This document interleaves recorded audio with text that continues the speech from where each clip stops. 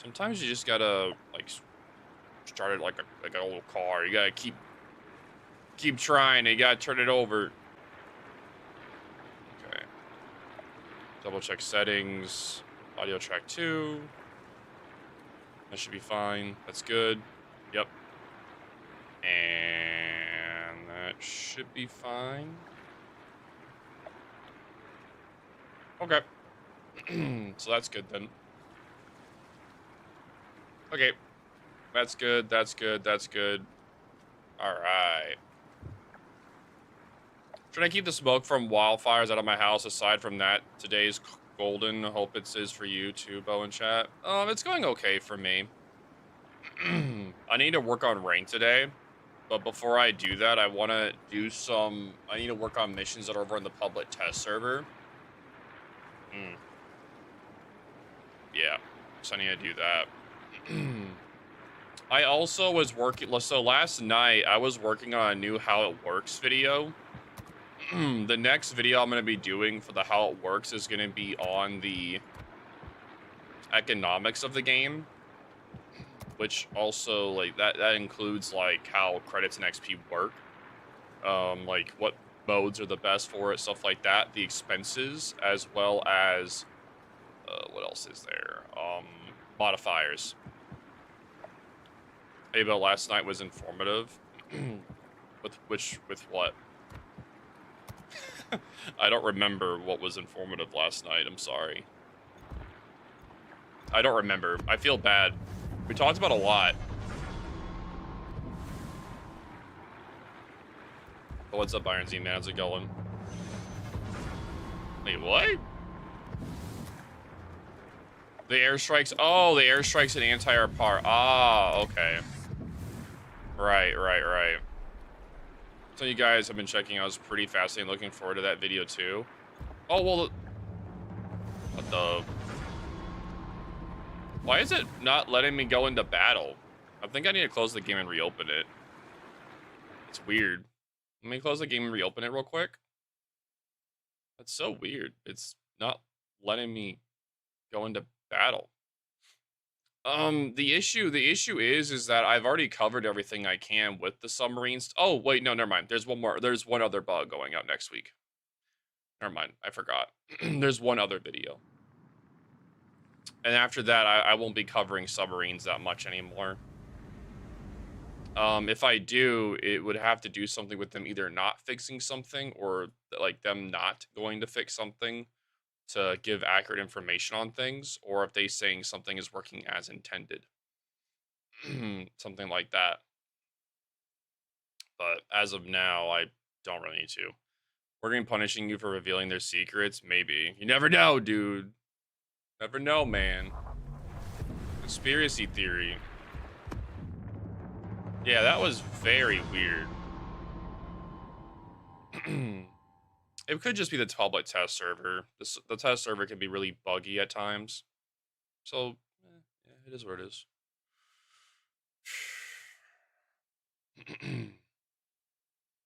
It is what it is.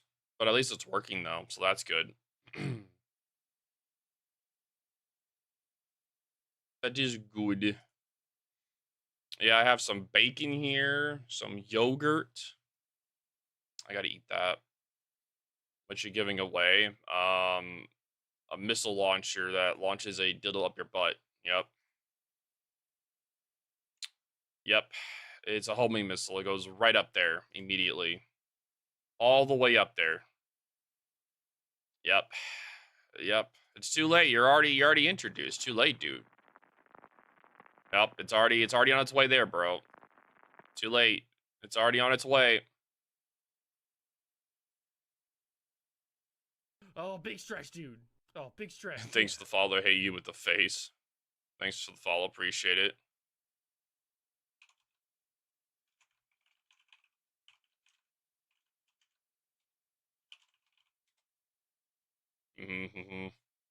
Squeezes cheeks. Well, too late. It is too late.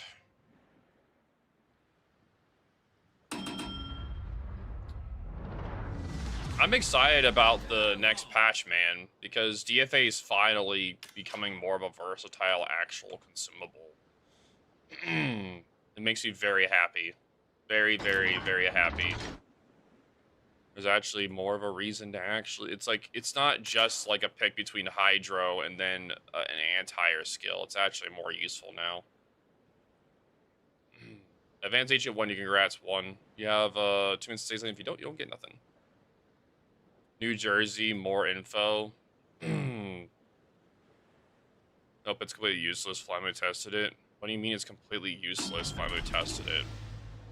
Already been testing it. What are you talking about? How is it useless?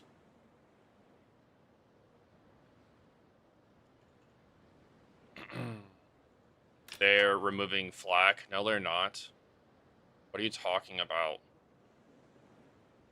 What are you complaining about? Have you been watching anything about the recent anti-air changes at all? Have you been watching anything about them, any of the dev blogs or anything? Because I was testing everything yesterday, and the new consumable is very nice. I like it a lot. It makes the consumable way more versatile, rather than being only for anti-air. It makes it where it's actually beneficial to more ships. I was thinking about it, and Duncan actually is going to get a really nice buff from it too. Legit tested today in test server, but I also tested in the test server, so why is it useless? Like, legit, I tested it too, so I don't know why he's saying it's useless when I think it's good. I think it's a very good change. And no, they're not getting rid of flak. Who the hell said they're getting rid of flak? Because I've been testing it forever. Not to be mean to Flamu, but he just came back. I've been testing those changes forever. So yeah, I don't really get it. Yeah. So yeah, I'm not really sure on that one. I hope we're not re-entering the era where I have to ban his name in my chat, because I remember when I had to, because I had to keep dealing with misinformation from his side. And it was very aggravating to the point I just banned his name. Like, come on, man. I was testing the anti-air legit yesterday. What's up, Insane? How's it going? I visited the Embargo Vestige today. Nice, dude. How'd it go? Hope you had fun.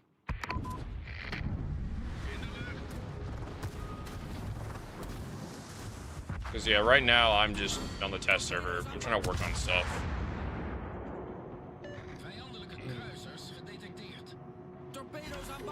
That's wild, though.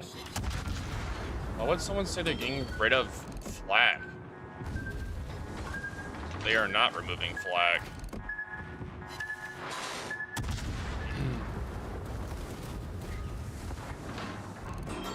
Yeah, the winning lines were crazy, but I got there early enough to make it just before the close at noon. Nice. That's good. Pretty big pancakes, dude. Pretty big, man. I don't want to eat pancakes anytime soon now. Well, yeah, we just made a giant box of pancakes. So yeah, that kind of makes sense.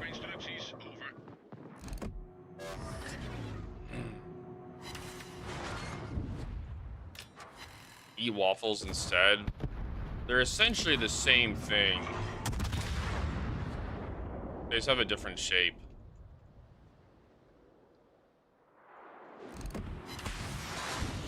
It's the same, but different. They have, like, just different textures due to how they're cooked. Oh, is there a bug in Caesar server? I tried yesterday hitting the fire button. It took a while. Same when I tried to load torps. It could be a lag or PTS lag. I know there's a PTS lag for that regard. So that could be it.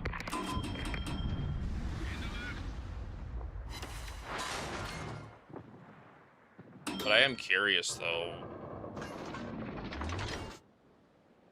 I don't know why he's... I don't know. I don't really get it.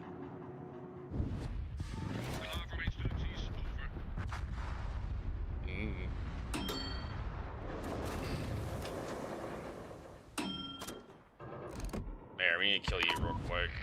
We need to kill you. We got the Bremen. We got the YY out here somewhere. No idea where you are. Ping, maybe? It has to be ping, because the server ping is kind of weird at times for the test servers, so, like, I can get that.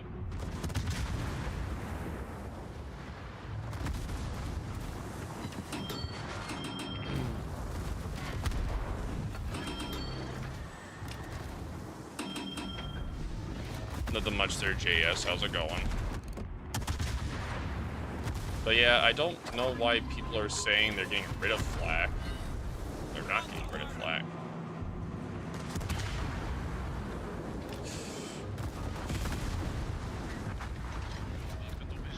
The era of misinformation has returned. I don't want to deal with that shit again, dude. The dark ages of WoWs.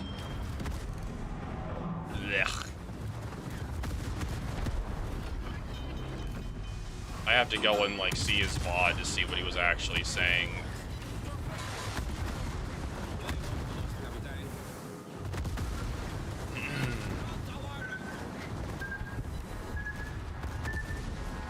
Need to go and look. I don't know. It was ping. It was definitely ping. Because if you're having issue firing and then torpedoing and stuff, then yeah, it's definitely ping. Div today. I'm diving with people in Europe today at some point, so I don't know when we could. Yeah, so I don't know when. I mean, if you want to div now, you can until they're done.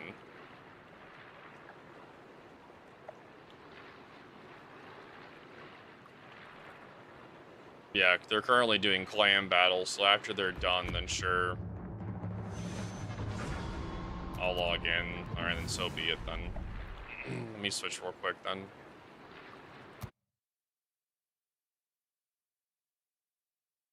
Alright, let me switch real quick.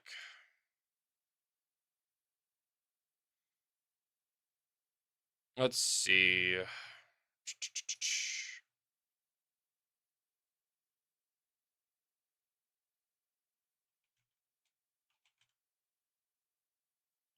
I gotta load back up the game. Let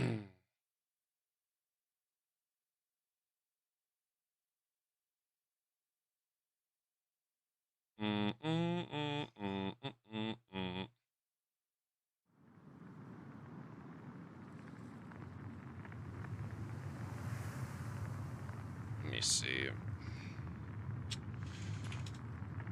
I have to go and find this real quick. Where is this thing? VOD.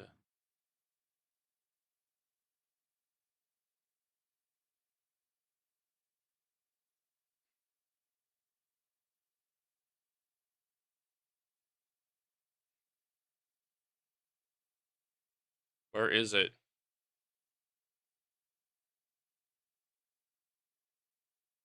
I don't see it.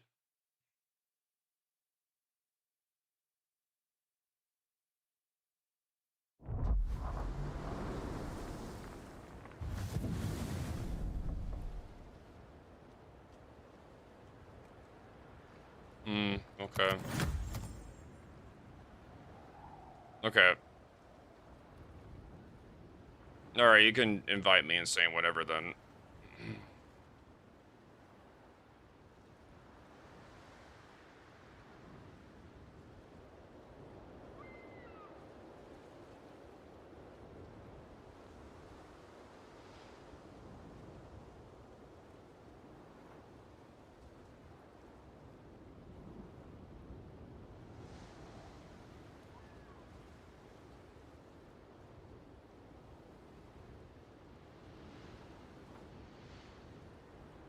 Well, Flamo's back to his old self, I guess. I thought that he would, change after everything. Guess not, then. That's actually really disappointing, dude. That's actually really disappointing. Great, so, yeah, I'm probably, because, yeah, I'm not gonna deal with this misinformation shit again.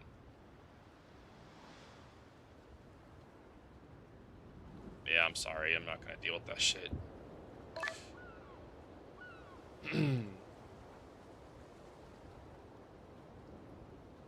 Yellow. There we go. How's it going? Oh, it's going. Just I'm gonna do some warm-up games before the shit fest tonight. Sounds fun.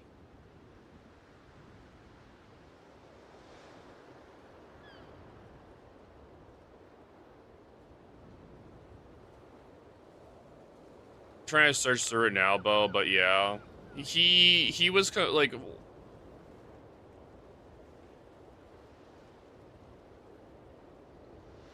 he was annoying.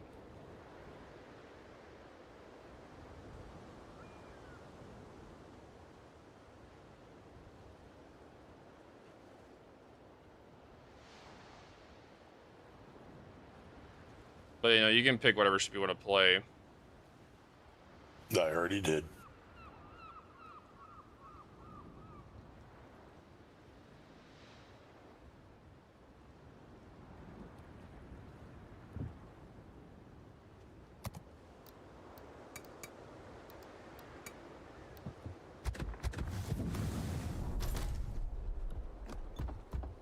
He's getting confused about the mechanic.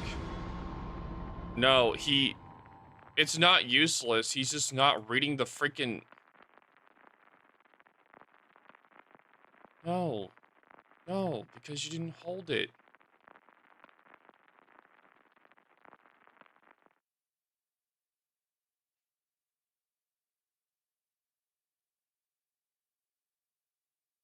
Yeah, I'm banning his name from my chat. I'm not dealing with that shit, because I'm not dealing with it, bro. What's going on? I'm not gonna deal with it again. I'm not dealing with it. He's back to his old self. The self that literally put us CCs through fucking hell because of the misinformation. And it made our lives a fucking living hell.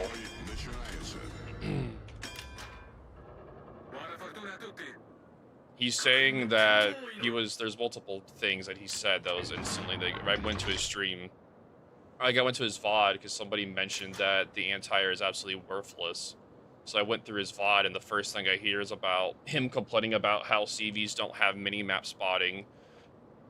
And the entire time, it's like, the reason why there is no mini-map spotting for CVs is due to the fact that if they try to add it, modders can add back in the spotting, and that's why they don't do it, because Lesta tried it, and that's the exact thing that happened. That's why they can't do it. And if you want to know if they can on the Legends version, because it's a new engine. So they do it on Legends because it's a new engine. This engine is so old, it's not able to do it. So they've already tried it, but modders can add it back, so they're not going to be able to do it until they're on a new engine. Then he was trying out the new anti-air mechanic, and he wasn't even using the damn thing right because he didn't read about it. And he was complaining about the mechanic that he didn't even read about. Oh, I'm getting out of this. So yeah, I'm not dealing with it. And the fact that he's complaining about CV spotting when CVs are way better than they used to be is unacceptable to me. CVs are way better than they've ever been. Like, the current state of CVs are the best they've ever been. The only real complaint about CVs nowadays is the special squadrons. But other than that, CVs are in one of the best positions they've ever been, balance-wise, in the game for spotting. So for him to still be coping about CV spotting is unacceptable. Because it's nowhere near as bad as it used to be. He's not even considering, he's not even thinking about the fact that fighters no longer spot, or that they reduced the actual, like, he's been gone for so long, he doesn't even realize how much has changed. But he's back to his old self, which is really disappointing. I was really trying to give him a chance when he came back, but I thought he would change, but no. This is disappointing. It is what it is. Nothing much, man. How's it going, dude? Do I remember you? Yeah, I do. Well, Poutine, enjoy your one. Congrats.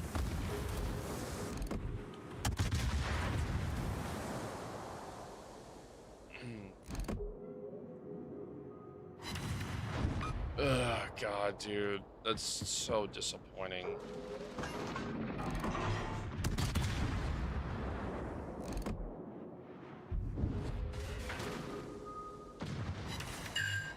Man, that's gonna be such a pain.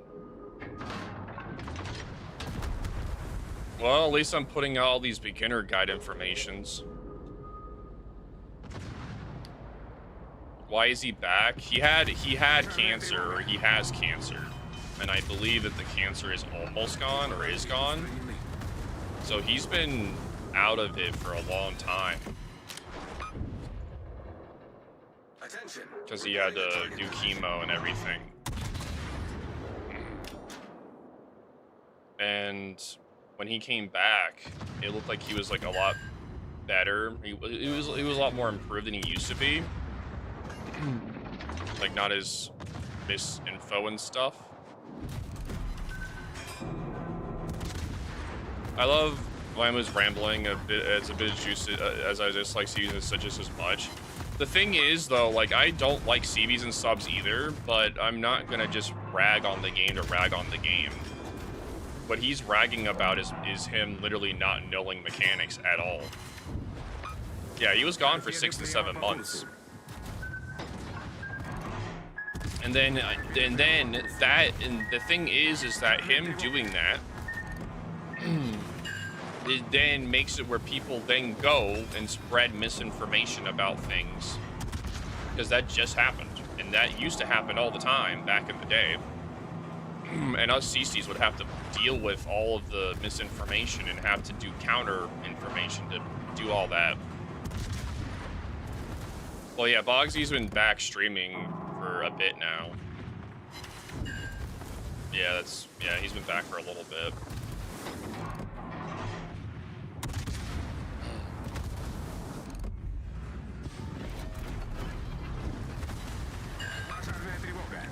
Yeah, I just don't like the misinformation stuff. It's very annoying. Because I know how good of a player Flamu is, so the fact that he's this incompetent and understand with misinformation is kind of wild to me. He's always been that way, though. Yeah, it's not for me. I was very much, people can, I was very much happy to see him back, and I'm glad that he's doing better. But now I'm not as happy to see him back, as he's doing the same shit he did before that made my life a living hell. BK back was going ham on gang yesterday for not providing proper. BK was going ham on gang yesterday for not providing proper arguments against Bogsy.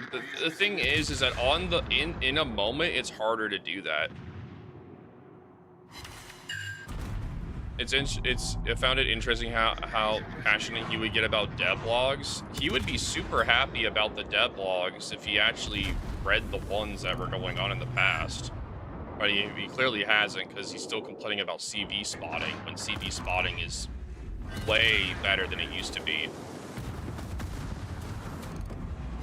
Yeah, like, it used to be nightmare fuel. Now it's way better.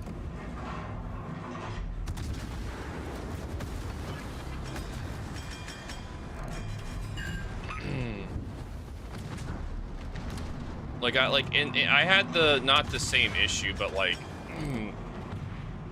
Well, minimap spotting should be a thing. It can't be a thing because the engine isn't capable of doing it. It's not going to be a thing until it's a new engine. I've said this many times. Because you can look at Lessa as an example. They tried it, and it's on the same engine. Sorry, using you as a buffer. No, you're fine. And when they tried doing it, modders brought it back. So clearly, if they try, yes, they had, yes, but that's a different engine, though. It's not the same engine. And I keep telling people that. And I've been telling people that.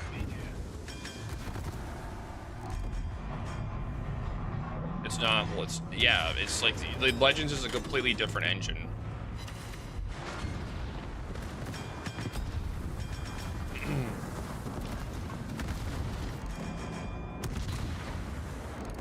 The new DFA change is probably one of the best changes they could have done with DFAA, being realistic. So the fact that he's complaining about that is kind of wild to me. If it makes a consumable that was practically worthless if there was no CVs in the match to where it's actually usable by other ships that have it. And that's huge.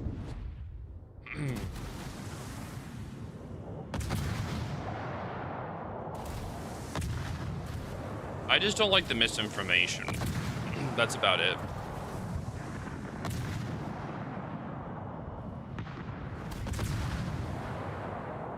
Hopefully this rework is good and provides the anti-deterrent we need so CVs can't bullet any ships to death. I mean, they're still going to be able to do that, but it's going to help do more damage to the CV LP. Yes, and yeah, the only real problem with CVs nowadays is the tactical squadrons for tier 10s. If they made it where they were only for supers, I'd be way happier with CVs. But at this point, I don't think CVs are even a protected class anymore. I think that CVs are actually way more balanced. Submarines are the protected class at this point. There's way too many mechanics for submarines that make them absolutely unfair. So, like, I'm not even mad about CVs anymore. I think that people that are mad about CVs are just holding a grudge at this point. Like, I don't like playing them, but I think CVs are way better off than they've ever been. They're in the best state they've ever been. Bro, what, CVs are way more broken than subs? How? Because the CV spotting is way better than it used to be. Fighters no longer spot. They're only used for defense now. The spotting for CVs are limited to 10 kilometers. And when you build into concealment, it lowers down your actual spotting from them. Firing your main guns doesn't increase your spotting distance for aerial. Like, there's so much that they've done. They're also adding team consumables to them as well, which is really nice. So they're adding, like, heals for the British CVs. They're adding firefighter teams for the Germans and the Japanese, which means the other nations are going to get some kind of ones too, or they'll get some of those. So you're getting more team play mechanics for CVs. The main issue is they need to add in XP modifiers to where you get rewarded for doing team play mechanics, like smoking up your allies. If someone's in your smoke, you get rewarded for that. Or if you're healing somebody, you get a reward for it. Or if you use any of those consumables on an ally, you get rewarded for it. Just like a healer would in a like Overwatch or something. You need to reward team play mechanics. If you don't reward team play mechanics, no one's going to do it. As of now, they have no plans for that at this time, which is something I said that you need to make plans for. Because if you want people to play like a team, you have to reward them like every other team-based game. So if you want people to play like a team, you have to reward them like a team. And once you start doing that, then people will start being more supporting in the match and not just doing a damage farming session.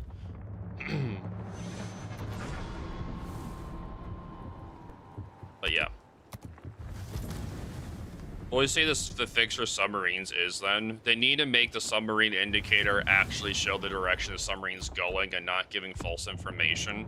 As of right now, they have it on like a 15-degree angle, but for some reason it doesn't show the bow in one at all when they're moving. It only does like 15 degrees off the side, not when it's perfectly bow in. It's really weird. They need to fix that. The RNG, and if they do that, then I think submarines are way better off.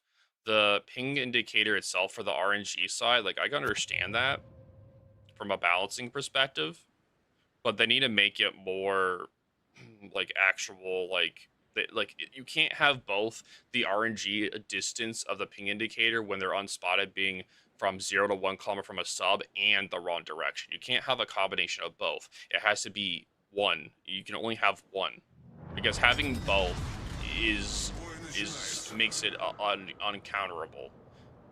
Good luck, everyone. In most situations, not all, but it makes it where someone, like, you can literally be perfectly bow in to somebody and you just shoot your torp off, like you do your ping off the side or even bow in, and they would still show the wrong direction. What's the benefits of doing ranked? You can get steel from it, doubloons, research bureau points. You also get smaller teams so that you give more impact for it. So the better you play, the more likely you'll win.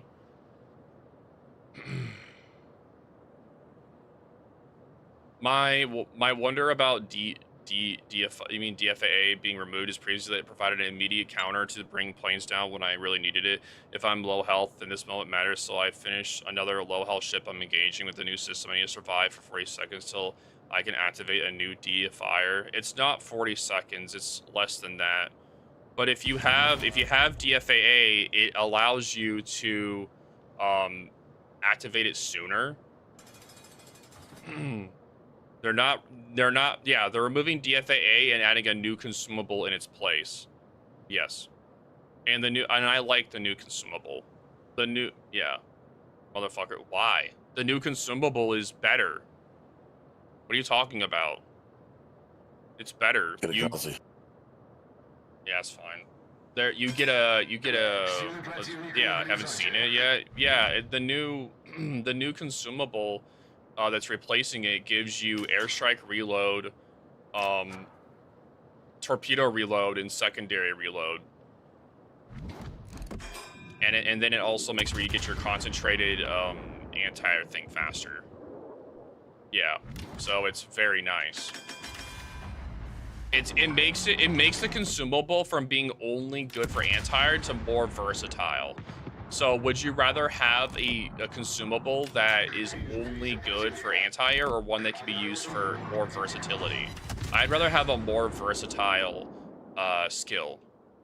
more versatile consumable.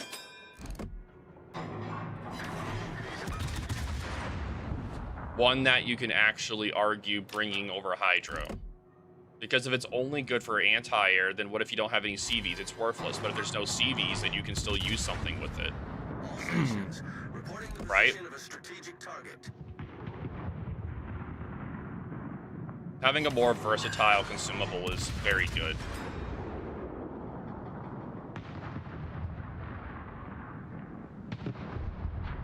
Rework something that benefits DDs. I don't know, we're gonna be really... yeah, but how many CVs actually even have DFAA, dude? And funny enough, all the destroyers that have DFAA get benefited from this. Or so, especially Trump. Trump gets the biggest buff. because it buffs its airstrike reload for the airstrikes and the torpedoes. The Marceau also gets a buff. Hoffman, any destroyer that has DFAA gets a more versatile consumable, which is god tier. When it comes out, I'll probably come say trust but verify. Yeah, you can test it right now on the test server. It's out right now on there. That's where my information's coming from. I've been testing it. I read the dev logs and I was testing it yesterday. Yeah. I'm also happy too because it makes it where the golden load gets back partially its old reload, which makes me happy. It doesn't fully get it back, but it is nice. The thing is that everyone's gonna have to get used to the way the new mechanic works. It is confusing, but that's because we're so used to the old system. Because how it works is that there's the priority sector, which now you only have to click, you know, the O key for, like the old one, but you don't have to do it per side. It's for the whole area, like off of like it's for the entire, it's around the entire ship.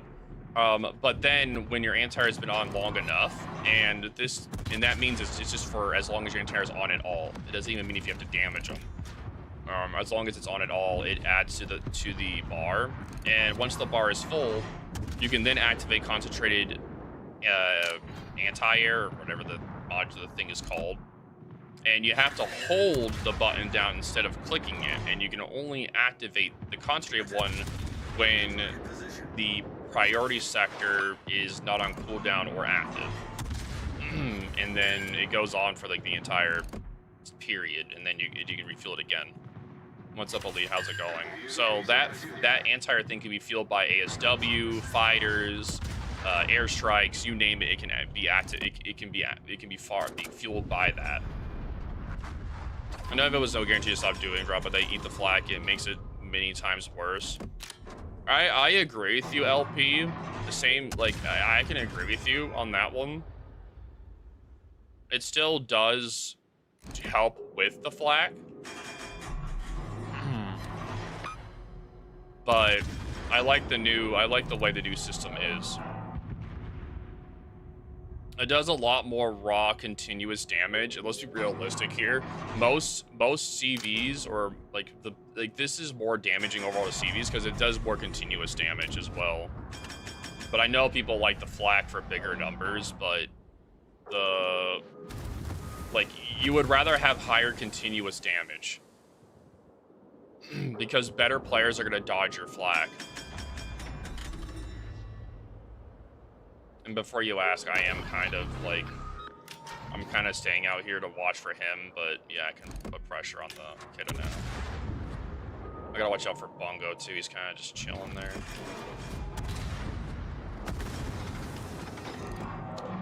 I am gonna start getting farmed pretty heavily. Yeah.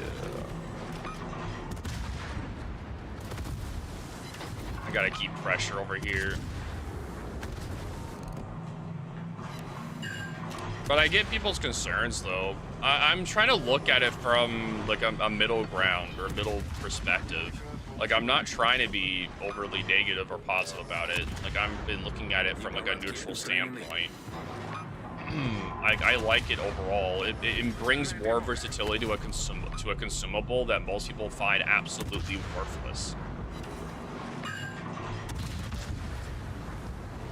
Most people would say that's like one of the most worthless consumable in the game, and they're finally making it where people can actually use it, and all I'm hearing is complaining, which is really annoying to me.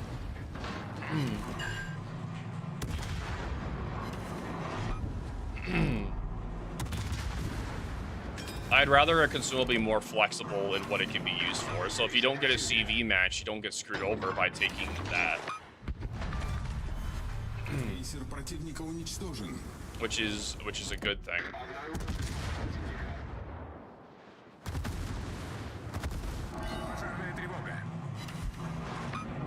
Yeah.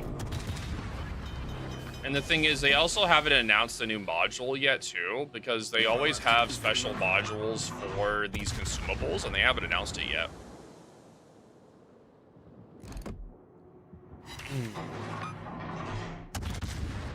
But yeah, I can get your concerns.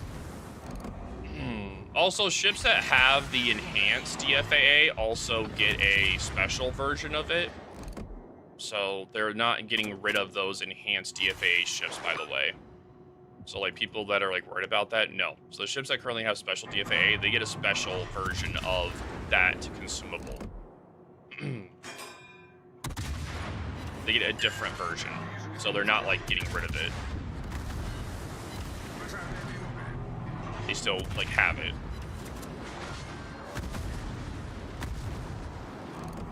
I'm stuck in between all the radar.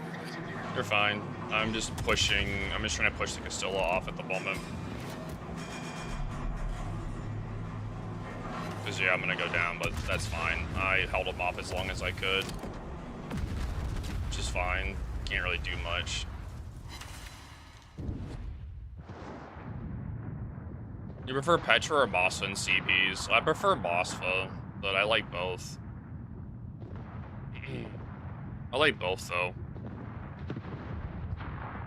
Play CV? Why?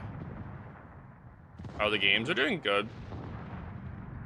How's your day going today, Nelson?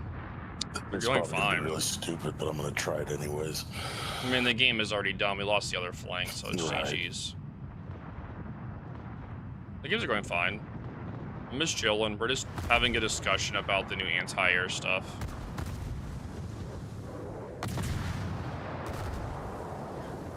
I think the main concern that people are having is they have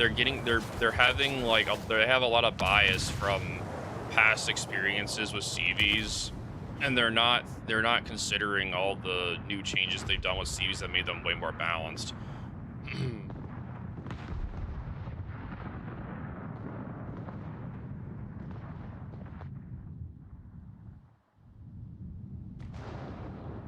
But I can understand people's concerns for both sides.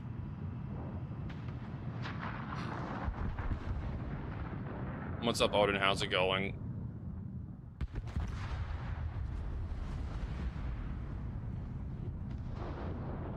Change is bad, me no like change. That's probably what's going on, which, like, there's gonna be change. Not the cinema, so no sound. Okay, enjoy the movie, Macaws.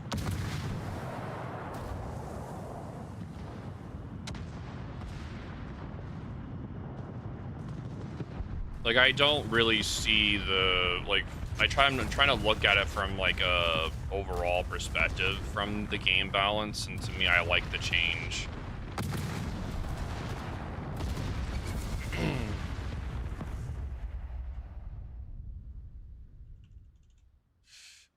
For me, at this point, CVs are way better off than what they used to be. I don't consider CVs a protected class anymore. I think that people that say that they are they're very biased about their opinion. CVs, like, to me, they are. Submarines are the protected class now. I think we need to focus all of our energy on submarines and them fixing submarines. Because the ping indicator alone is bullshit on how wrong and how much it gives false information. I've been pointing out so many bugs and issues with the ping indicator that it's absolutely disgusting that's even a thing, and the fact that you can still stealth fire in them. They're never going to remove submarines. Jesus Christ, man. Why do you have your music so loud in your car? Jesus Christ, dude. They're not going to have any hearing at all at that point. Ugh, ridiculous, dude. They're not going to have any hearing at all. None. Zip. Nada. No hearing. Was in, like, fire testing before being released, rip. If I get in those matches, I hope I got the better player. Yeah. Oh, big stretch, dude. Oh, big stretch, yeah. So we got 2 destroyers. How are we gonna go middle? The ping mod gives information that's only from the ping indicator, so it's only as accurate as the ping indicator is. The only thing that the ping mod helps you do is that it helps you be able to at least, it gives you a ping of where the submarine area is. It's not like a direct thing on the sub. Do I have the affidatory? Yeah.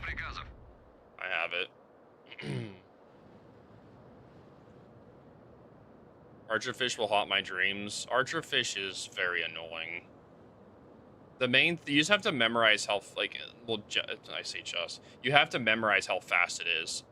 Once you memorize the speeds of submarines and you can predict if they're on the surface, you're able to predict their you also can predict their turning radiuses, which allow you to hit them better with ASW, which is really annoying. But once you start figuring that out, then you're golden for hitting ASW.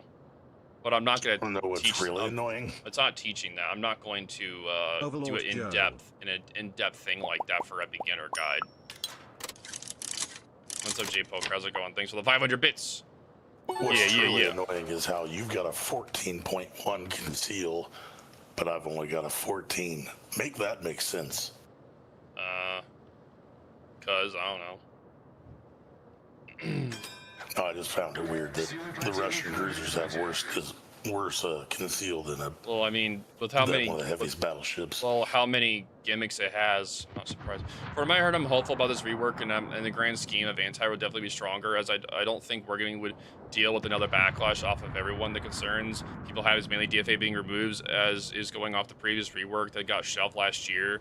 I'm assuming people were expecting DFA to stay alongside this new Terra buff with the main purpose to deter a carrier from striking over and over, being able to sink any ship they persisted enough. So the mechanic that you're talking about, like, it is being put in. So the priority section and the concentrated anti-air is being put in LP. That thing is a thing, yes. But DFA is being removed for the new module, which is a more versatile DFA. It's more flexible. It's not just only for CVs. You can use it for, it's not only good against anti-air. You can use it for your torp reload, stronger secondaries, and faster airstrikes, like faster ASW and faster Dutch airstrikes. So it's a more flexible tool. So instead of it being only for anti-air, now it's more flexible. It's a more jack of all trade consumable, if that makes sense. Which overall for a game balance is great, because it makes it where Hydro is not always your main pick.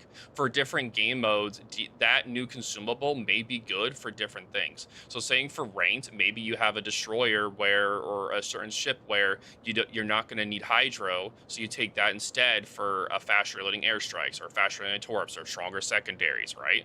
So like for Adalbert, Adalbert would benefit hugely from that. So having fast reload for your torps in a ranked match, as well as having stronger secondaries during when it's active. You know what I mean? So now it's a caveat between picking Hydro and potentially stronger that. No, it's 10% for the Dutch, not 20. It's nerfed for the Dutch on purpose, which makes sense. From a balancing standpoint, it's understandable. If it was 20%, it would be absolutely insane. So I understand it's a 10% one.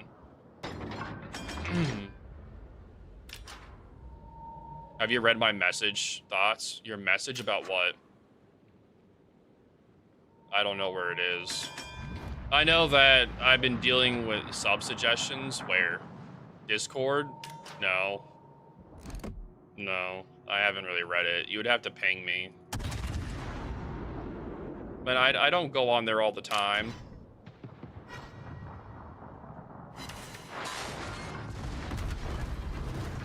I only go on there when I'm added.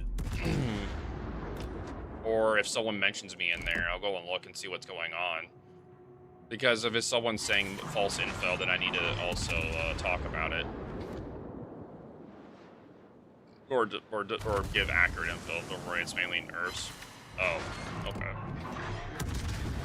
The only thing I want from them is to make it where the ping indicator gives accurate direction. That's all I want. The whole RNG thing is whatever to me. Yeah, it sucks, but I'd rather them actually tell the information. I'd rather tell them that the mechanic is actually a thing, right? That's all I want. I don't care about them nerfing it or buffing it. I just want it to give accurate information. That's all I want. So, like, I want it's either you do RNG only. You can't have RNG for it and the wrong direction. It needs to be, you need to have one or the other. So either it gives false direction or RNG for how the distance. One or the other, man.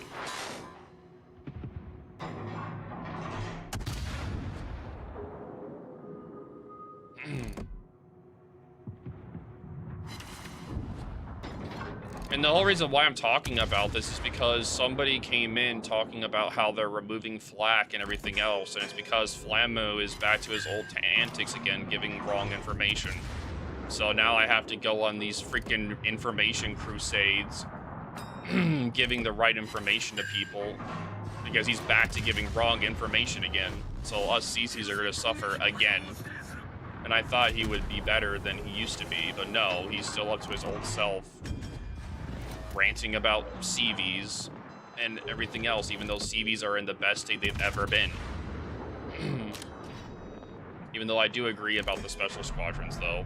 That's something I wish that they would keep only for supers. But CVs are in the best state they've ever been. The issue is that wargaming doesn't incentivize team gameplay because they don't give XP. They don't give much XP for team gameplay. So like placing fighters over your teammates doesn't give you XP, as well as like for using a team consumable and someone doesn't give you XP. Smoking up your allies doesn't give you XP, so why would people want to do a team play mechanic when we're not rewarded for it? Right? Why? What incentive is there to win? People don't want to just win. They want to do good in a match to earn credits, to earn XP, earn free XP, earn commander XP. Every other game that has team play mechanics in it rewards the support player. What in their like? Why would you make it? Why would you have a team play mechanic but not reward a player for using it? And that's the problem.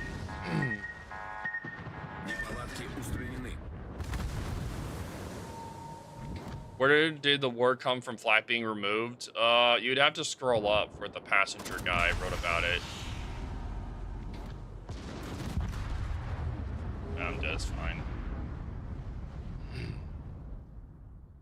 I'm about to not div anymore, by the way, because we keep getting the same people over and over again. Yeah, we pulled the same epoxy squad twice. No, there's multiple other people too. This is why I don't like divving on NA, dude, because it happens every time. That's why I don't. I like just playing alone so I can go into queues faster. Because it happens every time. You said, well, yeah, I can survive a long time, but I get focused down normally when I play. Which, you know, it is what it is.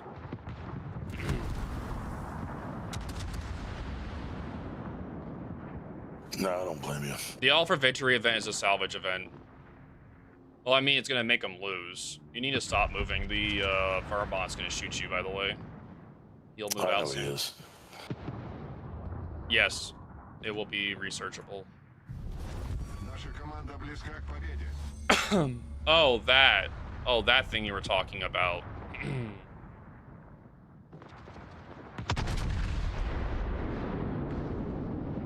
Are you taking ship requests? No. I'm not taking ship requests at the moment. God, this dispersion. I'm thinking of going down to Colombo in Netherlands, which is better. For cruisers, probably the... It depends if you like the Dutch airstrikes or not. Is Buffalo worth the grind? Yes.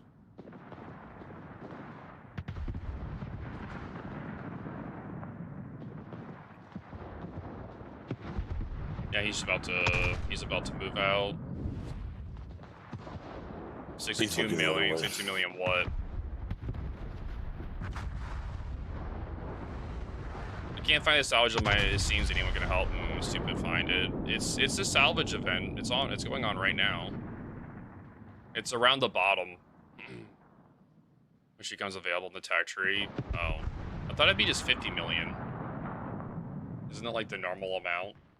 50 million or something like that.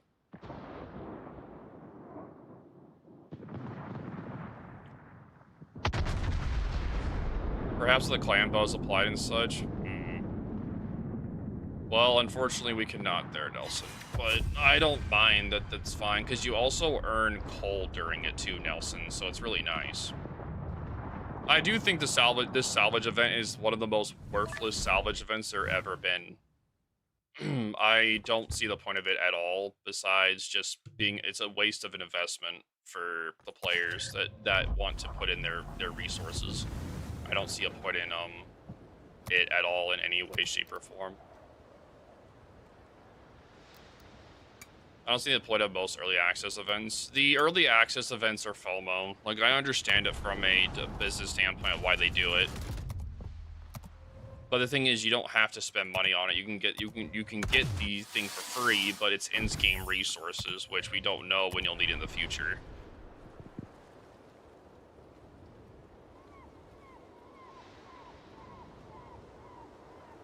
There's only one use for the token, There is a leaderboard. There is like a personal leaderboard thing where you get coal from it. Yeah, it's right here. Salvage for victory at the very bottom. It's right here. And these tokens, you are able to earn those by doing the leaderboards, which is on your combat missions, I believe. Yeah, personal challenges. Right here, you can earn coal and salvage tokens from it.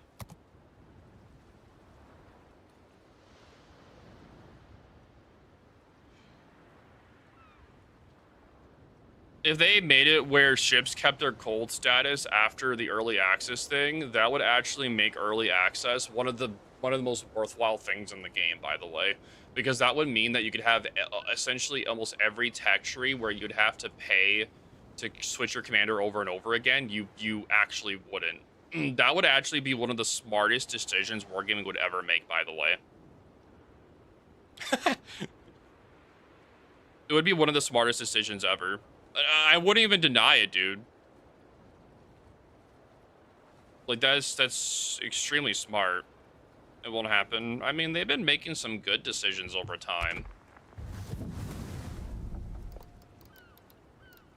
People are being too critical of them. Like, I do agree that there is a lot of things they've done bad, but as of recently, they've been doing a lot of good. They've been on a very good streak of decision making. And people can argue that, but if you look at how the game is progressing over time from when they split to how long it took them to get their dev team back to full, it's essentially in the process. I think that by next year is when you're going to be seeing them doing a lot more. Like next year, I think next year is going to be one of the best years for the game. If you think, like, how long has it been since the split? Because I'm gonna try to explain this in a time span so people can understand. Like, I can word it better. Like, how long was the split? 2 or 3 years, if not more. So 4 years. Okay. So think about it this way. Okay, so 4 years ago they did a split. Okay, so think about it from like a time span. Give me a second. Let me start writing this down. I'm gonna write this down so you guys can like see it better. I'm gonna show it up on screen. We're gonna do a timetable so it's easier for we can all understand it. Okay, so 4 years ago, you guys can you guys read this or no? By the way, is it too small or can you read it? You want to make that bigger? I can't make it bigger, so I gotta wait. Can I make it bigger? Let me see. You can make it go full screen and change the font. Let me turn off display capture. 1 second.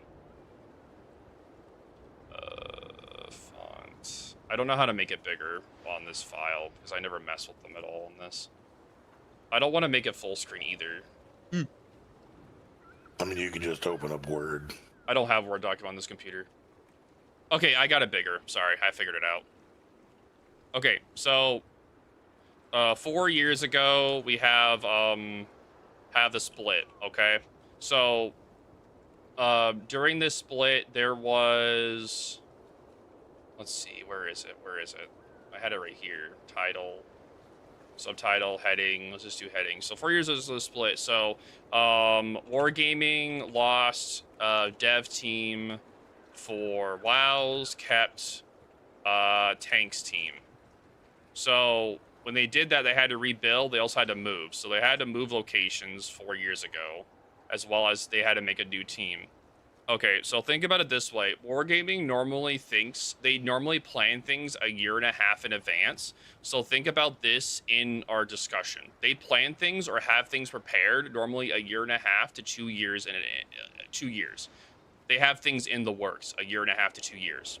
So Wargaming normally do planning 2 years to year and a half in 2.5. So they have things planned that far ahead normally.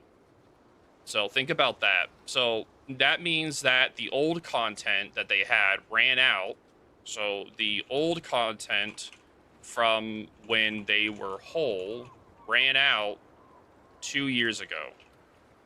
Okay, that's also around the same timetable if you start thinking about all of the copy ships and stuff that started appearing happened around the same time period. Okay, so around that same time period, if you think about it, is around that same timetable.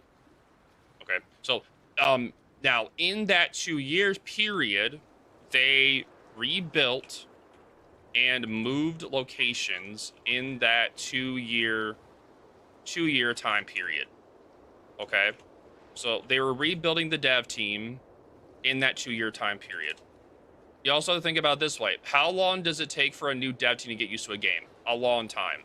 Okay, it's not something that is a quick thing. So say you have a new dev team put together. Okay, how long is it going to take them to get used to the coding, figure things out? Probably like a year, maybe a year and a half. So they rebuilt the dev team. And so you think about like a timetable. So it takes maybe about a year of figuring things out, maybe a year and a half for these guys to figure out the old coding, right? The old spaghetti code. Maybe a year and a half. Let's see, year and a half for figuring out the code. Right. So you put these timetables together, so you can start seeing where, as of this year and last year, if you start thinking about like a timetable wise, how like you've also seen it from the fact that how they're now redoing the maps, the old maps. From a timetable standpoint, it makes sense from their year and a half planning. So at this point, the devs are able to work with the code a lot better than they originally were when they first started, because now they have an understanding of it. So now you have the old maps being reworked. You have the new maps being made. Yeah, so you have the new maps being made as well. You have the new ship models, And again, this is in a year and a half to 2 year time span. Like, right, they planned this out a year and a half to 2 years. That's why I'm saying that next year is the year where I think it's going to be big. I think next year is really big for them, because that's when the dev team should be back to almost full, like essentially full strength. They should be back to full strength right now. So we're not going to see the results of that for another, like I said, a year, or like they were full strength maybe earlier this year or maybe halfway last year. So you think about it in that time span, next year should be a really strong year for them. So that's why I defend wargaming so hard. Now, do they make the best decision making? No, they don't with things, and I do agree with that. But from the devs' point of view, they are doing a very good job with what situation they are put in. And I think that's more of like a management thing and not the actual devs themselves, right? And that's me defending wargaming. Okay, now I will say that I'm not going to fully defend them, but I'm trying to help give a perspective on someone that's been around and in the know of them forever. Like, not forever, but I've been very close to them. And yes, I have been kicked and added in again, but yes, I don't work for them, but I know a lot of information about them. And that's why I'm negative about things, but I just don't go on giant ranting sprees, because I'll still defend them, but to a point.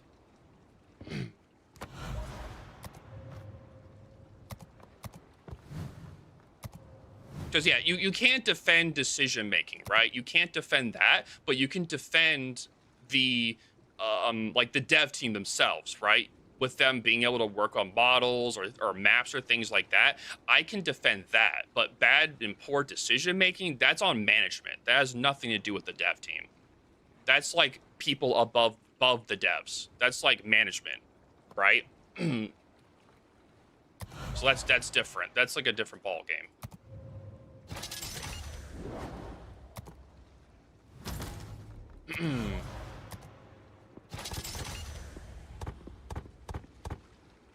What exactly caused the wargaming to split off and get rid of their old WoW's dev team? The war.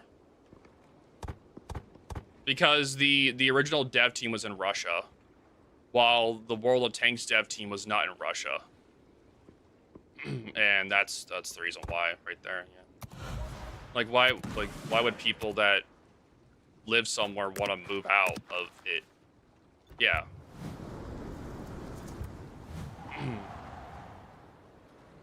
If you look at the two developers after the split, if you compare the two games that they essentially split off, like in the divorce, you can call it a divorce.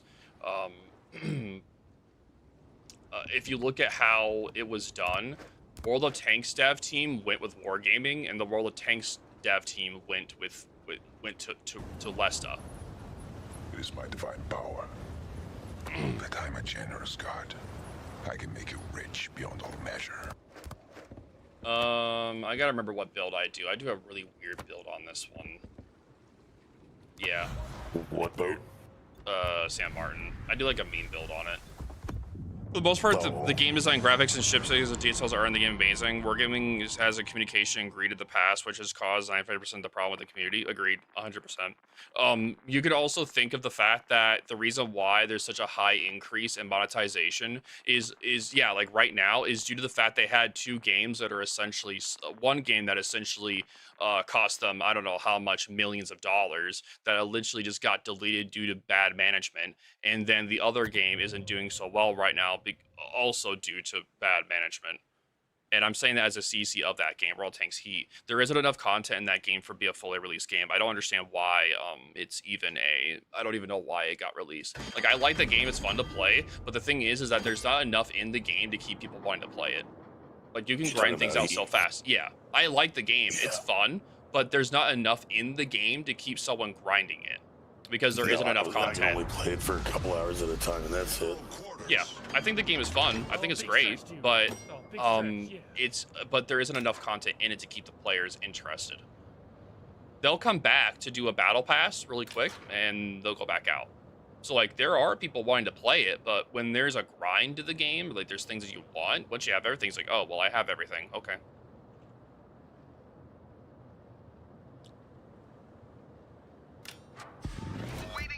The game is not for a grind. It started like Valorant because it's a tank Valorant. Okay, so there is a grind because there is modules and heroes in that game that you are able to level up, Matium. So there is a grind. You are grinding to make your tank and your hero stronger. There is one.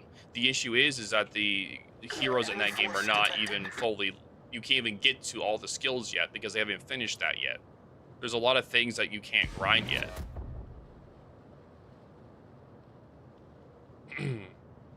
So yeah. Sorry, yeah. Yeah.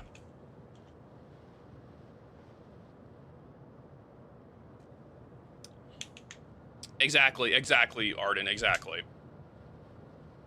I think that World of Tanks Heat and Steel Hunters have the exact same issue. It has nothing to do with the devs themselves and has everything to do with management. Management caused both of those games to be in the state that they are. There is a management issue, not a dev issue, because both the games look fantastic.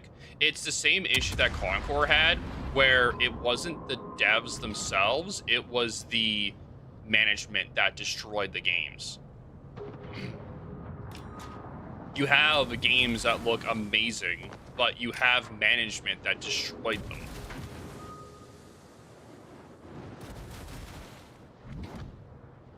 If there's no meat to a like you can't make like a turd look good. You can just make it a golden turd. So if the management is making, or they trying to make a game and they aren't adding a good substance to it or a good thing, then it's like, okay, well then it's just a turd.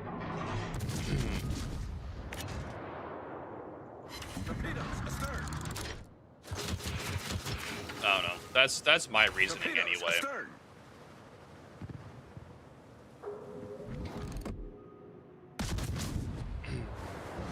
And I can't defend that. That's something I can't defend. That's something that I fully agree is their fault. That is their problem that they have to fix. Yeah, exactly. And like, I'm not going to defend that. I agree that that was such a bad investment of money.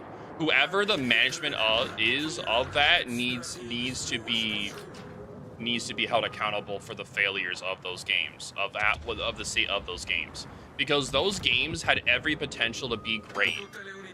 Steel Hunters could have been the next mech assault game, or the next mech game. It had the potential for it. It had the potential.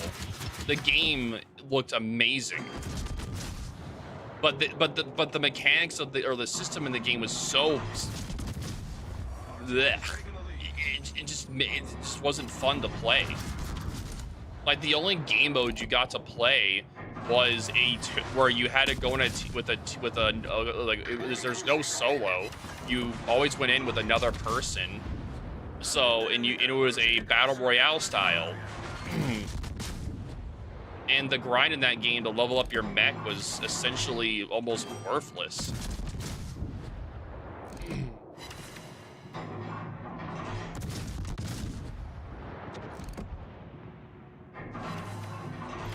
The thing is that they try to appeal to, like, they're trying to appeal to that Fortnite style, but the thing is they're messing it up by there's two types of players like that play games normally, LP. There's the ones that like to grind, where you're grinding for something, like you're grinding to level up a character over time to make them stronger. And then there's the players that like to play games for fun and chill. You can't really combine both of those communities together in a way to make it where it does really well. Normally you have to keep a game one side or the other. Now, that doesn't mean that the game that is meant to not grind can't be competitive, but normally you have to make it where you're either not grinding for something or you are grinding for something that's leveling you up. You can't mix them together, because if you mix it together, both sides aren't gonna like it.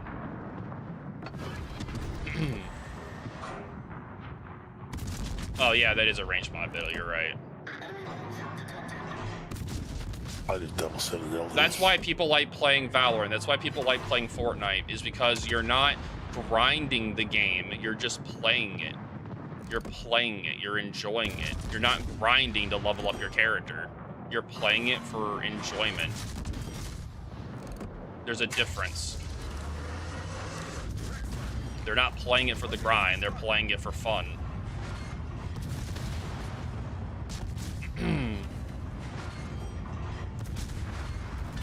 That's why some people like playing extraction shooters. because people like the grind to be able to level up their characters, make themselves stronger.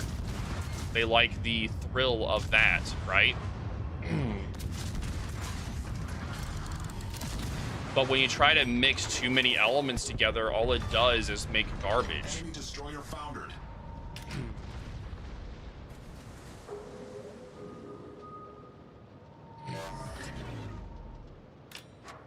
I hope that makes sense. I'm trying to make it like understandable from like I don't know, from my time as streaming and stuff. Like it kind of just, I don't know. I'm just trying to make it make sense, or I'm just trying to help explain like my thinking process on it. Because like the thing is that I would have loved Steel Hunter to be successful, dude. The game looked amazing. I was actually super excited for it. But management just killed it. It had so much potential.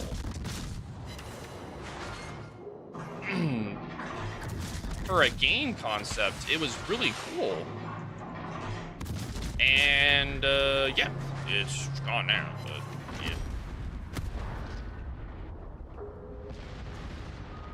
I feel bad for World of Tanks Heat. I really do. I do. I like playing the game, but I feel bad, dude.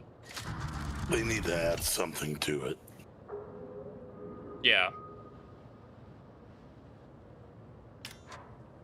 The thing is that the more games that flop from them, the more it's gonna hit us in World of Tanks and World of Warships. The more it's gonna hit us.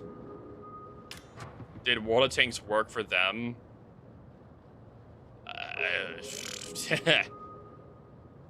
I have no idea how many players are playing it on console. So I can't tell you on that one.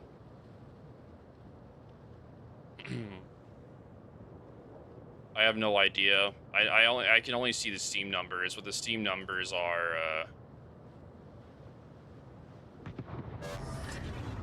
let me see real quick. Charts. Yeah, Steam charts are pretty, yeah.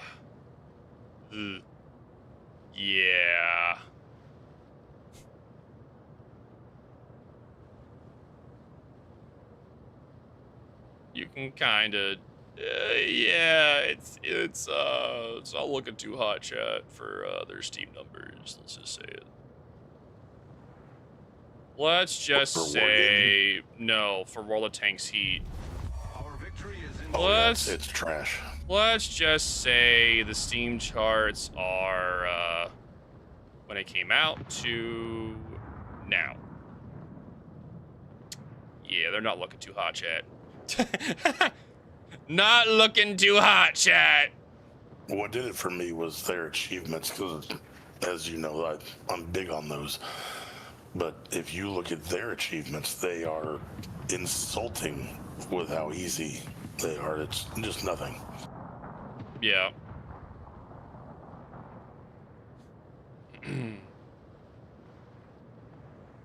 But yeah, like, the game itself, the thing is with World Tanks Heat,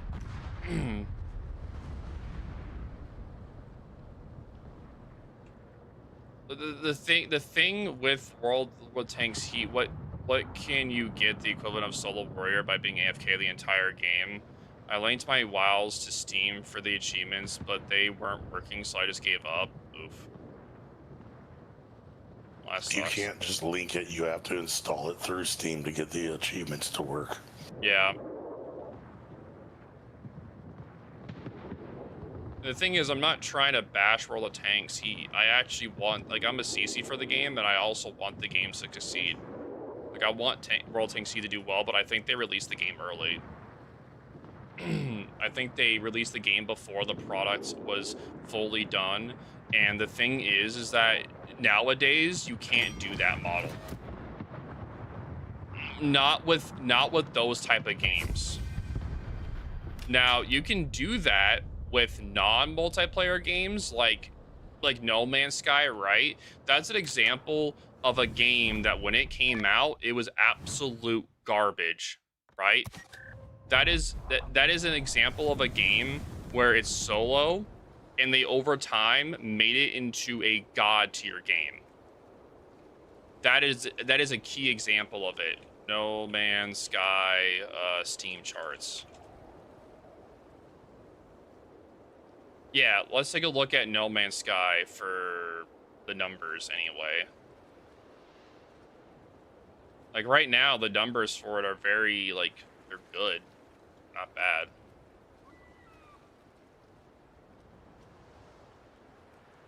Like right now, the numbers are going up our time.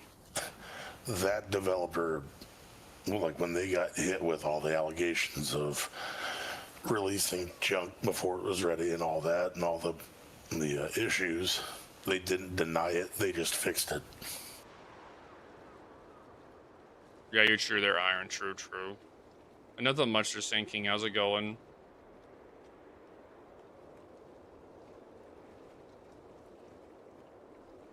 Yeah, but I'm trying to say that a live service, like nowadays in the market of live service games, there's so many of them that someone's just gonna go to a different one, right? Oh, this game isn't fully out yet. Okay, I'll go. Like, oh, it's not fully done. Okay, I'll just go to the next one, right?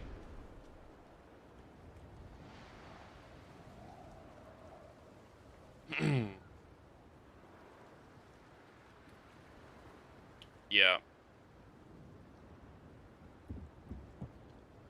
I was pretty hyped for Light No Fire. I don't know when that game is supposed to be coming out, but I know it's a thing. It's still in development. I'm playing the Italian. Poop. You should get to far more damage.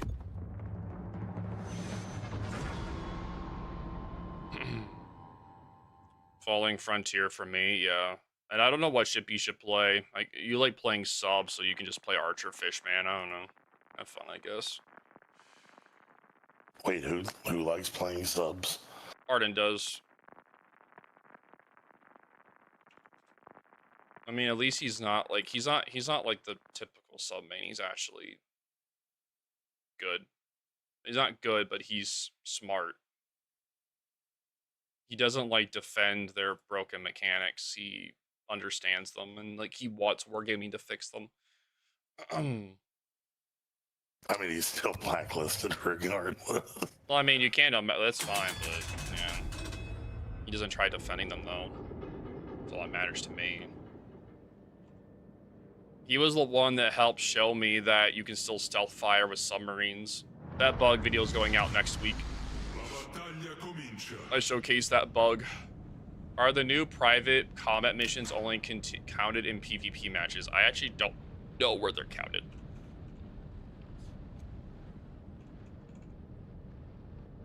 But yeah, it's still in development there, Papa Pox. Funny enough, the funny enough, what was it? I heard oh man, I had a brain fart. There was a comment I was gonna make about it, but I forgot what it was.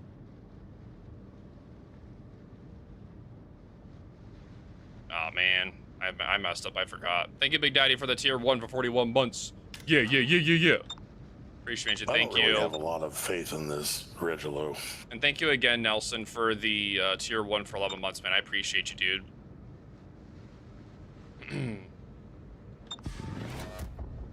But no, like, and that's why I'm annoyed at Flamu. That's why when someone mentioned the broken anti-air mechanics, like how like they're removing flak and everything, and then I asked like where he heard it from, and he said Flamu. I was like, please, no, man, not again. Because we used to deal with that all the time, and I don't know. I try my best to try to be more open-minded on things, and like try to think of a non-biased perspective. I try my best to with things and discussions,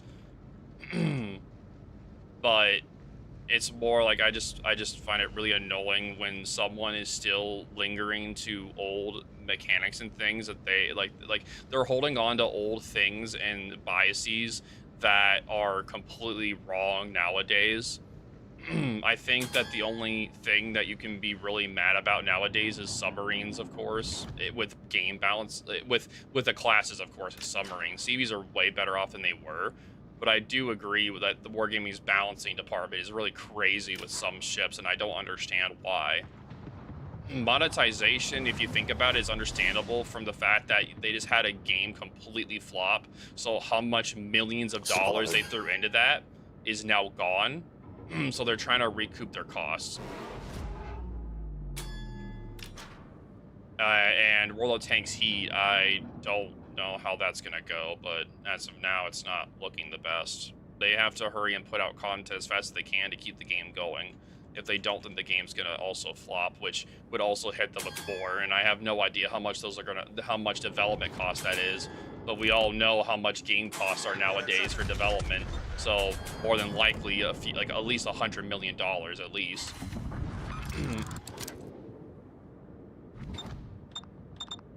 And I think Periscope dev ships outright is crazy. Yeah, like, but the thing is, though, I can understand the frustration though with submarines because they don't really talk about it anywhere, Arden. Like, what information source did they have, Arden, on submarines? There is no information source about spotting submarines. Their spotting video doesn't even mention submarines. So, like, how would a new player understand the mechanic of submarine spotting when they don't talk about it? And so a lot of the issues and the things that we're coming into is due to the fact that there is no in-game information on certain things, mechanics, and classes. And how do you expect people to know anything about it or counter it? And when you have the mentality of they should just know better, then you're never going to be able to teach them. Why do you think I'm pushing so hard and legit spending I'm spending my money, my resources, my time, my mental energy into making actual beginner fundamental guides, actual basic information guides? Like, why should I have to do that when the devs have legit editors that they pay an actual salary to working on them? Why don't I have to do it? It's disappointing because I don't want to have to pay for it because I don't have all the money in the world. I want to take care of my mom. I want to be able to help out, take care of my pet, right? I want to, be able to buy myself food. That's also nice. But at the same time, it's like I have my own bills. I'm not a multi-billion-dollar company. I'm just me. I'm Bo. That's all I'm just me. But I'll still do it because I want to help the game. I don't hate the game. I want the game to do good. I wish I was a multi-billion-dollar company. Maybe a few multi-dollars. I got a few dollars here and there. I'm just waiting for them, dude. I'm just waiting for someone to pop around this corner. I'll bait them out. Yeah. Break Little Trucker, thanks for the tier 1, appreciate it. Do you think I should use AP when they pop the corner or SAP? I have SAP loaded. I can Citadel the Minotaur if he pops the corner. That would keep SAP just because of Minotaur. Oh, okay. Yeah, $10, dude. I got a $10 bill company, dude. Trust.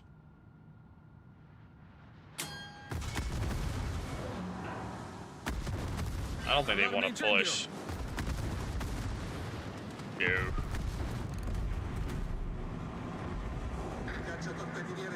There's almost like no point in me even like shoot him because the angle is so bad. Yeah, you can. Sap can Citadel Minotaurs. But thank you for this tier 1, I appreciate it. And the thing is that I actually miss the old editing of World of Warships. Their old editing from like 5 years ago was so good, dude. It was so good. It was so nice, dude. I love their old editing style. It was so nice, man. But unfortunately, the company split it when it happened. That the old editor that worked for them is no longer with them, and he's with the Lesta side now, most likely. Nice. Oh, are you It's almost like he's trying to take his torps. Yeah, he is. I gotta go back. I gotta keep reversing.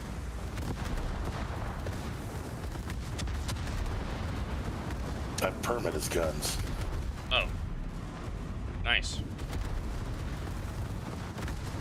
I'll be able to slap him again. Let me take care of that. Is he dead? Do I have to shoot him? No. Yeah, he's dead. Nice. Uh-oh. I'm about to eat these swarps. I messed up. True. I wish I was trimming from my yacht in the Bahamas. I'm dead, by the way. I thought your Hydra would spot any more torps, and I didn't see any more torps, so... Yeah, I'm dead. It did spot them. No. Not the ones furthest out here. There was another set. Nope. You're alive. No, I'm dead. As I DCP'd earlier, I had to from the fire. Ah. Yeah. Yeah. Oh shit, the devastation's here. Yeah. Nah. Unfortunate.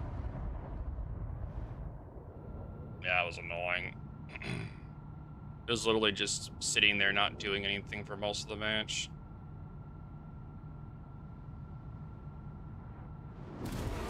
Yep, I guess he needed to go pee.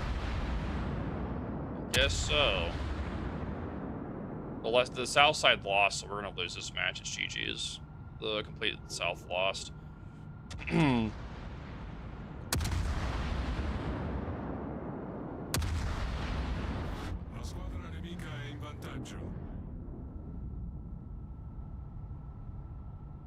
Unfortunate.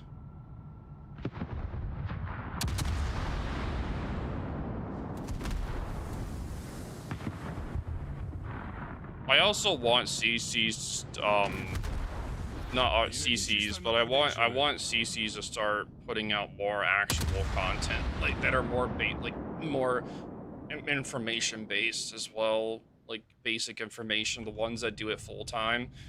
I'm tired of I'm also tired of seeing only things about new things. Why can't they put out more information guides too?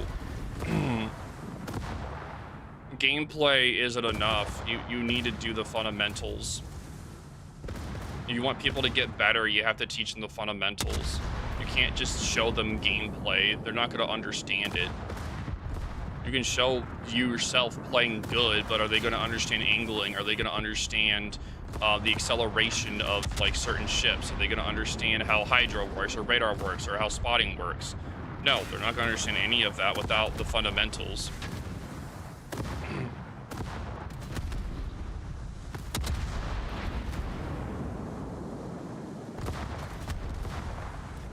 It's like you're showing someone like how to you're showing people like EVE Online gameplay or something like that, or World of Warcraft gameplay, and you're like, okay, so I just showed you this high level gameplay of World of Warcraft and World of Warcraft and EVE Online. I need you guys, and now you need to go and do that. It's like the same kind of premise, right? Like, how do you expect them to understand that? They're not going to be able to do it. You got to teach them the fundamentals first. You got to show them the fundamentals, but the fundamentals are not accurate in game. Oh, big stretch, dude. Oh, big stretch, yeah. That's why if you really think about it, if you look at a bunch of these new players that are coming in, if you look at a lot of the mistakes they're making, is due to wrong information in their spotting videos and as well as submarine videos. Like, have you ever noticed how there's a lot of submarines that are new that are shotgunning? Yeah, that's because their submarine video is showcasing shotgunning is still a thing, by the way. Yeah. And you may say, oh, well, you know, if you hover over the torps, it tells you that it does a 3-kilometer thing. But yeah, but is a new player going to know about that? Is a new player going to understand that? Are they going to be able to hover over their torps in port and look for that specific information? No, they're not. Because they don't know it exists. Why would they be looking for something if they don't know it exists? Again, Arden, do you blame them? Because if they don't know okay, so it's, think about it this way. Okay, yeah, you have fun there. Yeah, you're welcome. Talk to you later. They're insane.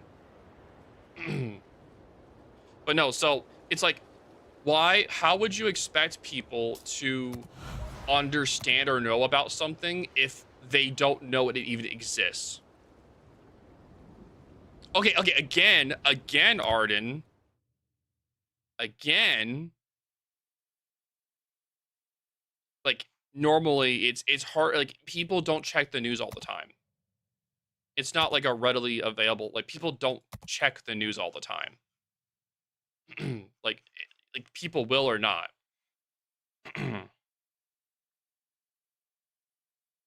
I do agree with you, though. Like, they can go in the news, but not everyone's going to be doing that. But I do agree with you, though, on that one. Like, I get it. So I can get your argument on that one. Like, I don't know if subs can spot from periscope depth or not. They can. They spot the aircraft. You're just arguing to argue, Insane. You're gaslighting me. It's the aerial. They spot from the aerial concealment, buff dog. So whatever the aerial concealment of a ship is what it spots. Buff dog. When it's at periscope and below. No, when it's at periscope and when it's periscope, it can spot that on its own, and then when it's underwater, it can spot from like what people are talking about.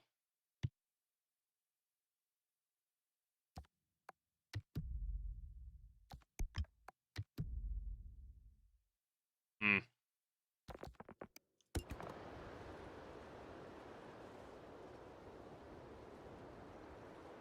Yeah. Again, that's something that's not explained, by the way, at all in game, by the way. And that's where my whole argument lies, right? A lot of the issues of the game are coming in from the fact that we don't have basic information in the game. So how can you expect players to understand mechanics that aren't explained or taught about in any way, shape, or form, right? And the reason why I'm putting this out so much is because I'm trying to get the vet players of the game to think from a new player perspective. It's not me trying to be rude or mean or be a dick to anybody, but I'm trying to to get people to open their mind a bit and look at it from a new player perspective. Just take a look a little bit at the in-game information and you'll start to understand where my argument's coming from. And that's what I'm trying to do. I'm not trying to be a dick to people. Like, I'm also doing this to help me not think like a vet player. This helps me think more like a new player perspective. That helps me focus my content on beginner players, not just making high level gameplay stuff. It's beginner guides, beginner fundamentals, like Cole, like understanding the bare basics of the game, bare minimum, things that should be explained in game that aren't. You're not a new player, Insane. Just shut up. You're perfectly fine.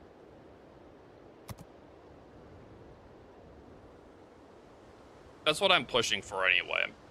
That's like my major like thing.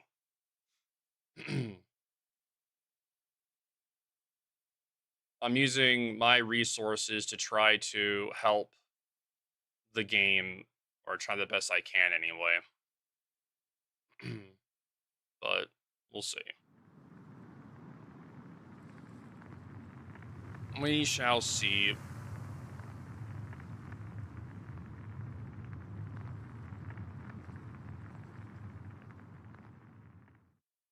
I totally understand you, Bo. I always thought the basics are fairly easy to grasp, but the understanding of what each class is capable of and the concealed values of each aspect and capabilities of each class consumable, remembering it all is what takes a long time to grasp. I had the same mentality as you, but the issue, but the World of Warships, that was fine for World of Warships five years ago or 4 years ago, before they started adding in all these new mechanics and not explaining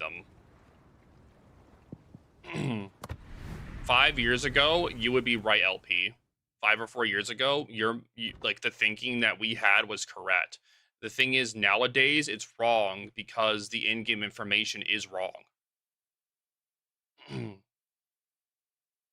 And that's what I'm trying to get the older players in the game, like vet players, to understand that that way of thinking is no longer correct due to the in-game information being so wrong.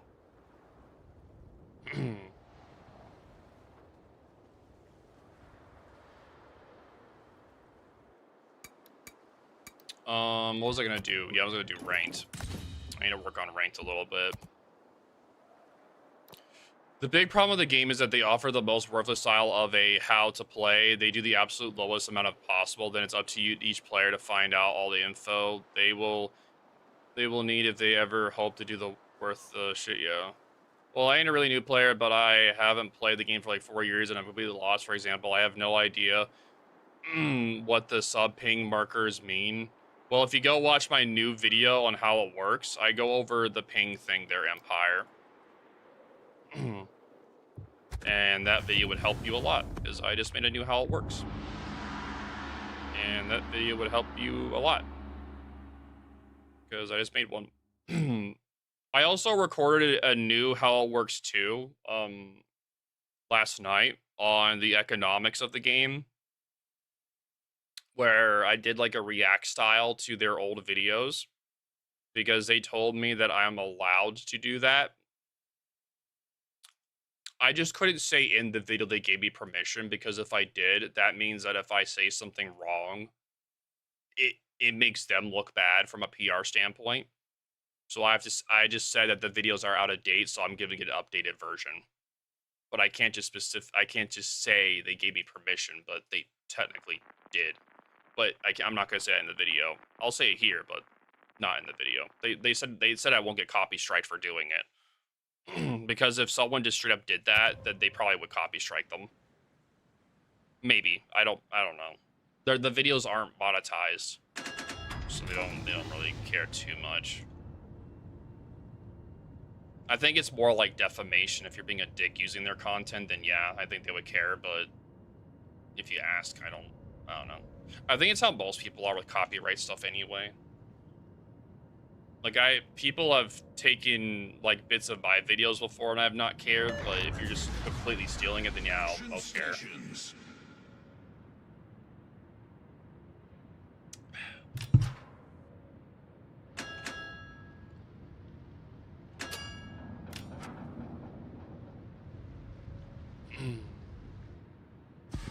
Waiting orders.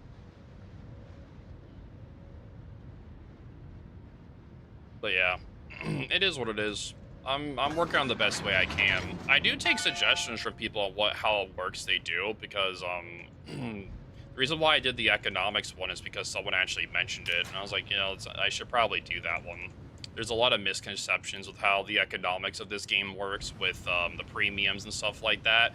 And the thing is that people try to bring up all the really old mechanics, like the old premium, like the what's it called? The old like the OG Missouri, the old Kobayashi camos and stuff.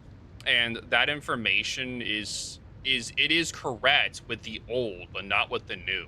So I'm not going to give that information at all, because there's no point. The information is only relevant to vets and not new players. So why would I give that information to them? Because they're never going to have access to the OG Missouri. They're never going to have access to the OG camo from the Kobayashi stuff, right? So there's no point in talking about them, because they're not out of date. It's just they're no longer available. So I'm not going to talk about it. Like if you were lucky enough if you were playing long enough to have them, then that's super cool. But for newer players, that information is irrelevant. Enemy battleship detected. Because all the time, whenever I would used to make credit videos and stuff, people would bring up OG Missouri all the time, and it's like, dude, OG Missouri has been gone for how many years now? I don't even remember how many years it's been since the OG Missouri's been gone. Yeah, no, yeah, okay. So, you see, even you're getting confused, okay? So, there are two versions of the Missouri. There is the OG version and the new version. The OG version has its really old, very like OP credit earnings. The new one does not. So see, this is why I don't even talk about it, because it's very confusing, right? Yeah, the OG one has not been, is gone. You can no longer get the OG one. You can only get the new one.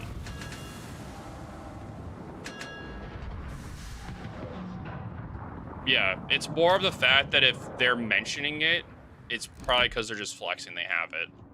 It's more of like a flex thing, which, you know, I get it. I'm gonna flex you have the original, like, I don't know, it's understandable people would do that.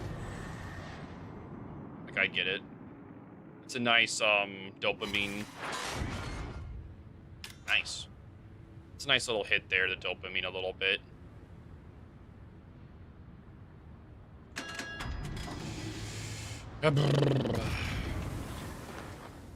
You can't own two on the same cream. No, you cannot. You cannot own both. You have either the OG or the new one.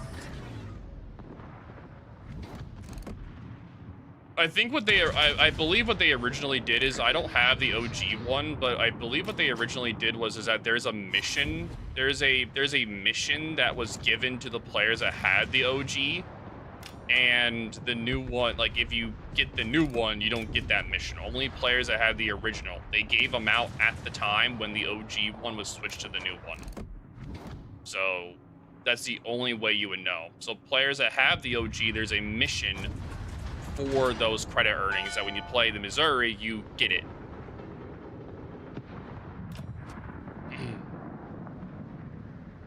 Yeah.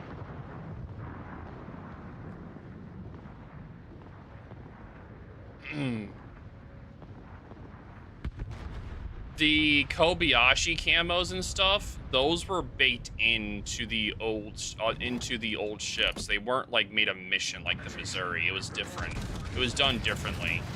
So if you had like the Kobayashi camos that earned you more credits, those were kind of baked into the ship. The new ships don't have that, of course, but the old ones do. Old ones have it, new ones don't. They kind of like baked it in, because I don't think there's missions for them at all. So I don't remember seeing them on my account at all. So they did it differently with the Kobayashi camos.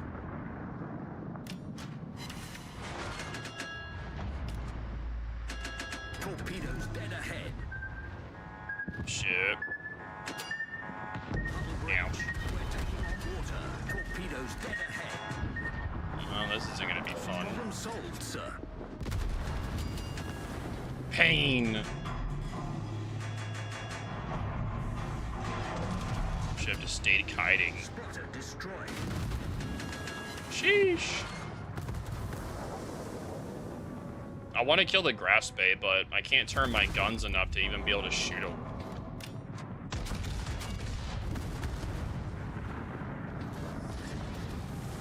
Rude.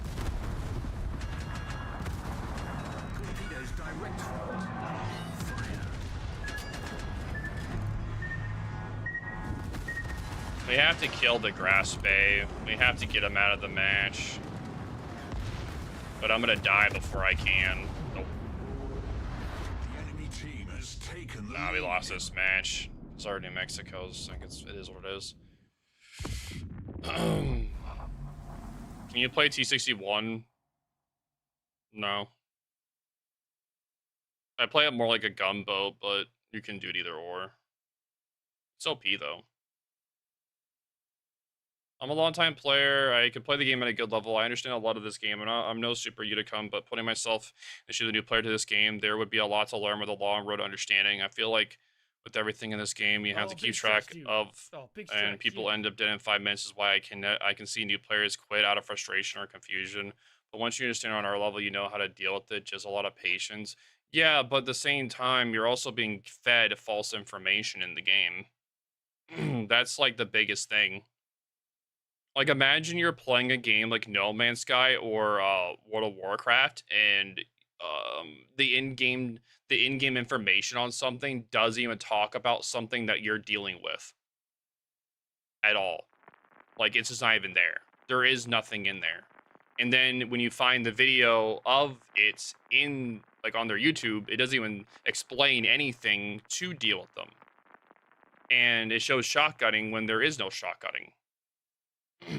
As well as when you try to figure out spotting, and that information's also wrong. So it's not the fact that they're not being given information at all. It's the fact it's being fed wrong information. That makes it worse. Oh, big stretch. It's better to give them no information than wrong information. Because all it does is add to the helpless factor. It's like, I just watched this video on this mechanic. How is it working like this, right? It's what I mean, right? It's like that mentality. I just watched that fighters have spotting, but when I put over someone's not spotting them, what's going on? Or why is it that I should be able to have better concealment for my planes than these ships, but that's not working. Why is it doing it that way? Or why is there no submarines mentioned in the spotting video? So people don't understand how submarine spotting works. Either you're in the circle or you'll never know the lore. Yeah, and that's something I'm trying to break, Wixatron. Not break, but just push against. Which is why I'm doing an actual elitism video. I have enough evidence from my YouTube comments to be able to showcase and talk about it more openly. Because like I've been compiling like this submarine ping, this thing that I did made it where when I did my first one, it was more of a bait, by the way. I was baiting people. It was a master plan. I've been planning what I've been doing ever since the first video where I said we figured out why beginners can't be submarines. It's not a skill issue. When I first did that video, I was planning for people to say that this mechanic has been a thing forever. How are you two idiots not understanding that? I was hoping people would do that. because I'm trying to call them out on the very thing that I'm trying to push against. I just need enough evidence from people to do it, which I got plenty of it, so yeah. I've been planning it. Because I knew people were gonna do it. I just needed evidence so I could actually call it out more. It was a master plan this entire time. Funny enough, I'm actually considering having my editor take a clip from their stream where they said that it's been the game forever, like in a tone that made it sound like that you should just know better. Which I was considering to do, but I know if I did that, it wouldn't be the best. I'd probably have to get permission. But even then, they probably would say no. It would have to, because, like, I don't know. I didn't like the guy's wording at all. That's why I got annoyed with it. But it's mostly just due to a translation.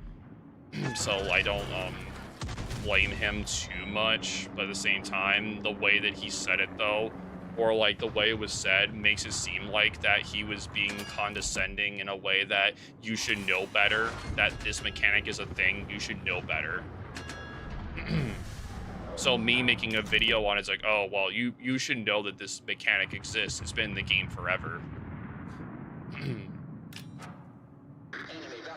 So the thing is then the reason why I would want to point it out is because if you have that kind of thinking in a CM, like a higher, like a someone that is working for the developer, then that means that then you could have that way of thinking with the devs, and that's why the game is not being beginner friendly, because you have that mentality with the devs where they aren't making them because they have the mentality that everyone should just know everything already, so they don't need to focus on beginner guides.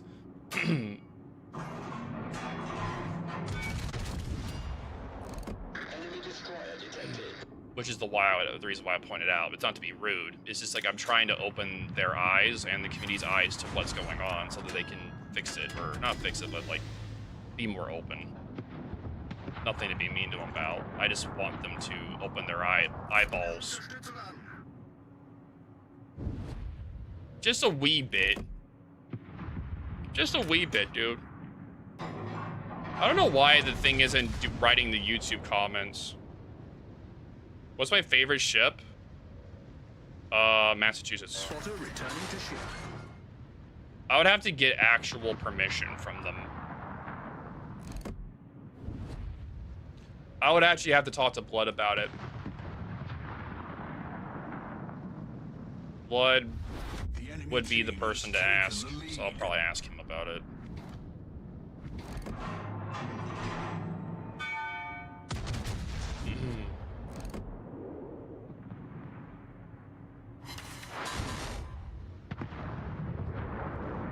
Over the features of venomous shells, types can sum up, but none of them explain how to counter or work around. So, Yeah, it seems the guides cover the features and fundamental shell types, concealment, etc., but none of them explain how to counter or work around the consumables like radar, hydro, surveillance, gun posters, and torpedoes. No. So LP, their guides are very outdated. So their AP, HE, and SAP is fine. The hit points are fine. The armor is fine. Dispersion is fine. But once you start getting into like the spotting like the spotting video, the submarine video, the economic video, and I'm just naming a few examples, right? There's a lot of videos that are just very out of date. Like very, very, very out of date. So you have to go and like actually watch them to see that they're out of date. Oh yeah, the module video. Module video is also out of date. The modules one is too. I may just have to take a DD in here to get some. Oh my god, what the? How is he not dead? Jesus. Okay.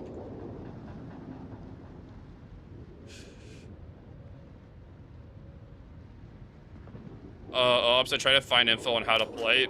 You mean like operations? Oh yeah, there's like no videos on operations. Good luck with that. And they changed no, wait, no. I think they did something with operations. Did they? I thought they did. Something. And we know nothing about New Jersey other than that we know it's a tier 10 now. That's the only information we know of. Because they accidentally left it in one of their token areas. But we know it's a tier 10. So my theory of it being a tier 9 is out the window. Because we know it's a tier 10 now. Or on Steam community guide. Yeah, but that's crazy though. We sank their battleship. That's crazy to think about.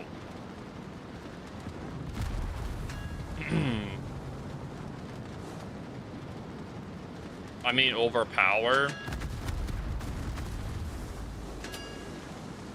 Yeah, I can see that. I mean, are we gonna win this match? Probably not. Ow. I gotta keep pressure on this Duga. The enemy is about to win. Uh-huh.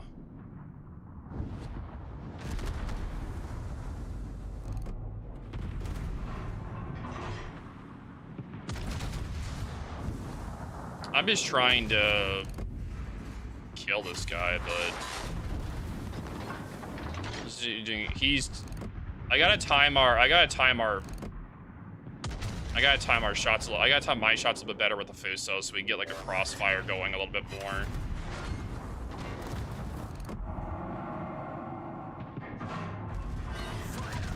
The thing is that I just keep getting really bad dispersion. But it is tier 6. You're not gonna get good dispersion. Like, yeah, the fact the Fuso never killed him is crazy, too. Because the Fuso should have killed him at least. That's why he keeps turning his entire ship. Well, it is what it is.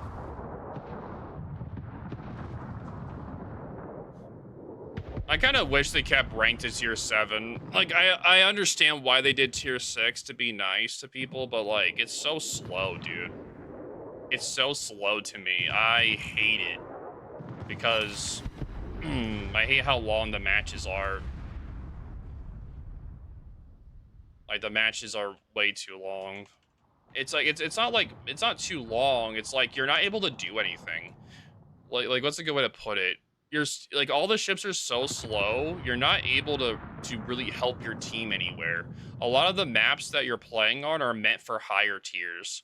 So it takes so long to move around that your teammates can't help you or anything from across the map, if that makes sense.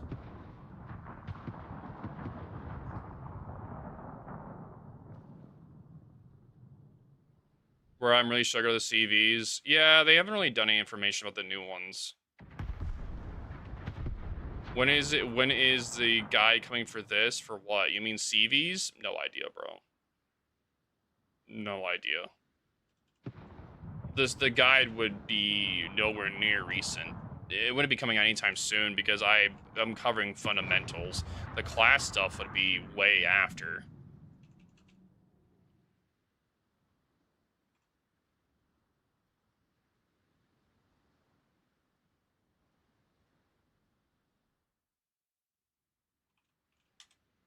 We'll see.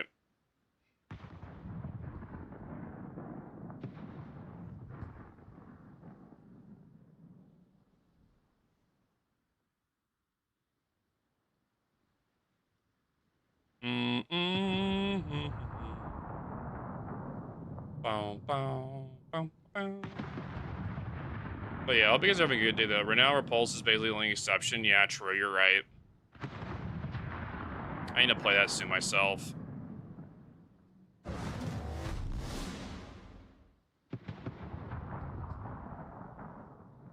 Favorite DPM destroyer and cruiser? Marcel? I don't know about cruiser.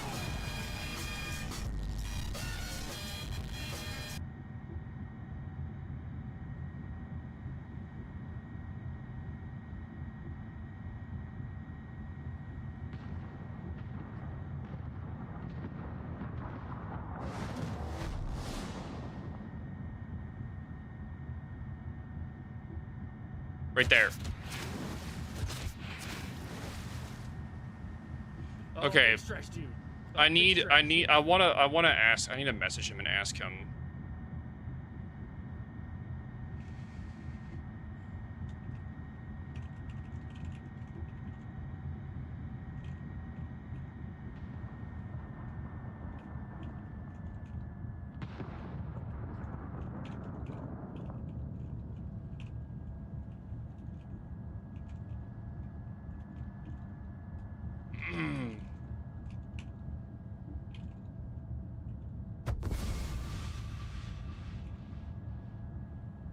Shining of light and the elite thinking of vet players.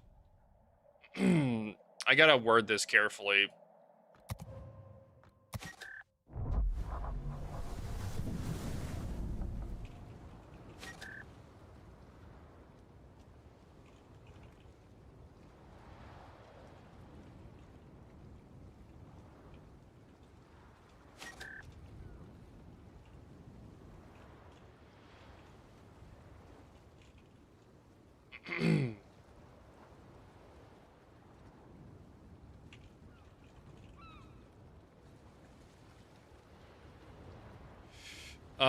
But yeah, that was pretty painful, unfortunately. But it is what it is. I may have to just play a faster ship. I may actually do that because I'm just not having a good time right now with Warspite. I just don't think it's fast enough. You guys can do !mark Saturday to enter.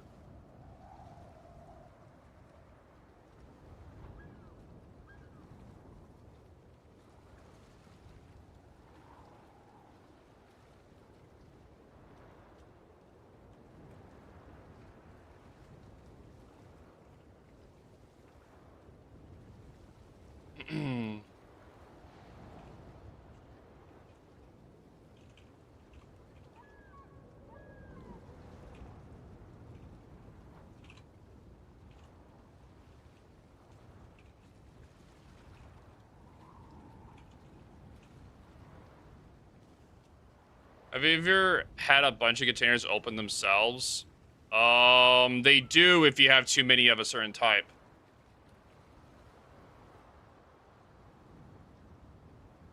Yeah.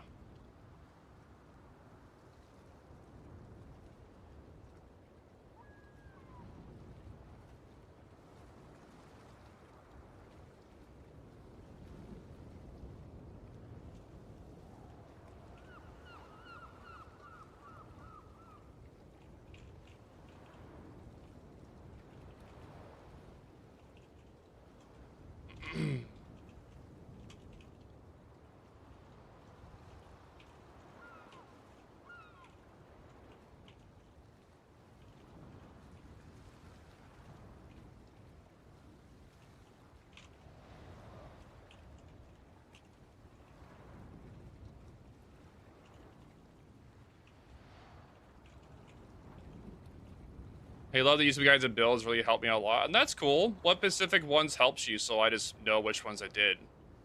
I'm actually curious, like which ones helped you the most.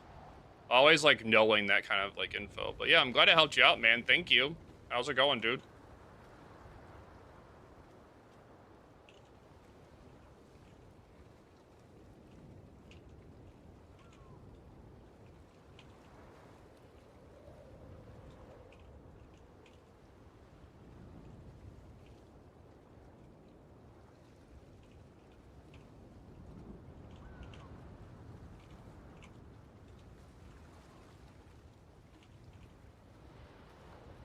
Oh, big stretch, dude. Oh, big stretch, yeah.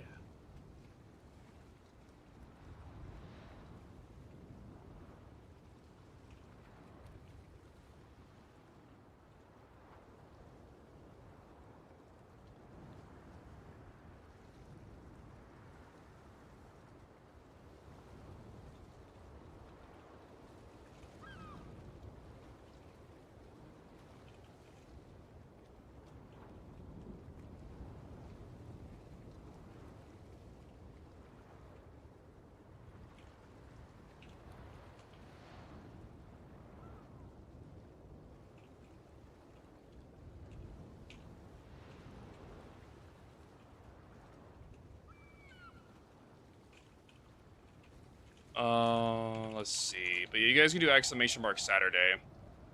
And that's good to hear there, River Dragon. I'm glad I helped you out, man. Yeah, yeah, yeah.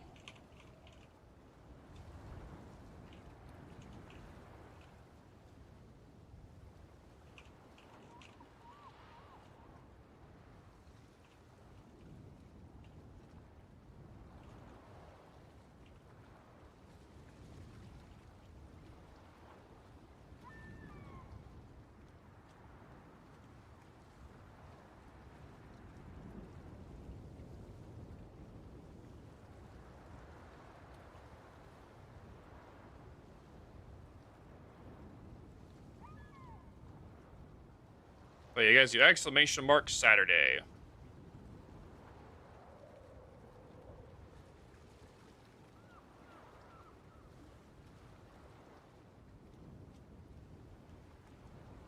I may not have a brain, gentlemen, but I have an idea.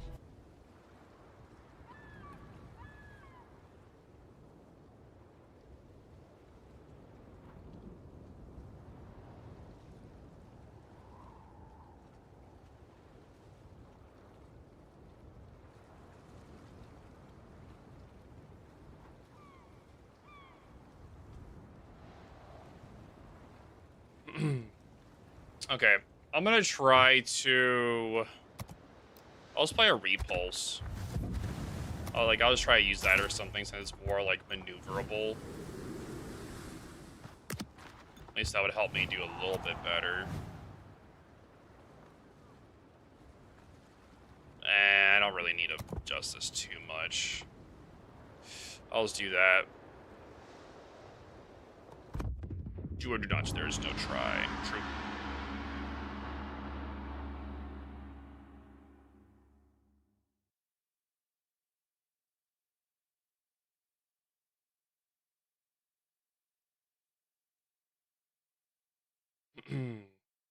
But yeah, we'll see how this match goes. But yeah, rank seems to be just suffering at the moment, though. It's not the most fun. It's not the most fun. I think Renown is better suited for ranks. Isn't Renown though tier 7? I don't think you can bring Renown in this one. So yeah, I don't think you're actually able to.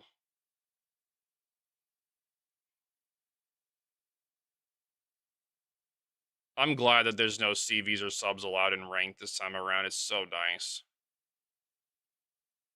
It makes me very happy.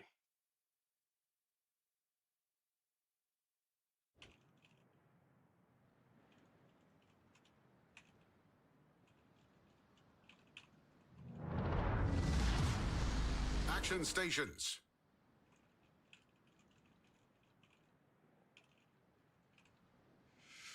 It's the Renown 44 premium. It's what? Yeah, the Renown 44 is the premium. Yeah, you can't.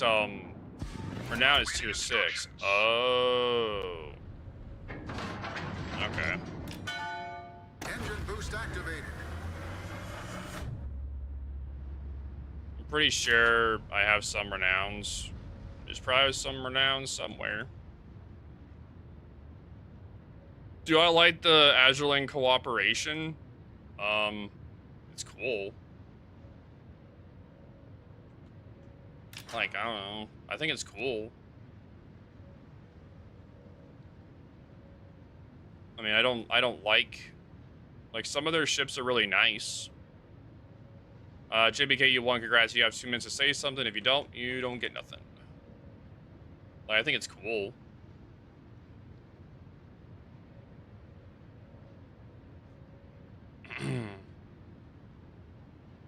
Nice. I finished silver with Renown. Tier 6 is ranked as pain. Renown is British, right? Yeah, then I don't know where. I gotta go and find it then. I probably was distracted.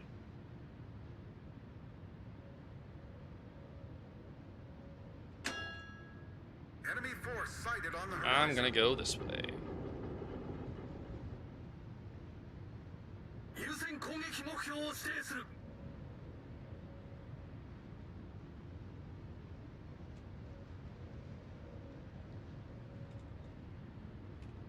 J'ai besoin de données de reconnaissance.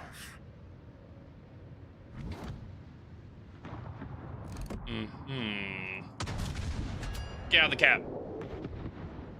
I was distracted because I'm trying to message people. I'm trying to like work on things in the background. So my bad. I have many things to work on and plan for. I gotta talk to my editor today too. We got videos to work on. All the videos.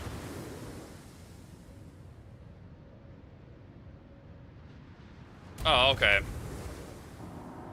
Okay, then I'll probably just use it then.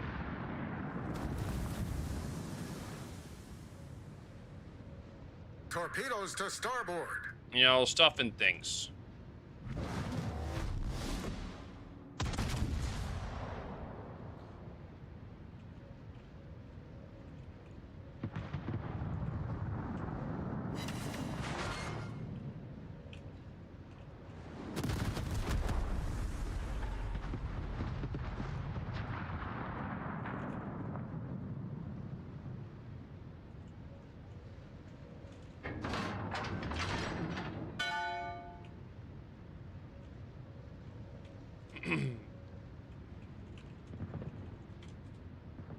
Alright, cool.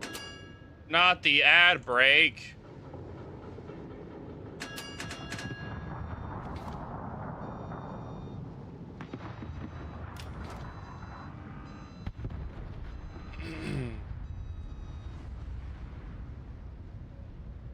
Okay.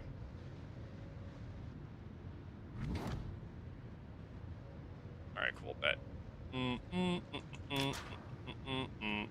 Yeah. True, I do get money from ads. That is very true. It does help me with monies.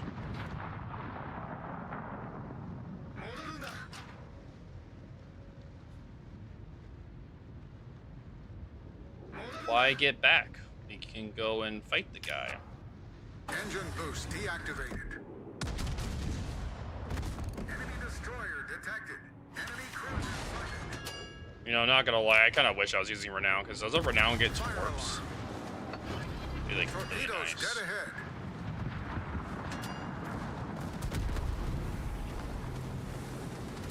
Oh yeah, I just didn't want his reaction to my battleship sucking comment while people were trying to convince me to take my kids Universal Resorts. Wait, what? Oh, true. True.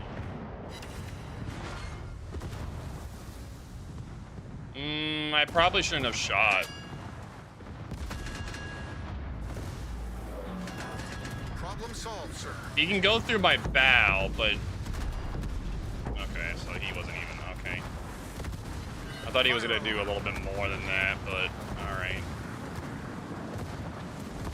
Excuse me, Wall, good sir. Sheesh! Enemy battleship. Yeah. Alright, thank you. Twitch, clip that. Would you consider playing the Fuso? No, I would not. There is no consideration. It has swords with awful angles. Yeah, but they're still useful in some. I think I'm just dead to fires. I think so. Engine boost activated. Am I? No. Even for channel points? No, not really at the moment. Not really in the mood to play Fuso. Battleship sighted. I just need to reverse just a smidgen. Just a smidgen so I don't get killed by this Queen Elizabeth.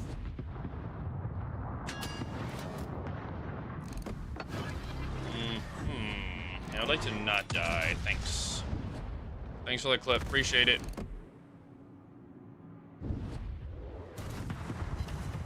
Arcadians taking the lead. Enemy battleship foundered. That is Our very true. Do you victory is think in Icarus sight. can hold in ranked? Yes. I do actually recommend Icarus as one of the ranked ships. Yes. Because I recommend the Daring line as a good ranked line for a good tech tree you can go down in ranked or play in ranked. So yes, I would definitely recommend it. It should be in British if I remember the Icarus being in there. Enemy destroyer It should blown be. up. Spotter returning to ship. Nice. All right, let's go to B and we win. Nice. It is? All right, cool.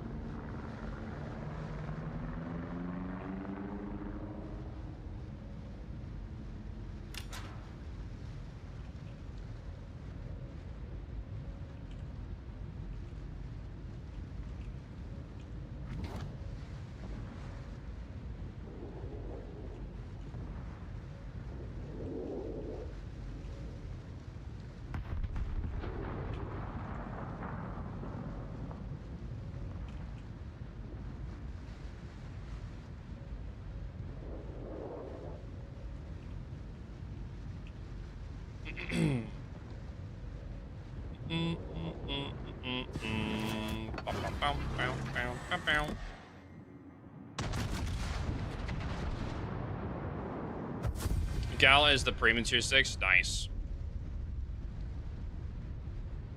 It's British. Nice. Not bad, not bad. Yeah, Repulse did good in here. It didn't do bad. I just didn't. Oh yeah, Montcalm can do really good in here too. I think it's because it's too slow. I think that's the reason why. I think it's just too slow. I think that's actually the reasoning. I think it's just actually too slow. What build is this? The round 44 isn't a secondary ship, right? Yeah, it's not, so... No. Only the Renown 44 is.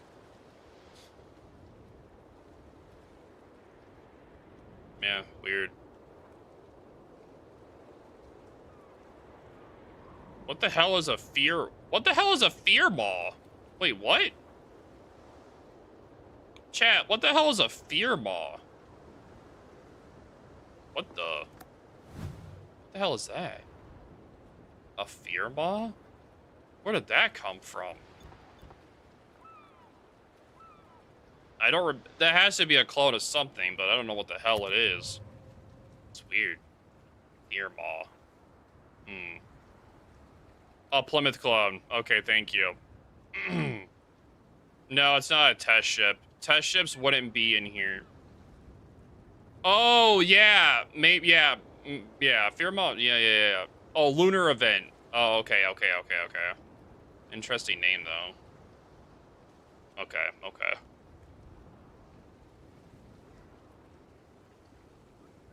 Interesting name though. Yeah, not beer pong, fear maw.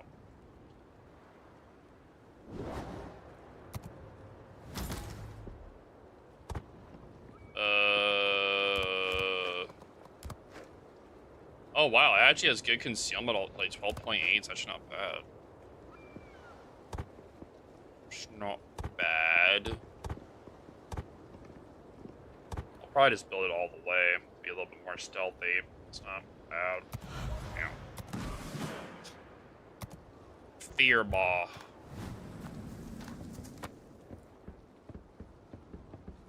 It's listed as a test ship, really? Oh, that thing. Oh. Yeah, I remember that.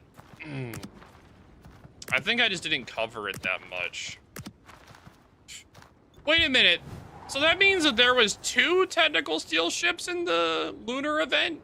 Because nobody talked about that ship, by the way, like at all. Damn, that's how you know people hate the Plymouth. I didn't even remember that thing was even in the lunar event. Jesus Christ. That's how you know people hate Plymouth. People were all look at the Loria. No one gave a crap about the Plymouth. It might be a future one, maybe. I have no idea. It definitely looks like a lunar ship. Yeah, I have no idea. It's weird that it's trained for if it says it's a test ship, that's really weird.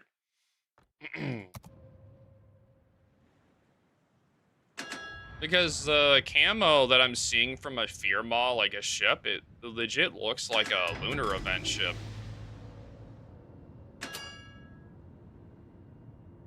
Oh no, I'll have to research after this. I'll have to go see if I have it.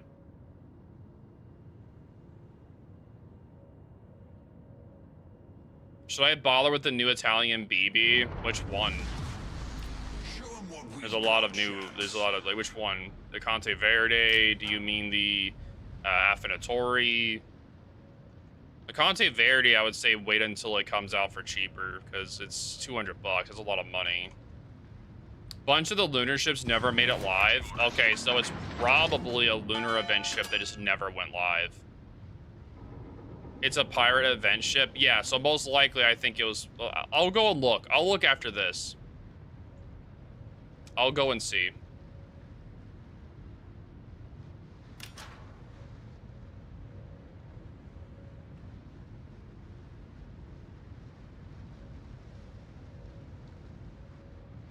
We're gonna go this way.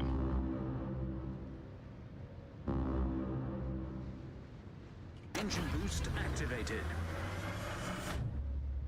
Bow, bow, bow, bow, bow, bow.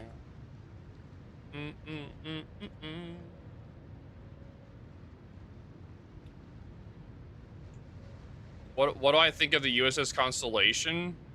It's all right. It's not bad. It's similar to the Cursed Fang. You can't use Constellation in rank currently. I don't think so. Is Silver rank tier 8 or is Silver rank tier 9? I don't remember what tier it is. If it's tier 8, then technically you can use Constellation if you want to. Technically, you can.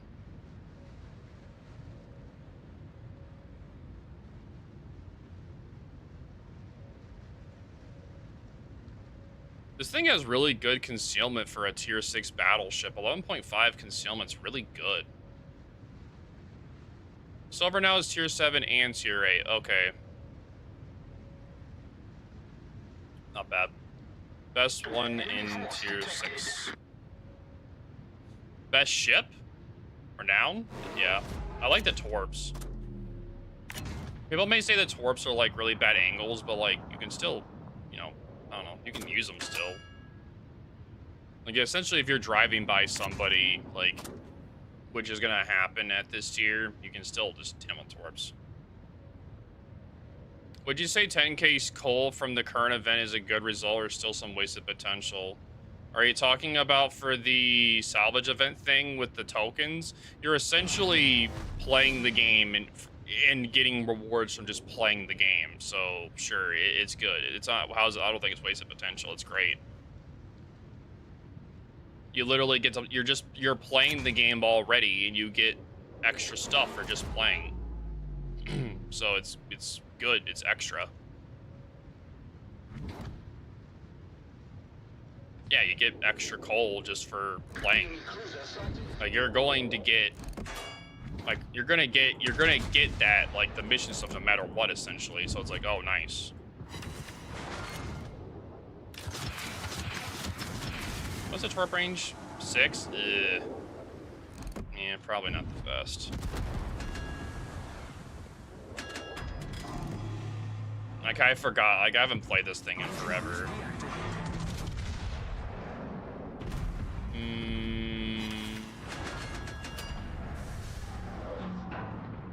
I wish I was getting better dispersion though, that'd be nice.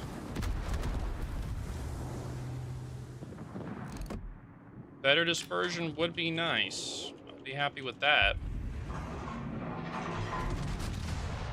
Let me go that way. Nice, nice. Torpedoes to starboard. What do you mean better aim? My aim's perfectly fine. The issue is coming in with dispersion.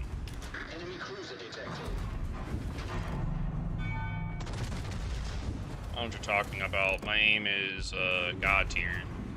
Thank you very much.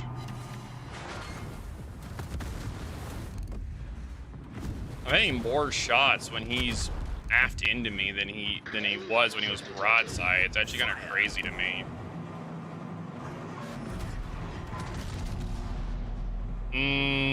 That shot I may have actually messed up on because he's just diving right. I didn't think he was gonna do that. Oh nope, he did. Nice.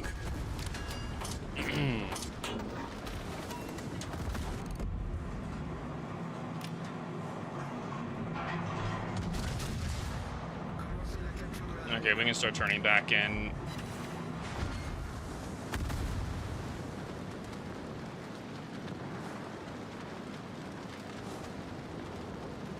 But it's a low profile ship. I don't think the Constellation is like a very good ranked ship.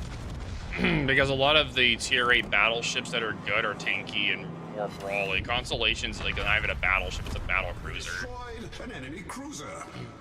That's one thing that I wish that they would do a better job of explaining or wording, is because I don't know if they just don't do it, because the problem is that there's battleships that are technically battle cruisers, and they switch battle cruisers a lot between the cruiser slot and the battleship slot, and it can be very confusing.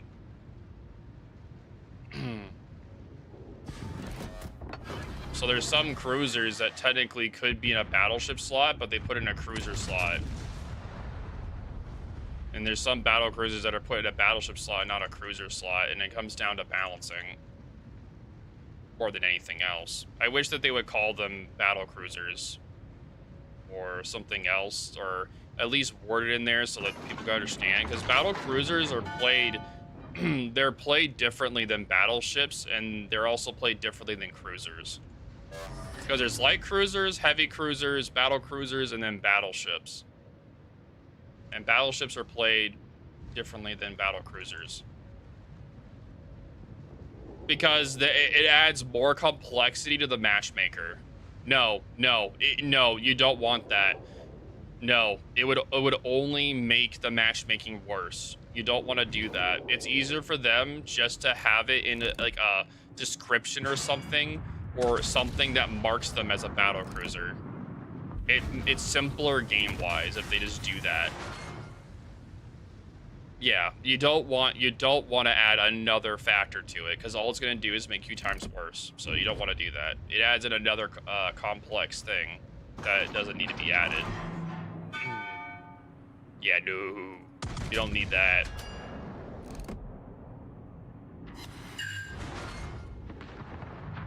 No, no, no.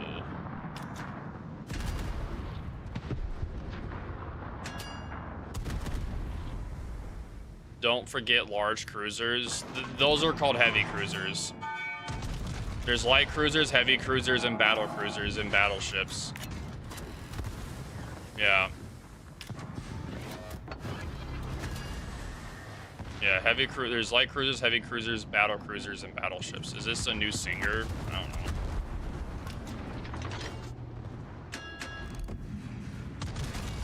Maybe. I shouldn't have shot. Engine boost deactivated.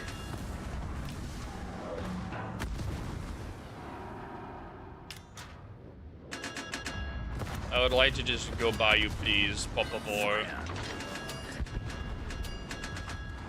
Yoink.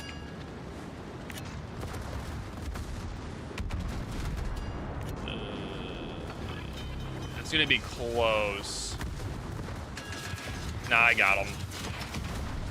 I'm dead though, but it's fine. I'm gonna get with torps. There we go. There we go. Nice. Enemy battleship sunk. Very nice. Yeah, I didn't want to ram, but I was gonna try to do a torpor on the side.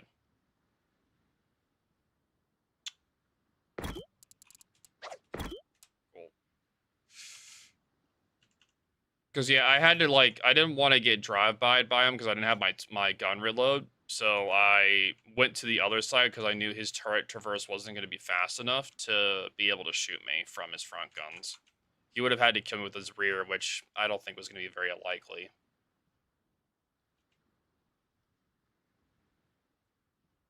Well, I think we should still win. We should win this one. So we'll see. I don't think we're going to lose this one. If we do, that'd be kind of crazy. What do you guys think? Like, I'm like 99.99% sure we're not going to lose this match.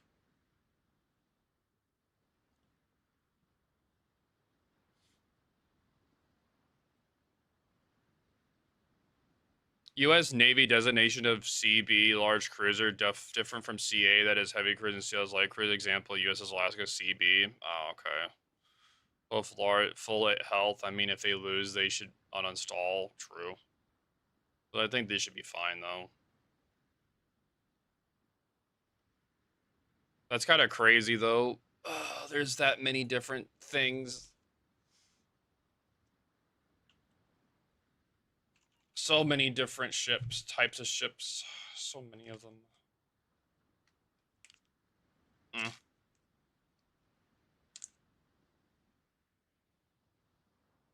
That's a lot of them.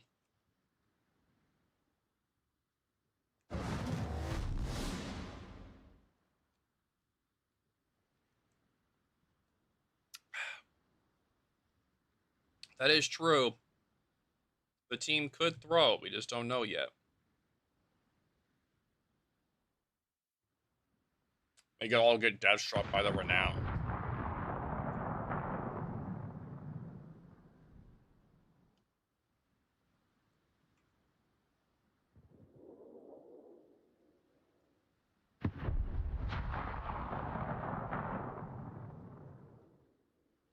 Mm-hmm.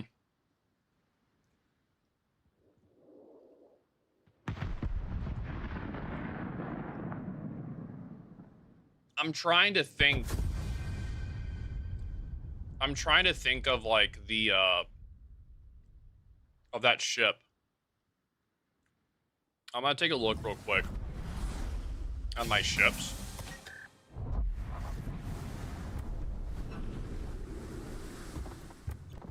Let me see if I have it. The one that we were talking about.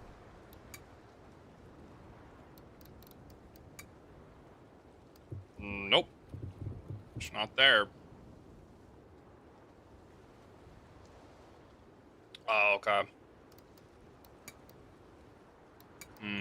Unfortunate then. Victory! What's up, Muffins? How's it going today, dude?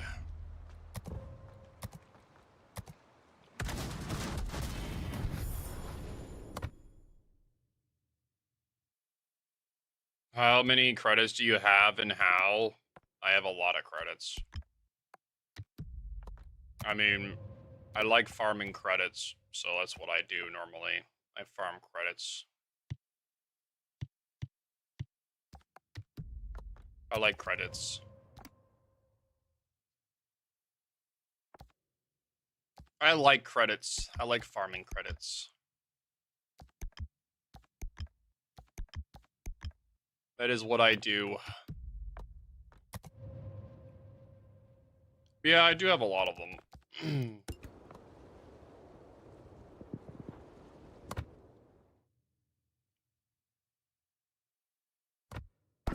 Yep, Raz has been doing his job today.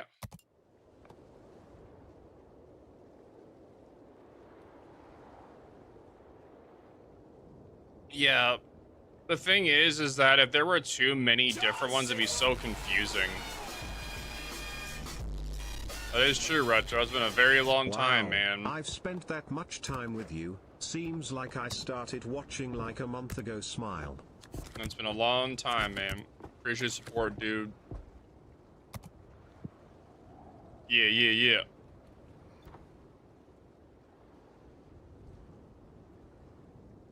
My job today? Nothing. Yeah, there hasn't been too many rowdy people today. It's been pretty chill today. There's no real issues arising.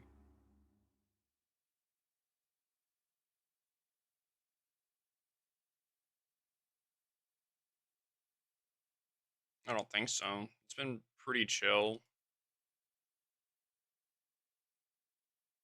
Pretty chill day.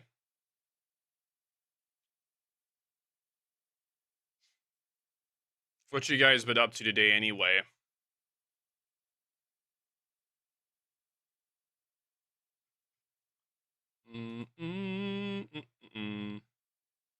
Like, for me, it's been pretty chill. I'm just chilling. Oh my god, how many bots are there? Jesus Christ.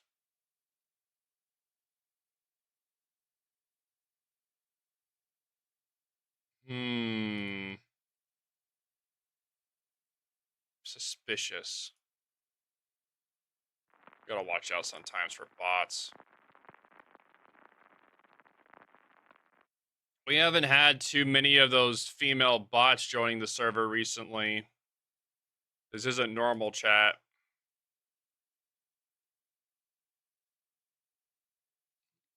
They've gone on the down low. They're evolving.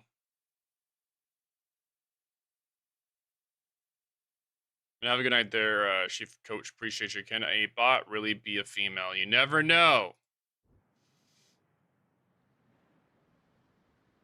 You never know. Action stations.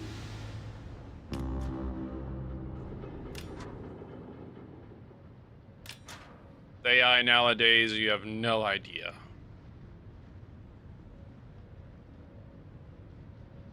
Engine boost activated. Waiting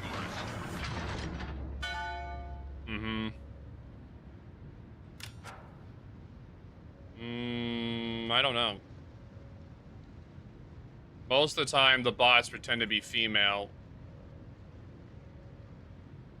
So, I don't know.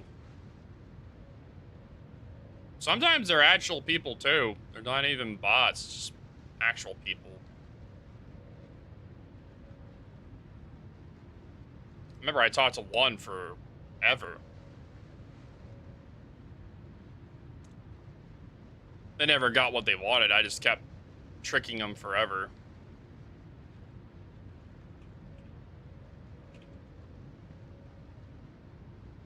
Bo's Elantra is female. No, it's probably just blown up. somewhere overheated.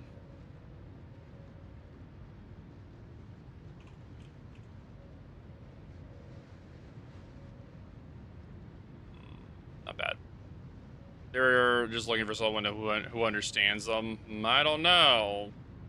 They also wanted my social security number, my credit card number, my license plate number, all this name. They wanted everything.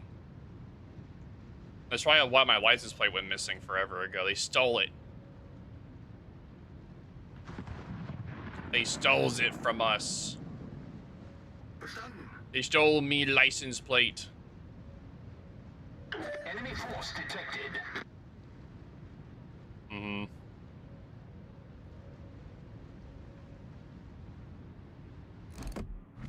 Oh, there's the AOPA. You gonna keep turning out? Yup. Yup. He'll dodge by slowing down, though.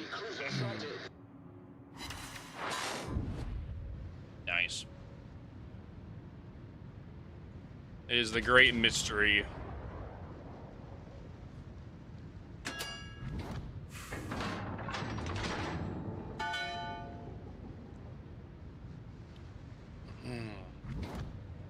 There's a Torrento.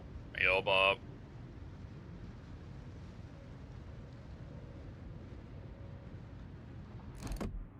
I have no idea what that is, but that is kind of funny. Engine boost deactivated.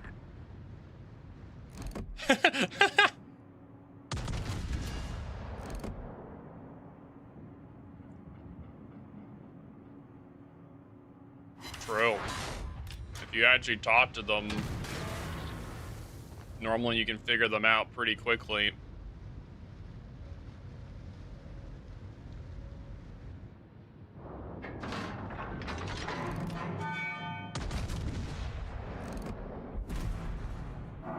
Nice. They are people. Torpedoes to starboard. Well, we lost a cruiser. That's not good. What you doing there, New Mexico?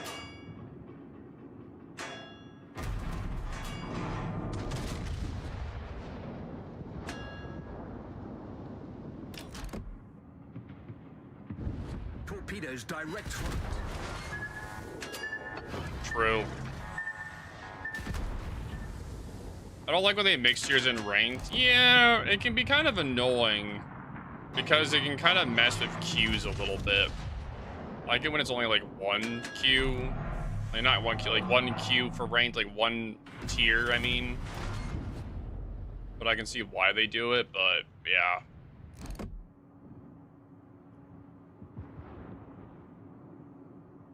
It can kind of mess with queues a little bit.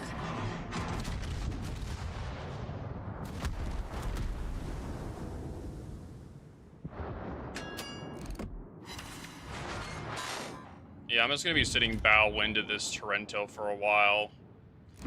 I'll sit here and farm them.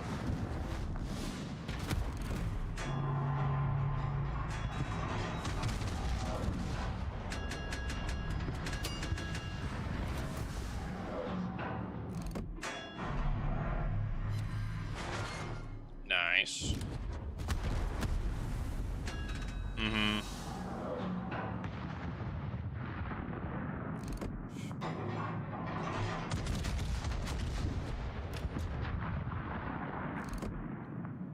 I'm not gonna be able to kill this in New Mexico. I was really hoping I could, but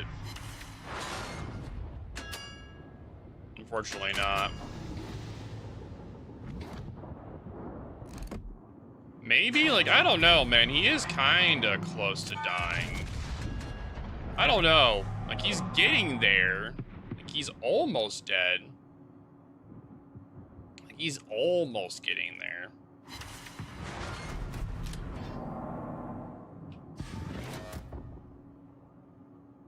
Because somebody is helping me shoot at him at least. Which is nice.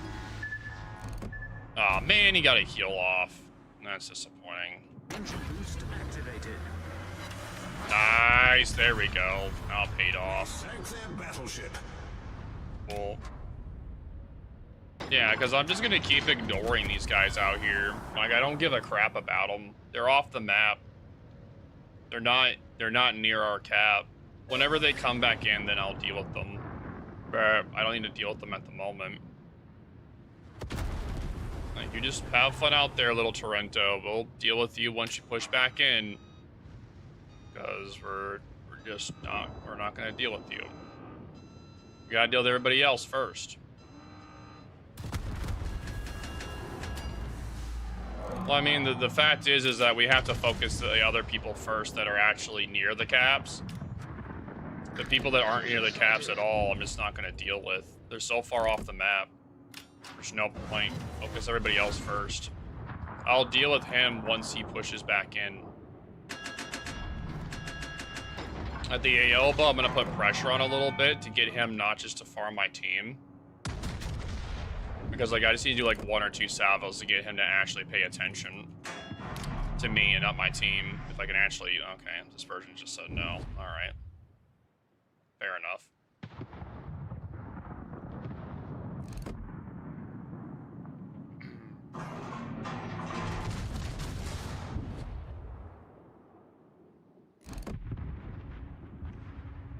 They killed our New Mexico. That's unfortunate.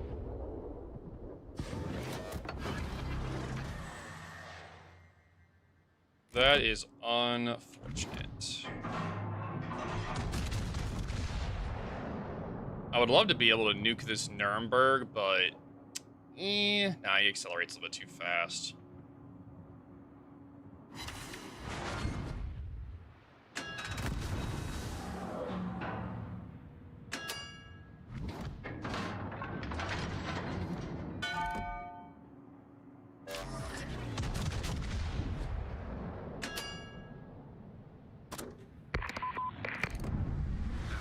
Yeah, he's like right there.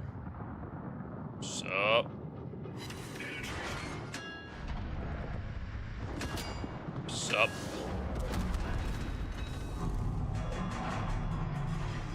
So, how's it going? Engine boost deactivated.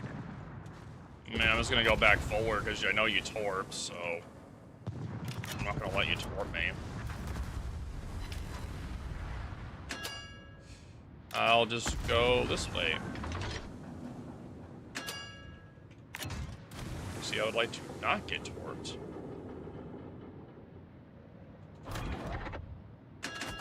Torpedoes to port.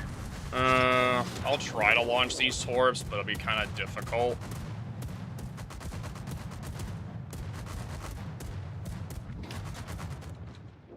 Damn, that's pretty annoying.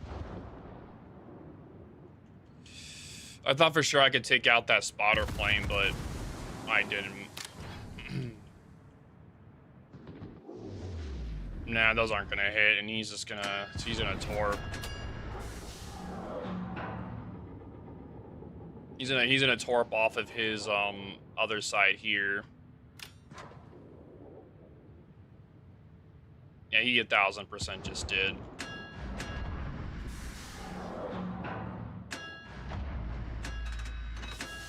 I need to only shoot my rear gun.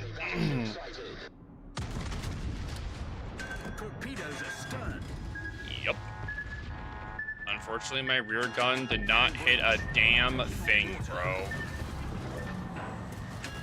That's so annoying, dude. Like, it doesn't even get close to him. Battleship dispersion at tier 6 is so trolly. Dispersion starts getting good at tier 7 for battleships.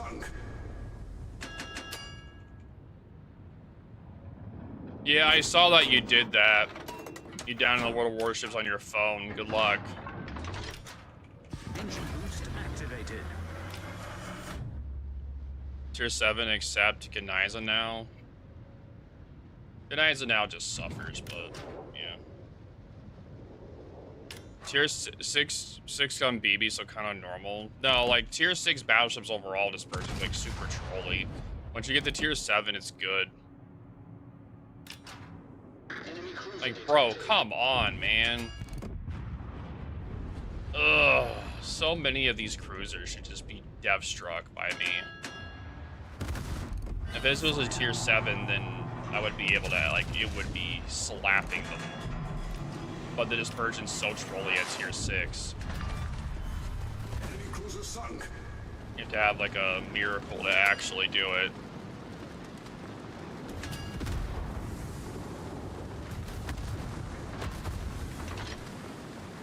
I don't know. Oh, never mind. I thought you were gonna go somewhere else. I was about to try to turn out, but never mind then. But now I'm dead. I'm not gonna live this one. That's a Musu throwing HE? Bro. That is painful.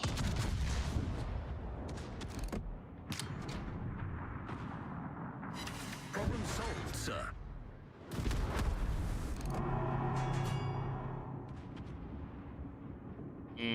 That is quite painful. Fire. No! I want the kill, please, thanks. Thank you. We sank an enemy cruiser. Thank you. Alright.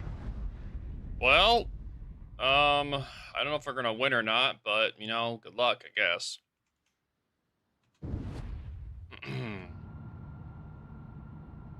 True, but I definitely saved my star. That's for sure. Having to do like 120,000 damage at tier 6 is crazy. Who brings it as to ranked? I mean, it has good torps. There's nothing wrong with that. Like, it has good torps for the tier to deal with battleships. If he goes to C cap, it's not bad. If he can grab C is the question. That is the true question. If he can actually go to C. He got one torp hit. Do we have enough time? Maybe. I don't know. He's actually doing a good job. He's trying to get permafires. He's actually doing a good job strategizing. He's trying to get he made the renowned DCP with the flood, and now he's trying to get fires with his guns, but he's just not he's having a hard time hitting it because the renown is maneuverable. So if he would have gotten lucky and got a fire within the first 2 salvos, that would have been great. But now that he's taking this long to get a fire, it's just, yeah. Yeah, so essentially he needed to get he just did not, like, hit him at all to be able to get a fire. He had the right mindset, just not the right execution. So yeah.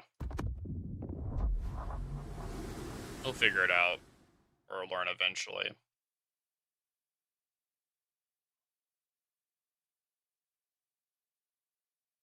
Would it be cool if you could break radar or Hydra when you should have shipped the same way you can break guns or torps?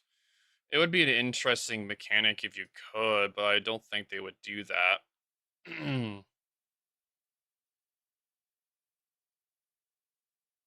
Like, I don't think they would.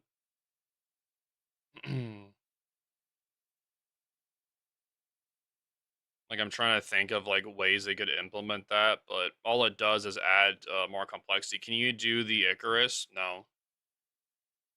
You can do it. What's your favorite battleship? Massachusetts.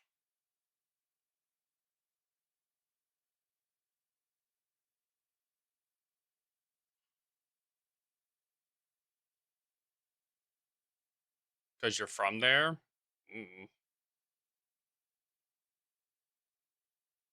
In real life, you can butt those in game. I have no idea.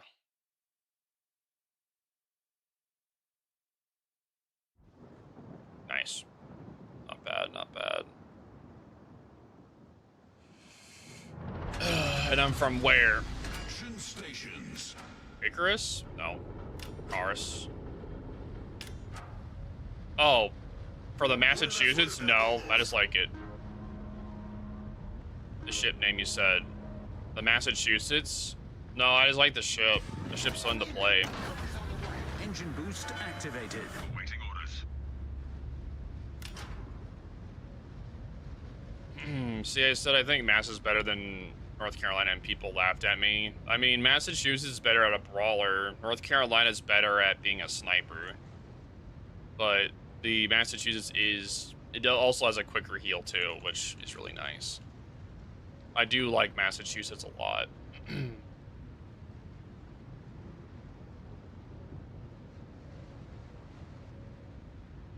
Even there, Callum, how's it going?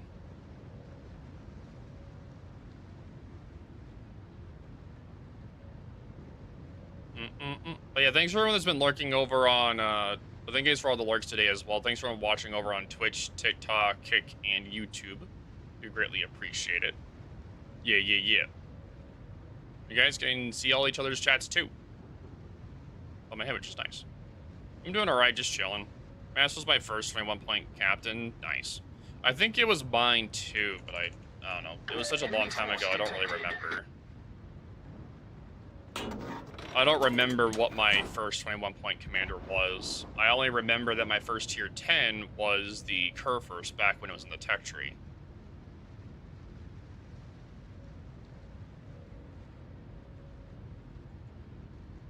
In real life, you can destroy their radar hydra right by a radio station, then they get blind. Yeah, you can do that IRL, but not in game.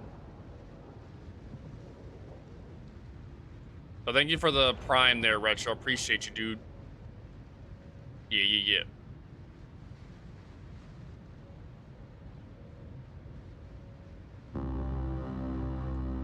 I remember my first maxed captain being on GK, but we didn't have 21 points. Right. Back then it was 19 points. That's correct.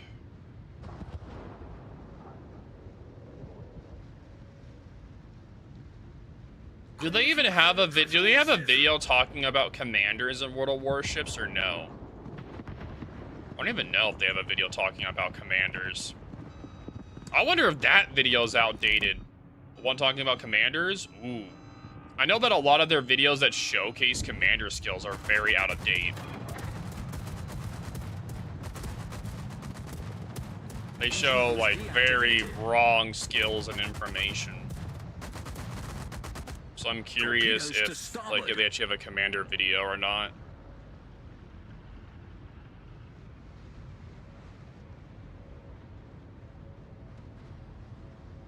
I think all their no, one battleship is still not. It's probably yeah, there it is. There's the ESA, but I want the cruiser. Shut up.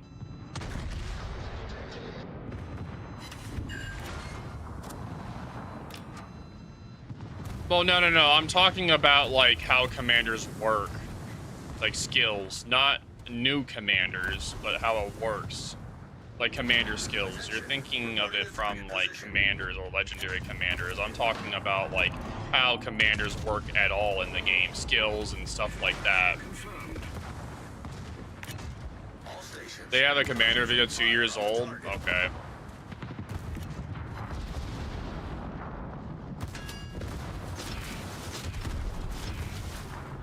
He's about to launch Torbs. I'd like to kill you first. Never mind then. Skill issue. Aim too low. Fire. Nice. We can't not give this Issei our broadside because we will get death struck. If you don't want to move, that's fine with me, man, because I'm still gonna shoot you. That's all I can do. Problem solved, sir.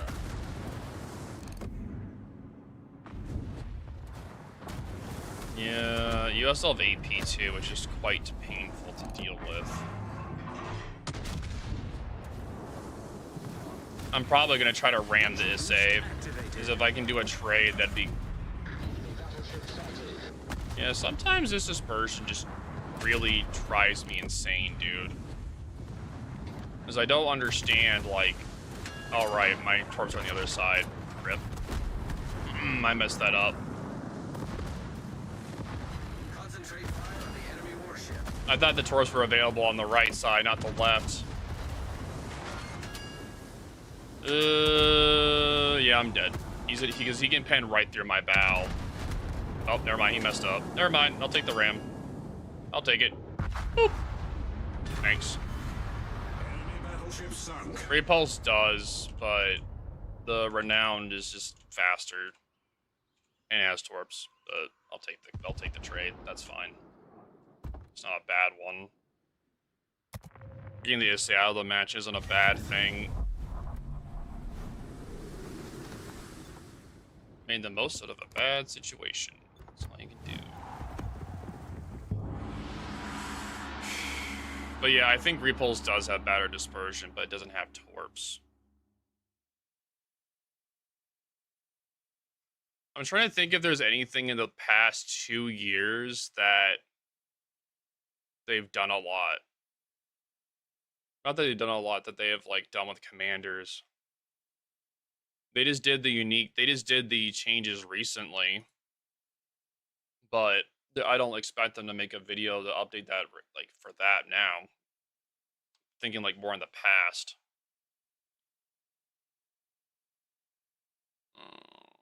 I don't know.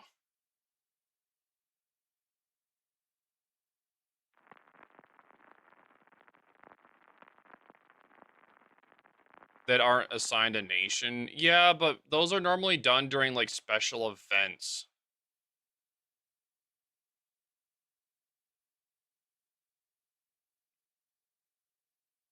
So it's like sure.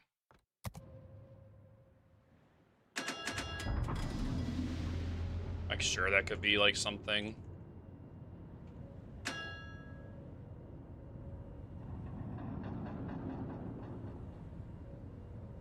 Yeah, true. It's not hard to mention it. Like, that information about that, though, isn't really hard to mention. The thing is that, like, a lot of the commanders are not like that. Like, it's, like, very rare. They don't do that all the time. I think it's only a few times a year when those commanders are even a thing. The only ones that were really noticeable was during the missile event. The missile event test they were doing. What else was there? There was that. And then there was the Christmas event was another one where there was stuff in it.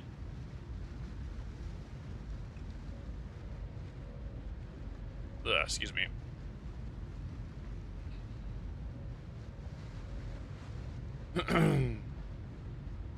Yeah, I hope you guys are having a good day, though. Appreciate y'all coming in. Yeah.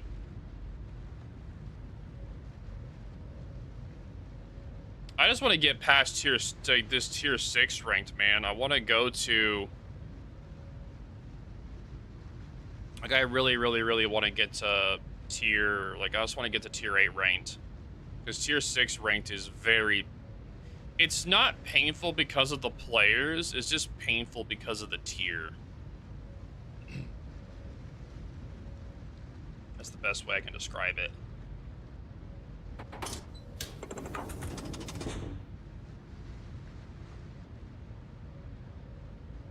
Enemy force detected.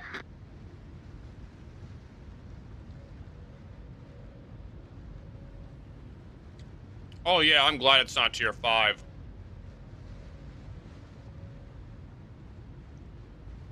I mean, I would just take the Caesar in there, dude. Nah, man, I'll take Caesar. I'll take that sucker in there, or Kamikaze. Oh, yeah. Easy W's at that point, man.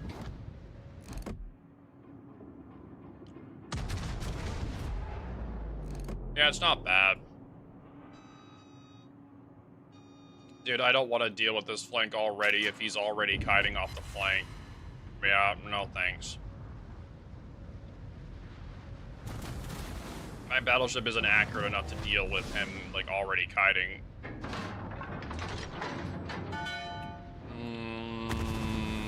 No, thanks. Both destroyers went over here? Okay.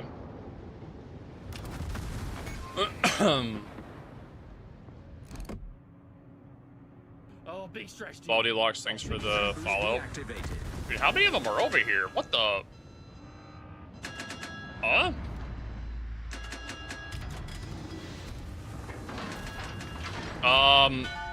At the tier you're at right now, tier 8 and 9 feel a lot better now than they did before. Tier 9, Lepanto actually feels a lot better now than it used to be. That new change they did actually buff it a lot. What's a torp range again? 9.2. That's not good. I'm just trying to shoot at him to get him to turn out. He'll be able to dodge me. He's way too quick. The Veneto eats sits even if I'm angled, then you're clearly not angled enough. I don't know why or how you're eating sits in that ship. You shouldn't be eating citadels in a Veneto.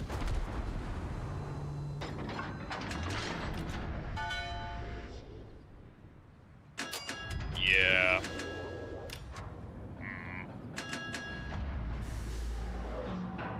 It could be because you're fighting higher tiers, maybe. Should I go bow win? No.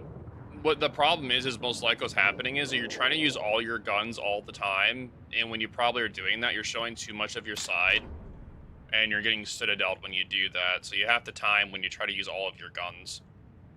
But no, you don't want to go bow win. Well, you technically can, but... Dude, our destroyer is, he's committed, that's for sure. He's committed to his craft. He is committed to his suicide craft.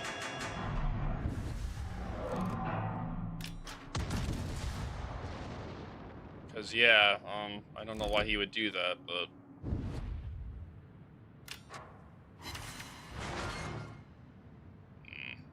This match isn't looking so hot.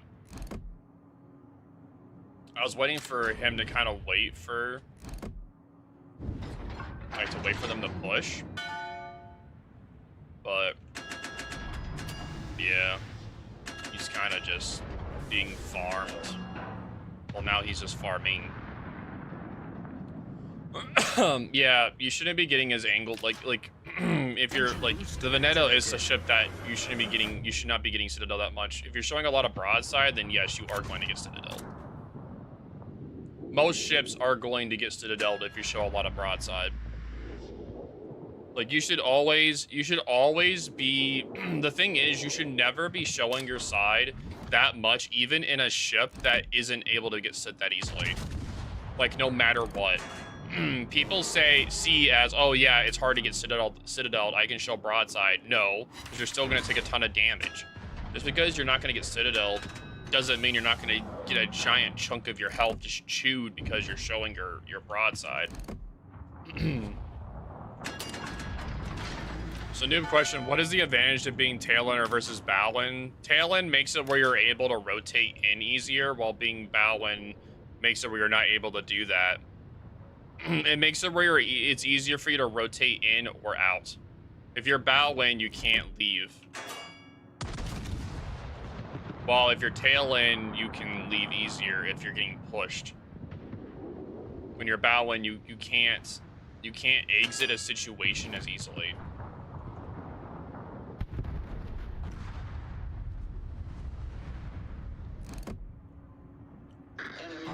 I'm expecting too much gameplay from tier 6 because I'm trying to play a certain way and it's not going to pay off because people aren't going to play that way.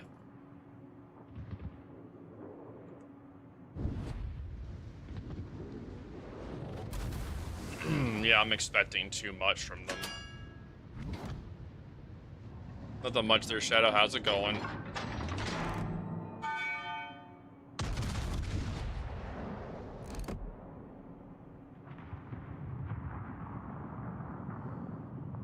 Nah,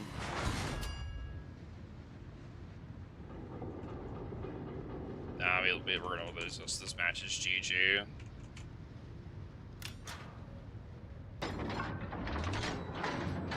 True, true, true. I have no idea who the Zap person is, though.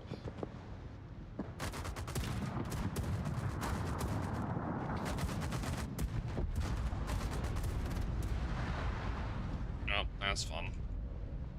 Oh, that's GG's. How good are they actually? They're good. They're strong anti-destroyer and anti-submarine. Engine boost deactivated. But, subs. Fire.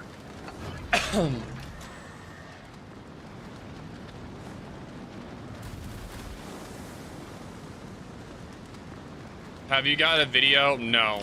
But I plan to go over that kind of stuff at some point in my new How It Works series I'm working on, but not at the moment.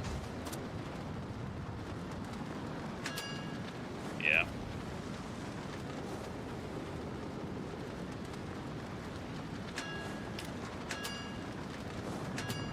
Tell them about your gun showing versus just fronts. Tell them about... I mean, I know how to make a video, so, like, I don't need to be babysat on it. I will, when I make the video, I will do what I need to.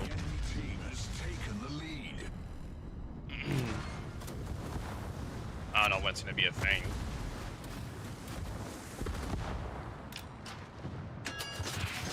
I just don't know when it's gonna be, because that's more like advanced fundamentals to go over. Yeah, let's go to the next one. Commander is pretty basic. These are commanders. This is how it works. This is how you use them. It's only 3 minutes long, very generic, but not wrong at least. Not that I can tell offhand. Well, the skills are a problem because the skills are wrong in that commander video.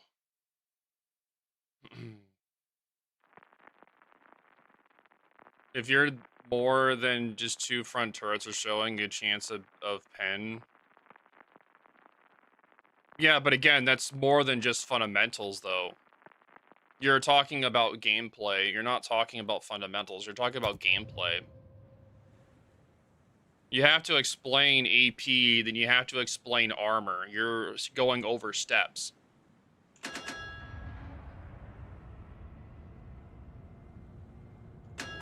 Yeah. The videos that I'm making are about the basics. They're not about gameplay. Only after all the fundamentals are gone over, then you can go on about gameplay. That's how it has to be done. You have to do it in order. You can't, like, this whole series I'm working on, or this whole thing I'm working on, has to be done in a particular order. Like, the fundamentals, I can do it in whatever order, but you have to focus on the fundamentals first, and then you have to talk about the actual gameplay things. Standing by for instruction.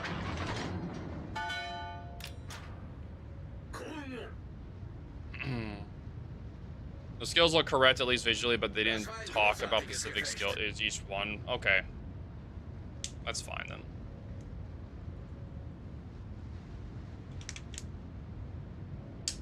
As far as I'm aware, no, they're supercharged. I don't know why this damn chat thing is so bugged for multi-chat. But PvE builds are different than PvP builds. That is true. They are different. Most build guides are going to be PvP. You're not going to find almost any kind of build guides for PvE. Enemy force sighted on the horizon.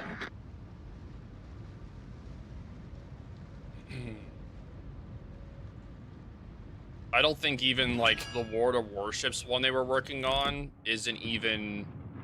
Like, I don't even think that's even... it includes PvE at all. I think it just shows the best builds for each ship.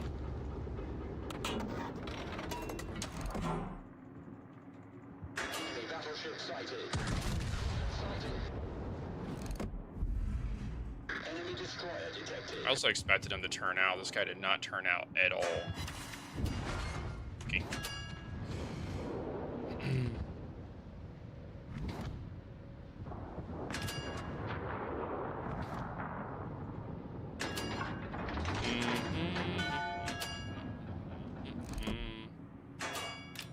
But yeah, the new Italian submarines are very strong against destroyers and other submarines.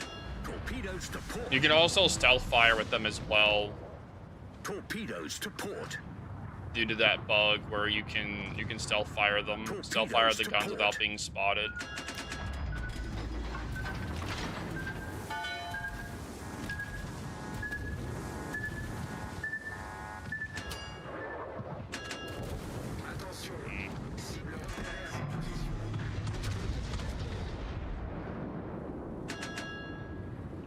But yeah, normally the builds that you run in PvE are very different than PvP.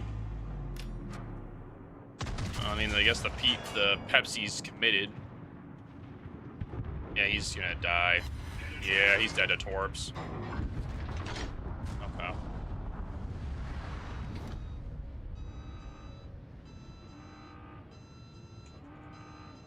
Yeah, the destroyer kind of just committed, I guess. I don't know. He committed. He had himself a good time. But at least we got the cruiser. Problem is, if we lose our other destroyer and then we can't spot him anymore, then we're cooked.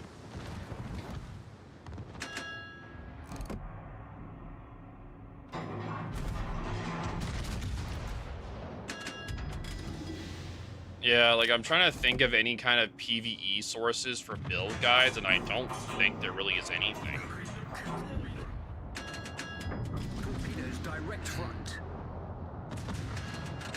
Well, most of the builds are optimized for PvP. Like, you can ask streamers what PvE builds, but people aren't gonna make, like, I don't think people are gonna make videos and stuff on that. Normally for PvE, I don't take concealment, and if I do an actual PvE build, I don't take concealment at all.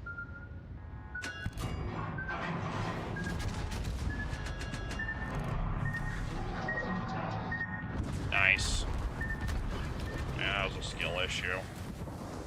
Great. Fantastic. The destroyers just killing themselves. Unfortunate, because we're not going to kill them now. Maybe if I get lucky with this salvo. Maybe. Nah. Nope. Yeah, we're never gonna spot it now. Yeah, you don't want to run as many flags in PvE because of the costs. Because you're also not going to make as much in PvE.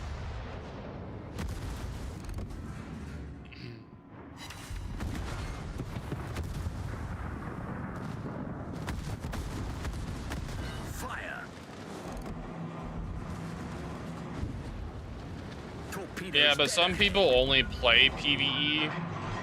So that's why they ask for PvE builds, because they're not really interested in PvP, so they're never going to change their build between the two. dead ahead.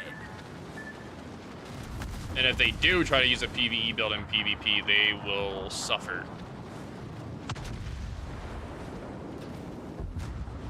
The enemy team has taken the lead.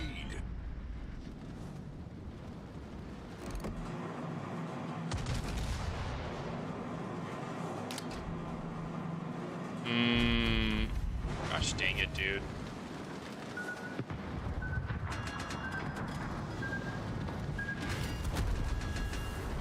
Yeah, playing tier 6 ranked is horrible. I just want to get it done so I can go to higher tier ranked. 'Cause I can't really counter anything in here. Yeah, it should have been a sip, but it's what it was. Boost activated. Fire. Oh yeah, I forgot. The Eagle's the only French that actually has smoke. Torpedoes direct front. Fun times. Ugh. But no, tier 6 ranked is just I just don't like tier 6. The battleship guns are too inaccurate. It's not, it's like, it's very irritating. Like, I don't like when guns are super inaccurate all the time. They should be way more accurate, but I know they're not going to do that, because if they did that, then there would be no tier 6 ship, tier cruisers at all. Looking at getting a Pan American cruiser, premium thoughts on Agiro or Greyu? Both of them are fine. The Novo is legit a nerfed Caesar, by the way. That is what it is. I hate it. I hate the gun accuracy, dude. It pisses me off. I hate when gun accuracy is atrocious all the time. It's so annoying.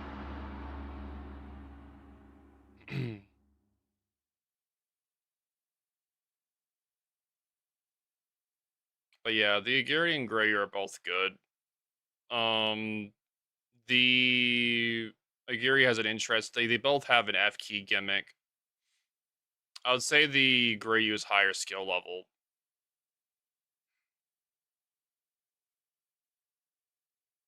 So I would say anyway.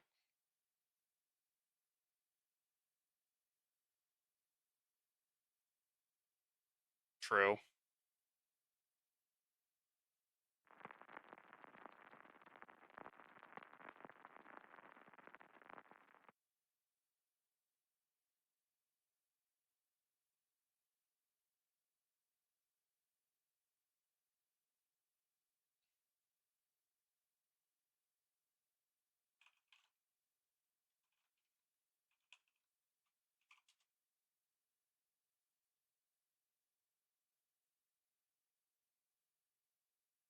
Mutsu, Loden, Makarov, London, Fubuki, Farragut, and Fusion. I may actually take a torpedo boat in here at some point, because I'm just getting annoyed of gun accuracy, just spam torps. The Candy Rams is the camping slow pace is like watching paint dry for me. Stop also, being a bitch and come on. I suck, so I usually die pretty quick. You're just playing too aggro. You gotta find more ships that fit your playstyle. Realistically, most of the meta isn't camping. It's just you having to either kite and farm or you push it. It's either one or the other.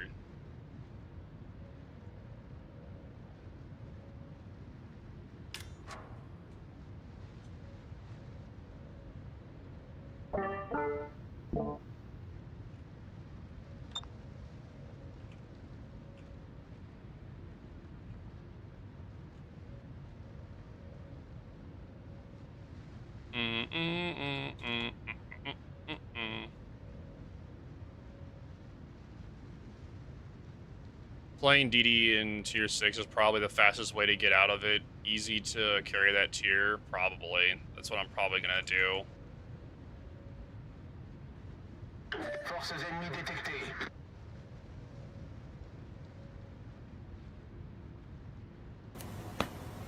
Good luck, everyone. Ow, stop hitting me, rude.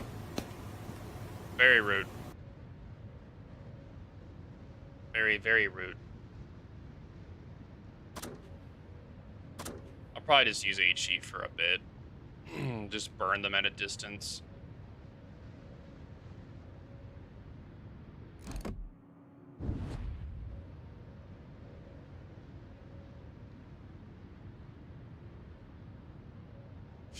Know what system could probably use an overhaul? Access levels? How? No idea, but you can use it better as a tutorial system. It technically does. But it's hard for us to see that because we don't really ever see it. You would have to make a new account to see it. It's not really something they ever talk about or show anything about. You just have to go down there and see it yourself. That's about it. It's not something that's like readily talked about or anything or shown case in dev blogs or anything, but it is a system that they are like they did adjust over time.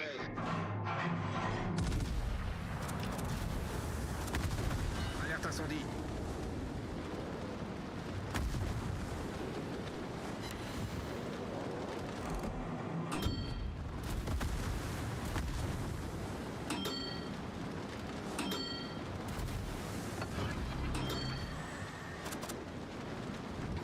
You're welcome there, Aramar. Appreciate you, dude.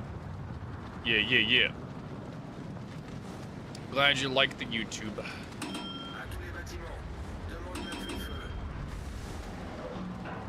Yeah, yeah, yeah. Alright, I'm just gonna stay here and start farming once they start popping out. Oh. We gotta make sure this guy dies. Alright, he's dead. Cool. We always gotta make sure he dies. You just gotta make sure. Also, I did, like, so when I was recording the video for the economics video, I did go and look up information about the economics of the game a little more and do some research. It's interesting that the meta credits you get from a kill is worth 10% HP of a ship. And the amount of XP you get is 25% from it. So that's pretty interesting. And that's per kill, by the way. So it technically means that if you farm an entire ship and get the kill, that means you get 125% of the XP for that one ship. And if you get a kill and the full health, you get 110% of the credits worth of it. It's pretty interesting to think about. And that means that they're healing, you get more.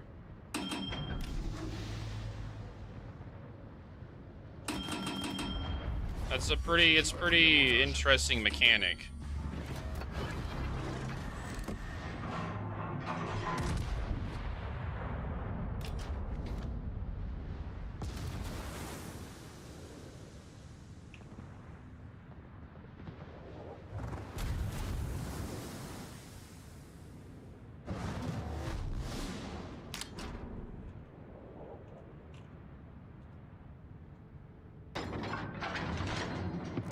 Are you... Okay, I gotta read this. I gotta read this again.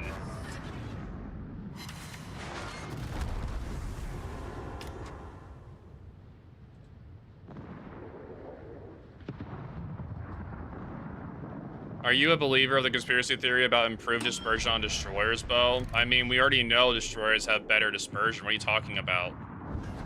They have better dispersion because their dispersion's smaller.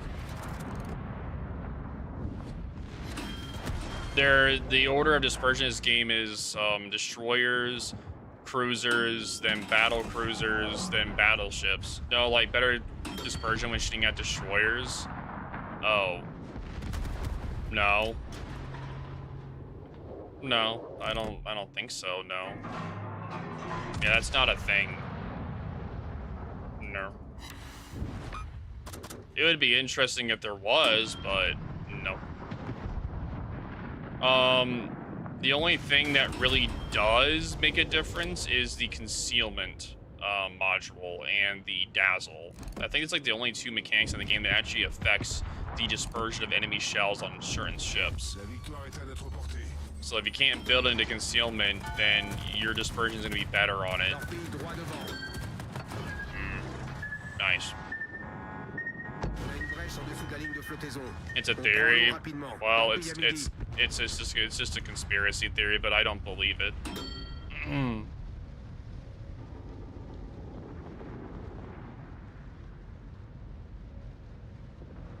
Problème résolu, chef.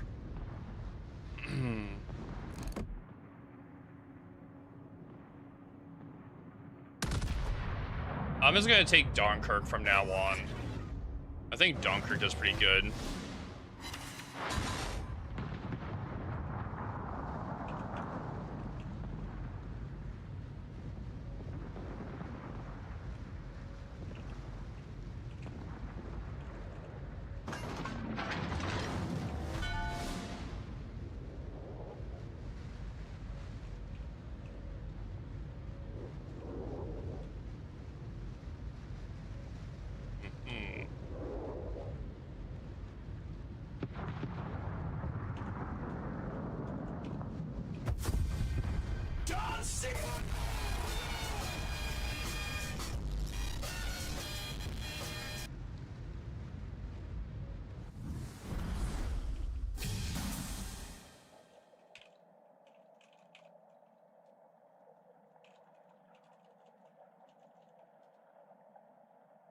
All right. But thank you for the prime, man. I appreciate you, dude. Thank you. Yeah, yeah, yeah, yeah. Can we get some hype in chat, please?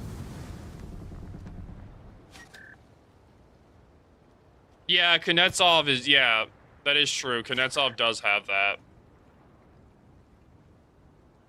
Sorry, I forgot about that. But I was mentioning, like, modules and stuff you could build into.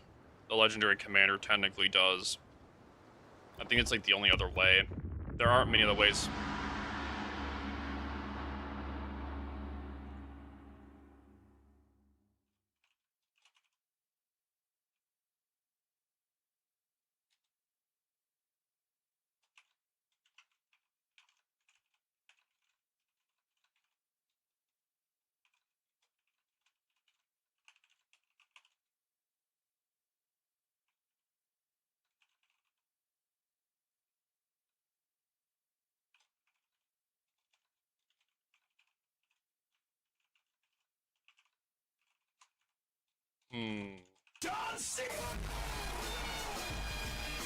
Don Cara, thank you for the prime, dude.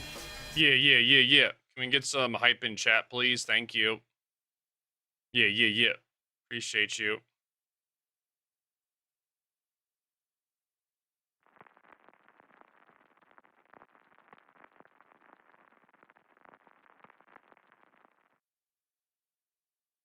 Say his name and he appears. I believe in Joe Hendry. I believe in Joe Hendry. Cause they love him in London and Paris and Tokyo, America, Scotland and Canada and Mexico. They say I believe in Joe Hendry. I believe in Joe Hendry.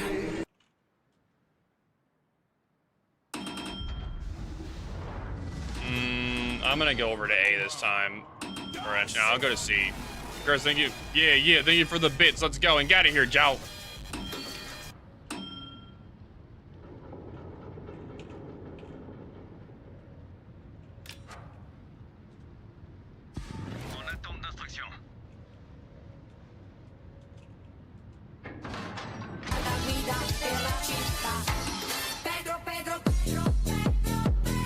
Yeah, yeah, let's go. Yeah, yeah, yeah, yeah. Go, Pedro, go.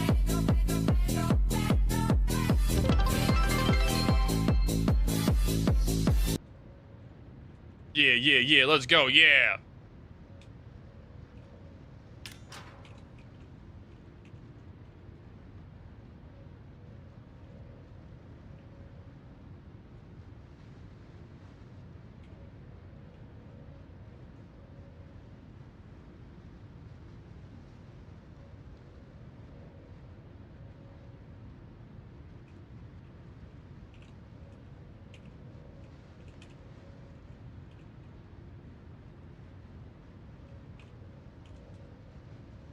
Forces ennemies repérées à l'horizon.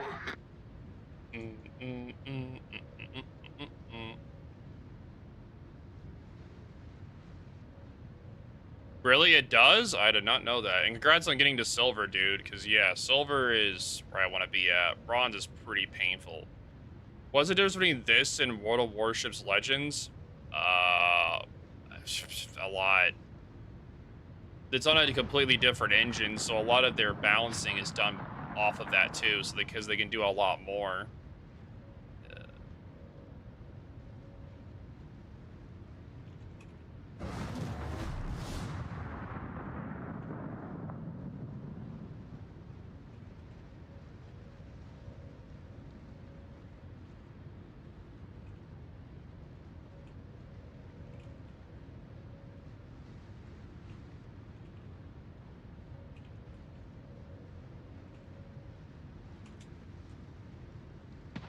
Just the main guns.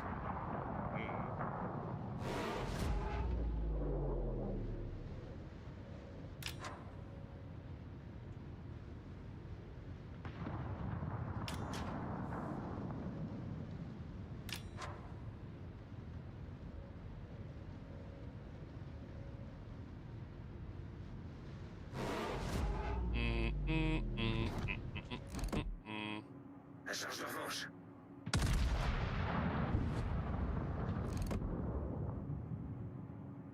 Titanic was an inside job. Damn, what a name, dude.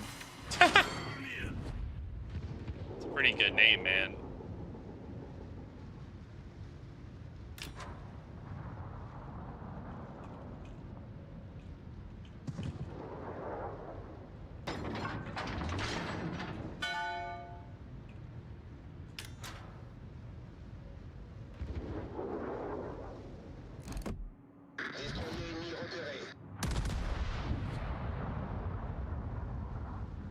Guys, did you guys know that global warming is an inside job, dude?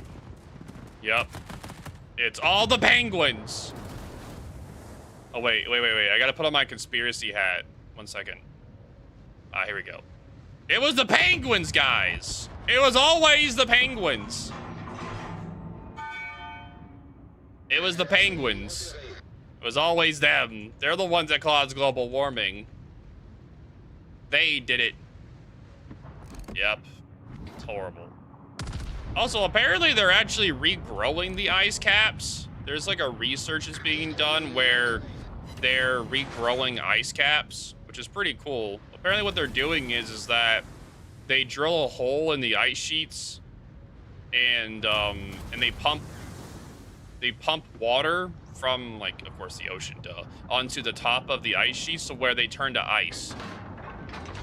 So it regrows the ice sheets. It's a pretty cool concept. And it works.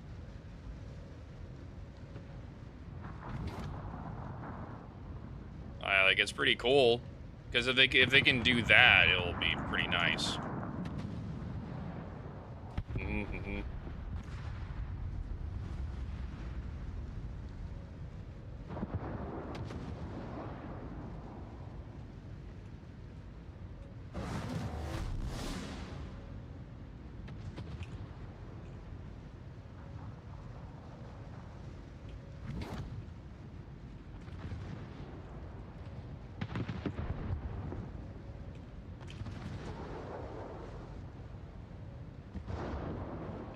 I'm gonna go this way. Sounds like cloud seeding. Yeah, potentially. Like, it's like, I don't think it's the same. Cloud seeding's a little bit different. But you're essentially just pumping, you know, water.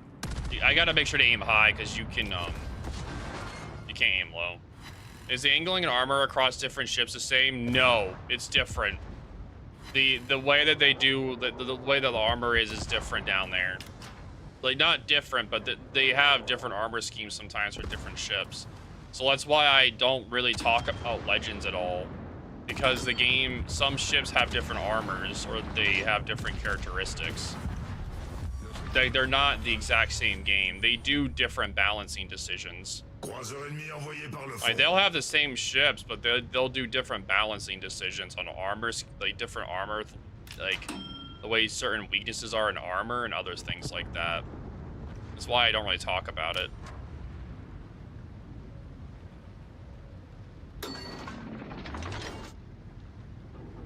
Legends, like I don't know, it's just very confusing. So to me, I just don't talk about it. I'll just focus on one of them.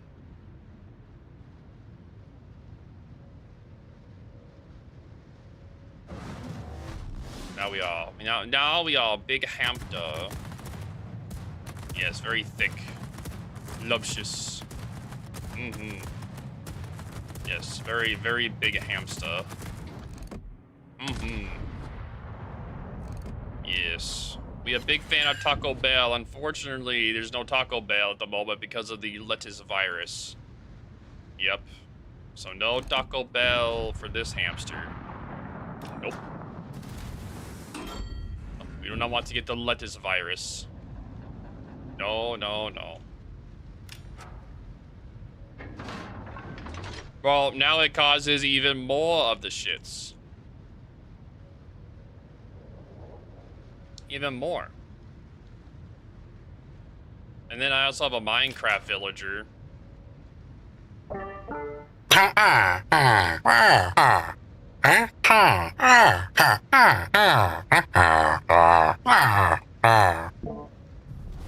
victoire est à notre portée. But yeah, there's a wide variety. It's so loud. Good. I hope it scares you.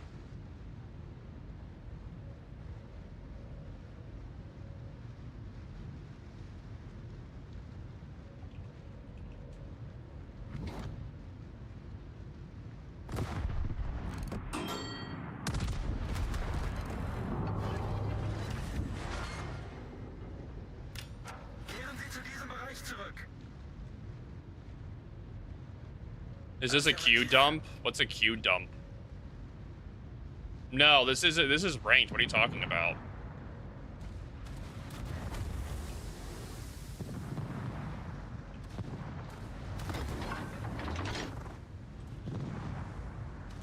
Yeah, it is. Bronze is.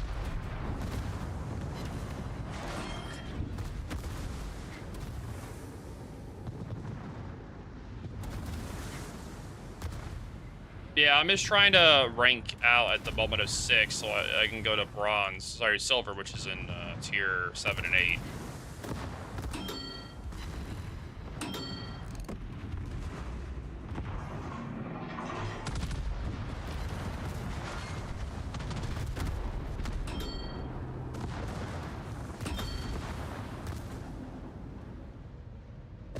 Yeah, he's logging in, guys. It's not, well, I mean, for tier 6 rank, it's not bad. Oh, this job. Uh-oh. I think I misjudged my drive-by, by the way. I did because I didn't think the reload was as bad.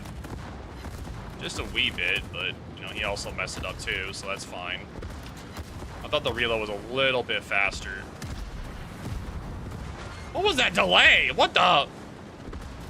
What was that delay for the damage? It had like an actual like built-in delay at that point. All right. Interesting. Yeah, I can see that there, Major.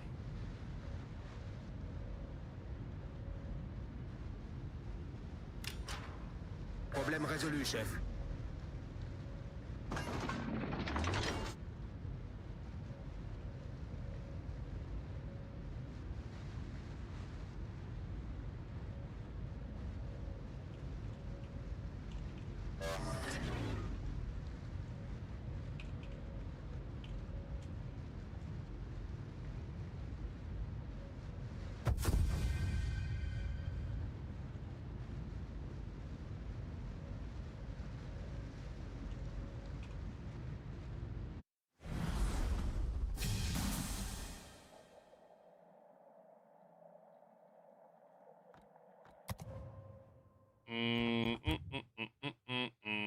Not bad. Dunkirk actually does fine in here, by the way. It's more flexible because it can switch between HE and AP more. It's more just bow in too, which is fine.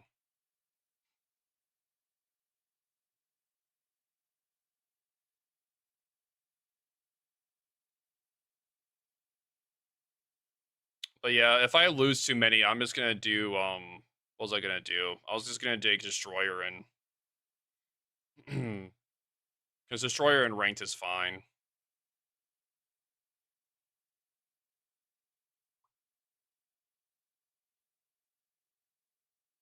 And yo, Classy, thanks for the 5. Get this up, let's go!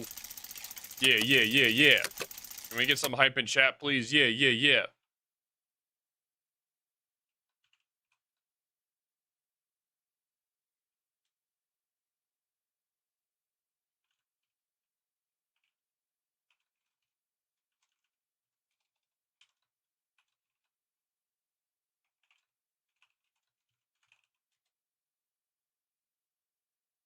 And you're good. I appreciate you, dude. Thank you.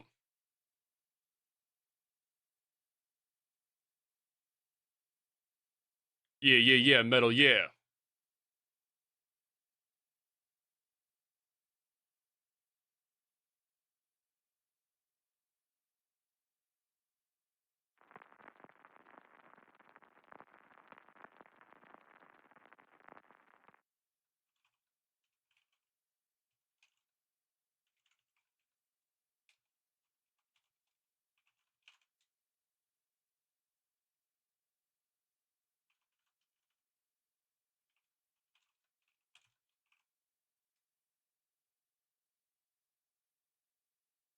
Thanks there, Major. Appreciate you, dude.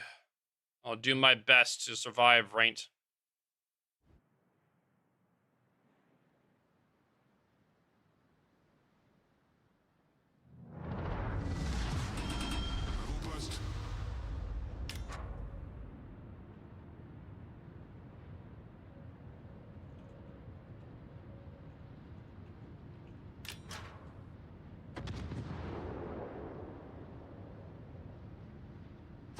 On attente d'instruction.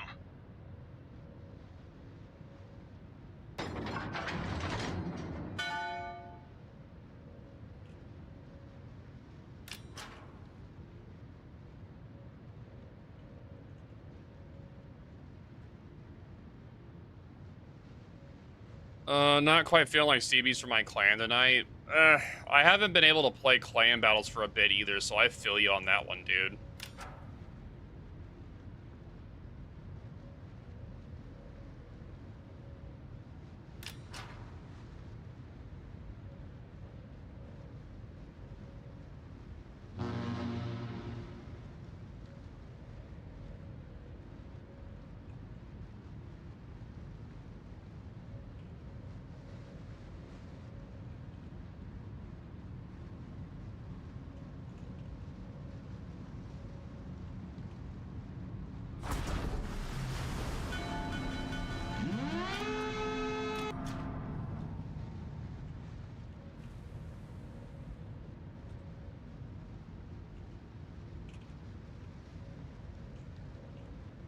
Forces ennemies détectées.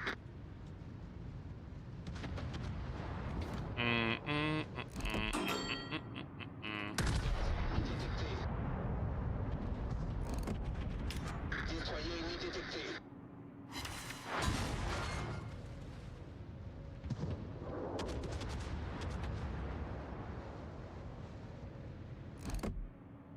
Are you gonna do clan battles today, Insane, or no?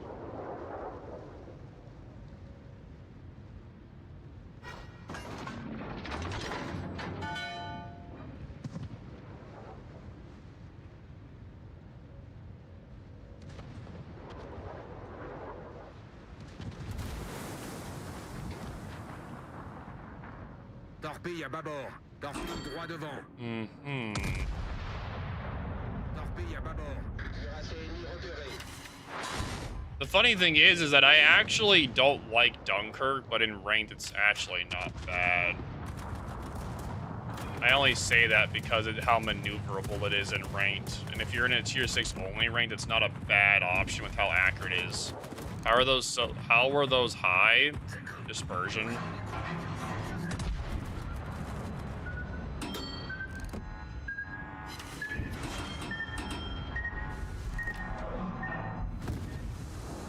I just had a guy use the Reverber for the first time ever, and it was in ranked. I mean, is that a bad thing? Just let the guy have fun, or let him learn the Nuremberg. Taking a tier 6 cruiser for the first time in ranked isn't a bad thing. It's a good thing. He can use it in a place that he doesn't get up tier to tier 8 in. He can learn it a little bit at least. He could do a co-op, or he probably, like, he could learn it in co-op, like, to learn the basics, and then he could take it into here for, like, practice, and then he could take it out in randoms. Like, I think that's a great idea.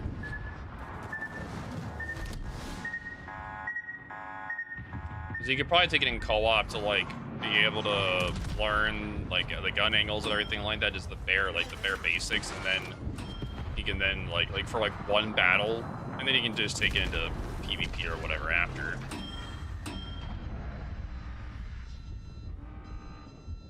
But right now I'm just trying to kill off this Arizona, which I don't know if it's gonna happen or not.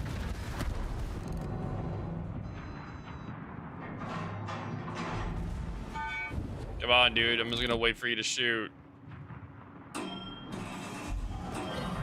No, you want to.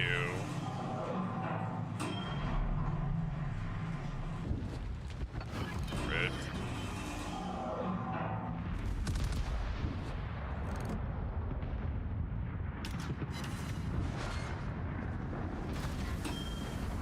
You know you want to. Problème résolu, chef. But yeah. For me, it's like the reason why like tier 6 ranked is like painful. It's nothing to do with the players. It has everything to do with like the tier. I just find tier 6 very slow paced, which I don't like as much. And I also don't like the inaccuracy of the guns at tier 6. But it's more like a preference. Like if I took like a torp destroyer in here, I'd probably have a more enjoyable experience. Because I would be able to just, because the torpedo reloads at this tier are a lot faster. Oh, it looks like their Fubuki crashed, so that's nice.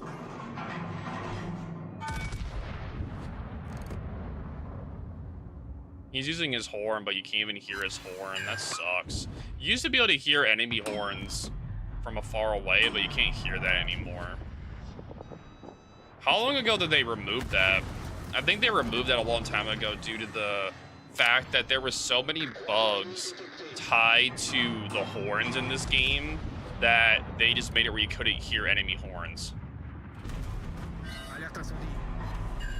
I'm doing all right. If you can't even get closer, oh, okay. But if you were zoomed in, you used to be able to hear it. Gosh dang it, dude. His ECP's almost gone. Once it's gone, then I'm gonna shoot him again. This store of fire.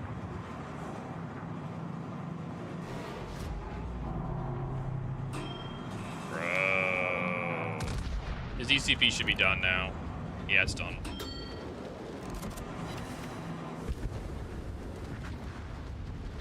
Yeah, no more cross-map horny horns.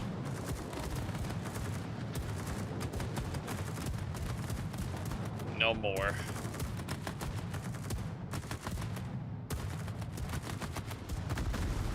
I don't think that that distance he's gonna be able to torp. Nope.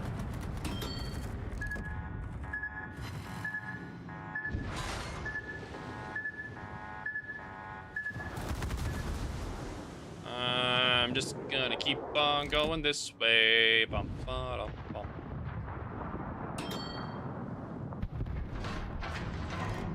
Yeah, we should be okay. No thanks.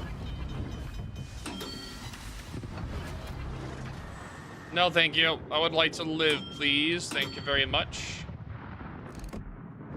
It was close. What ship am I in? A Dunkirk. Problème résolu, chef.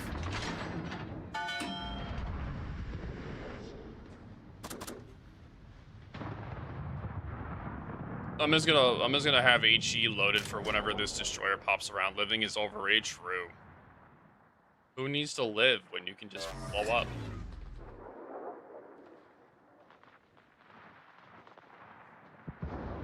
I think it's thundering outside. Yeah, it is. Oh, dude, that Fubuki keeps crashing over and over again. I don't know if I should feel bad for him or bad for his team. Yeah, I feel like I don't know what's going on with his computer, but he's crashed multiple times this match. Like, back to back to back, he's crashed. So, I don't know what's going on. He's got too much pouring in the... Oh, my God! What is that dispersion? It's cursed! It's cursed, dude.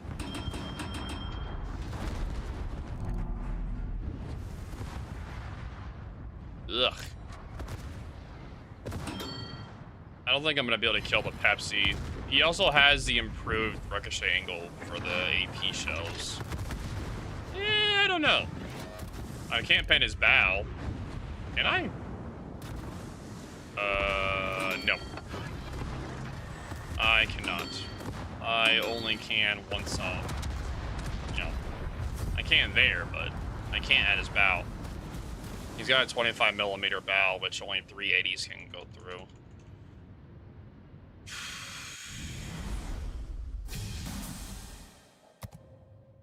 Nice.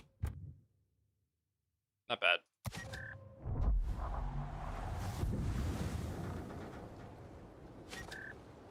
I'm probably gonna actually hop into a destroyer because me playing a battleship is very sleep inducing.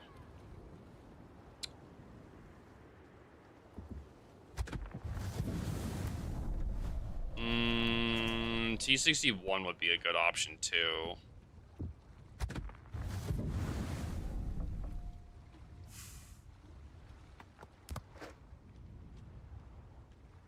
Farragut and T61. What about, like, I'm trying to go over, like, some of the other ones. The Shinome isn't bad. Shinome is actually really good. Shinome is really good, too. Really good torpedo reload, too. Because you're looking at, like, torpedo reload. The number of torps and reload. Farragut DPM is insane. Yeah, but I'm not talking about that. I'm talking about torps.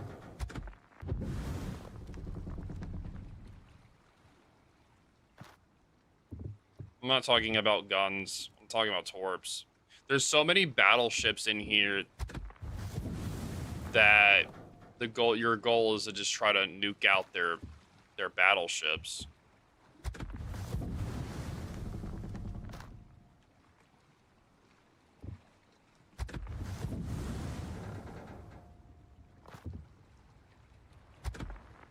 Yeah, Shinome is probably the one I'll use. I'd probably stay to Season 1 then if you want torps. Nah, like, why not just do the T6? Why not just do Shinome? Shinome has better, it has more torps. Like, if I'm focusing just on torps, like, I'll just play Shinome. It has more torps. I can launch torps essentially every 20 seconds. The T61 only has 2 sets of torps. This has 3 sets of torps.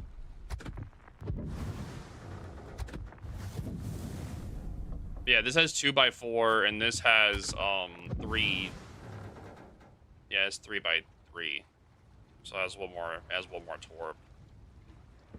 It's not like much of a difference, but it's still like a just slight. Because I'm not trying to win the destroyer fight outright. I'm just trying to get the better torps. Yeah, that's true. Like, I get where you're coming from.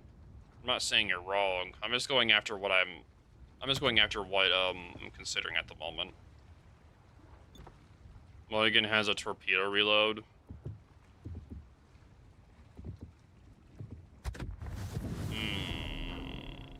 It has a 2x5, but it has like a almost 2-minute cooldown though for torps. And the torps are slower too.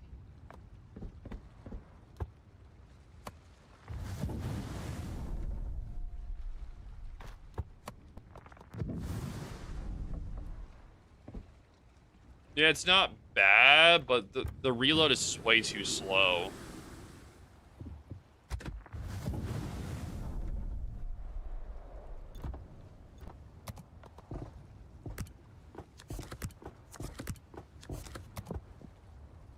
Like, the whole purpose of what I'm doing is to be able to have a ship that's just a torpedo boat. It's not meant to fight other destroyers, really. It's just meant to torp. Because most of these players aren't going to be able to properly dodge torps. So the whole thing I'm doing is that I'm trying to just keep launching torpedoes like every 20-something seconds. Like, yeah, the destroyer, like I can still put pressure on the destroyers, but the whole point is just Farragut will just burn them all. You can do that too. It just comes down to preference. Like, I'm just trying to torp them at this point. Like, for tier 6, when you're dealing with a bunch of Issei's and stuff, things that aren't as like maneuverable, you can just torp them out. Like, yeah, you can farm them too, but it just comes down to preference at that point. Like, if I need to take a cap contest, like if I'm trying to be more like actual anti-destroyer, I would take a T61. What's the minimum for a TTS message? Isn't it like a 50 bits or 100? I don't remember. It's a 50. I think it's like 100 bits, but I don't remember. I don't remember. I haven't messed with it in a bit.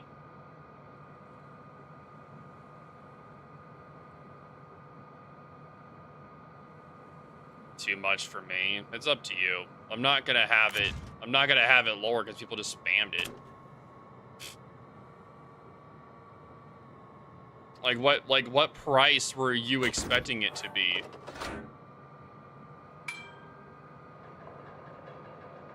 Do you know how much money people pay normally?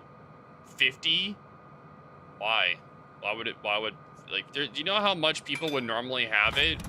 There's people that have like text-to-speech stuff for legit like $5 or $10 per one.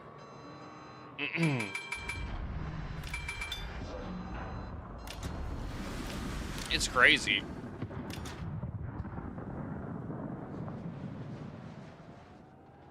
Yeah, I don't really expect to do 50 because I don't even know. I think I have it at 50. Funny enough, I think I have it at 50, but I just don't remember.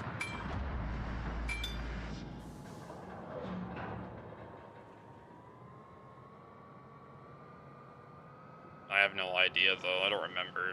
It's not settings I've gone over and or touched in ages. I think I made the minimum for a tier 50 because people kept spamming it all the time. They kept doing like 1 bit, which was like really annoying.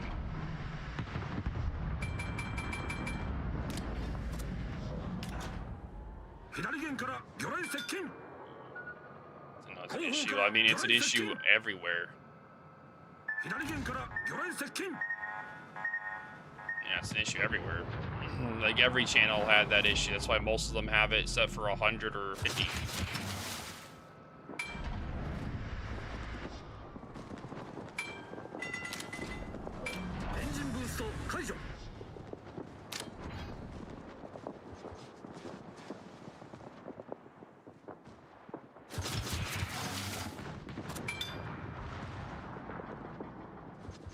Yeah, but I'm not watching them all at once. I'm doing it like one set at a time.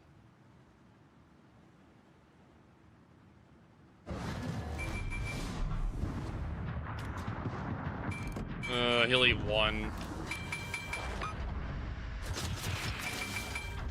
There we go.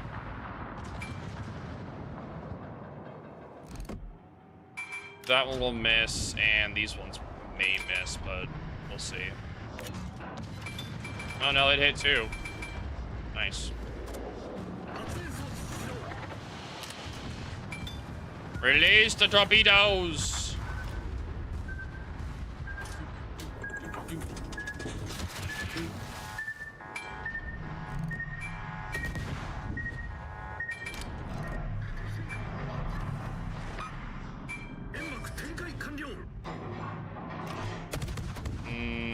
We're gonna have to go after the Issei soon too. But yeah, I don't know what it is. I don't know. It's either 50 or 100. I don't know. Yeah, I have to back off the destroyers and the cap in both of them. Yeah, I don't need to deal with that. No thanks. Sup? Oh yeah, the Italian destroyer too. Yeah, the Italian destroyer is really good in here too. Or yeah, potentially can be,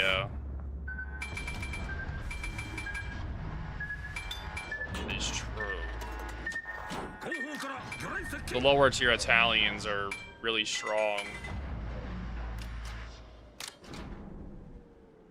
My tier 6 one's really good because you can go dark, like you can go dark immediately after, like, during an engagement.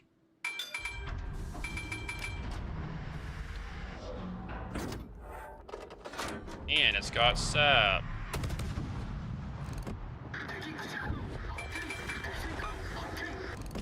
What's up?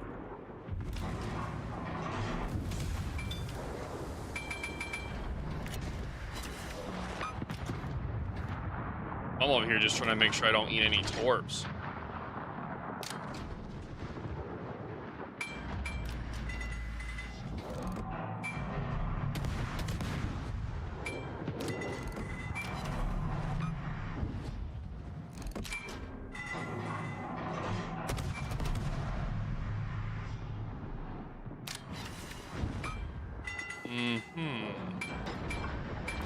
You have no idea, too. The Grozovoy is like a jack-of-all-trade destroyer, and the Rogello is hard to describe.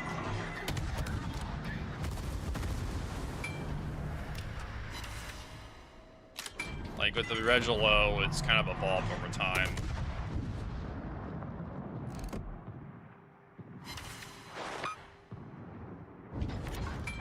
Yeah, the buff to the line was very nice.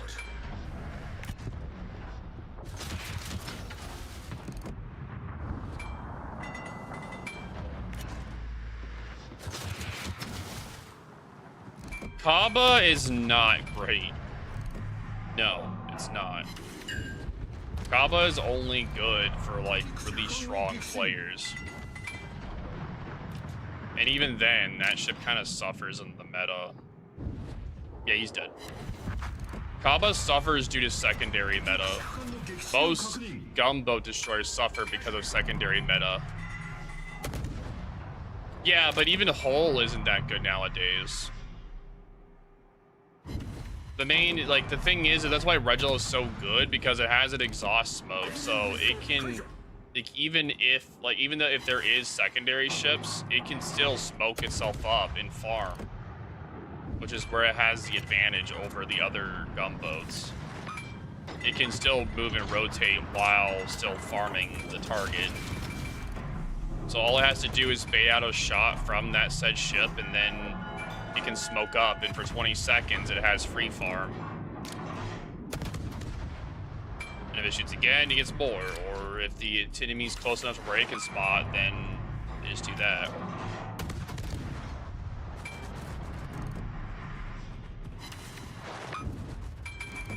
He's definitely, I think he's going after me. No, he's not going after the BB. But yeah, good match.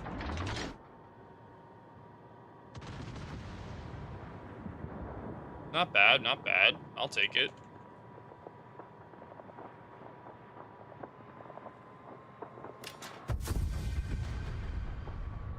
I think people are bringing Issei's in here because it provides good spotting. Yeah, I liked that buff a lot to the Sherman. It really needed that. That made me very happy that they did that. The Sherman needed, like, a little buff with how many secondary brawlers they've been adding and stuff. They really needed that. So I'm glad that they did. It was very necessary. It was very much necessary.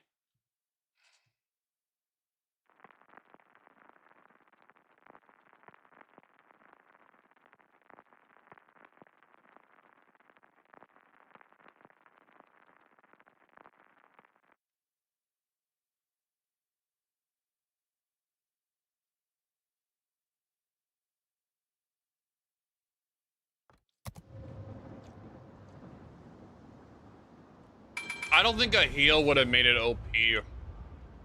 I actually would rather have a speed boost over a heal.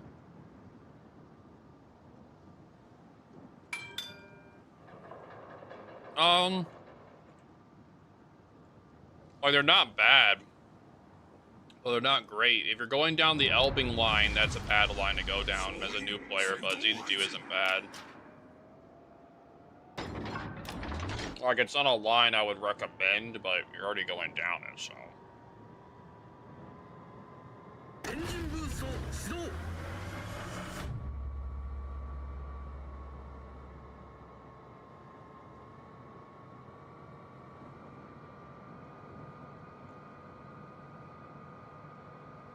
You kind of already made your decision, which is fine.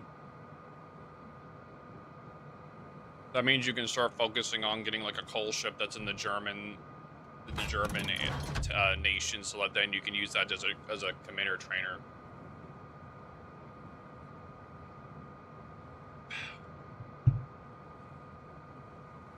So that would help.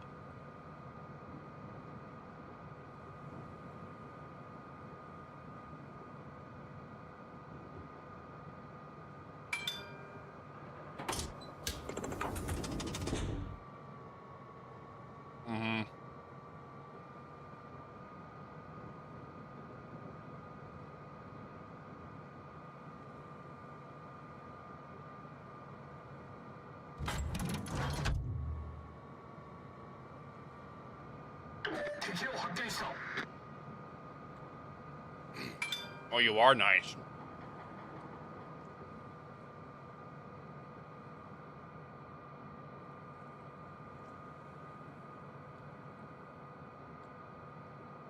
I still can't believe that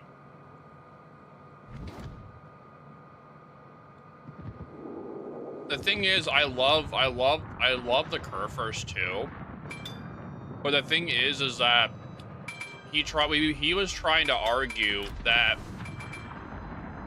the Curfers has the same game impact as a Columbo due to the fact that when Columbo's W win, it pushes people back. And then it causes more wins because of that.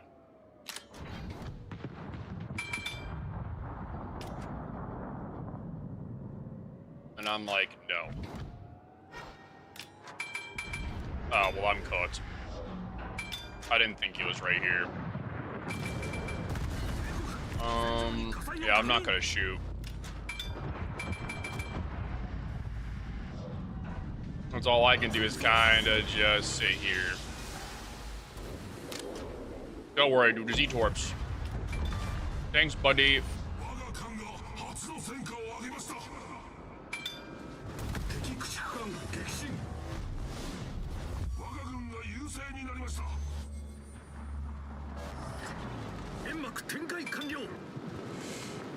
Let's just be realistic. If a if a GK can he's saying like when a GK pushes in and it dies, it pushes the enemies back.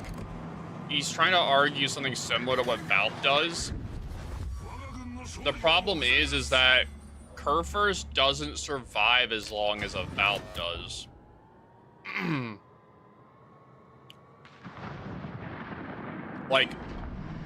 like you can argue a Libertad is as game impactful as a Columbo, and that's because when a Libertad pushes, it can survive. And it has a lot more raw DPM than a Curfirst. But the Curfirst can't tank. It can't take like a Libertad. It can't tank it can't survive like a Columbo. It doesn't have the same DPM.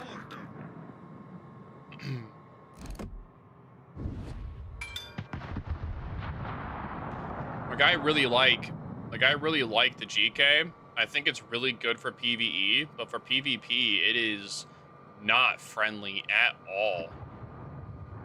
Like, if I recommend GK, it's for PvE, because it's one of the best PvE farmers in the game. It's really good. But I am not going to recommend that thing for PvP. Hell no. That is like pure suffering. With Slava being buffed, I might say it's the worst tier 10 now.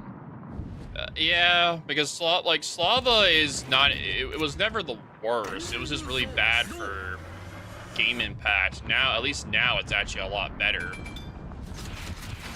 Before it was really bad, but now it's better. I got greed doing those torps. I'm gonna get spotted. I'm trying to think, like, what else?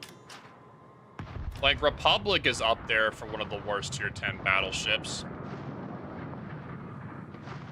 Well, that's just mostly due, like, to the meta. Like, I love Republic, but it's technically one of the worst tier 10 battleships. It just has no armor. Because it's French, so it has no armor. The guns are amazing, though. Like Prozin, or however you call it, whatever the hell you call it, Prozin, or Prozin, GK, Republic are up there in the worst tier 10 battleships. Even though Prozin is good in some regards in competitive, but in random it's just, yeah. I don't know. It's hard to talk about that one. I'm trying to figure out, like, it's just because it can tank better. Like, I don't know. It does a better job than GK. I would say GK. Curfirst, the Schlieffen isn't as tanky as GK is way more tanky than Schlieffen. It does have terrible gun angles. It has horrible. Most of the time in GK, you're only using 2 guns. It has some of the worst gun angles in the game for a tier 10 battleship. The actual, like a lot of the time in GK, you're just using 2 main guns on the GK, and you're kind of teasing your side a little bit while your secondaries are going, and then you can use all your guns at longer distance, but up close you do not. And that's where a lot of people get tricked with the GK, because they'll try to use all their guns all the time and just get slapped. And thank you guys for the raid there, Whisper. How's it going, dude? It's been a while. How you been? Can we get a shout out for Whisper, please? Thank you. Yeah. Trevor versus God Awful. Yeah, it's not the best either.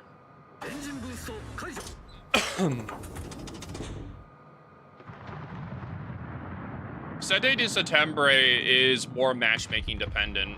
It can have really strong matches, or it doesn't do as well. The Republic just suffers a lot of the time, and then the GK is also suffering. That's good to hear, dude. Yeah, it's up to you. That's a difficult choice right there before you jump into the trying to do the remake or not. What about the best tier 10 battleship? I did a video about this too, but I don't remember what I picked. It's hard for me to pick now because like my opinion will change when I'm streaming and when I'm not streaming. Because I actually have time to like think about it. So I don't remember what I said, but I know I went over every battleship in the game, like tier 10 wise, and I was like saying which ones I like or like how much, like whether good or bad. Is Libertad good or all secondary lines are bad? Is Libertad good? Yes, Libertad is good.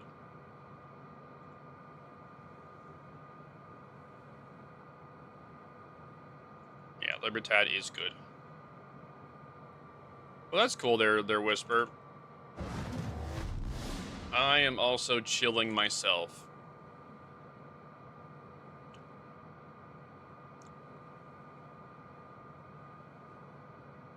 OverLordBou ranks the Montana, Yamato, and Kremlin as his top 3 best tech tree. Okay, so you're right there. You're wrong. That's not correct. I said that as beginner. Best beginner tech tree battleship lines. Thank you very much. Yeah, please do not take my recommendations for beginners as my actual opinion for best tech trees. So, thank you very much. Yeah, that's for beginners. If you're going down battleships for the first time, those 3 are the best recommended for a line people want to grind down. Yeah. Like, those are the best recommended for that. Yeah. Why doesn't this game have any real matchmaking? Been doing ranges as Ugaru, sorry, a bit salty. Why? I don't know. Took your opinion and love the Libertad. I did it. Oh, that's good, but yeah, the 3 best tech tree battleship lines to me is not the Montana, Yamato, and Kremlin. No, those are just those are the best beginner ones. They're very good lines overall.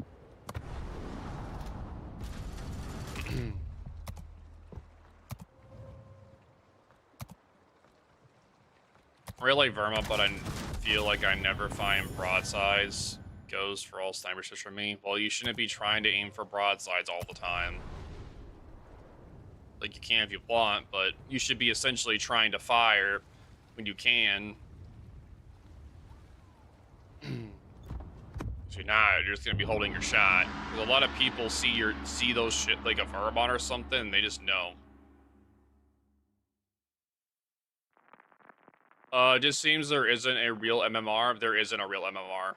No, it doesn't. It doesn't exist. There is no MMR. Nope.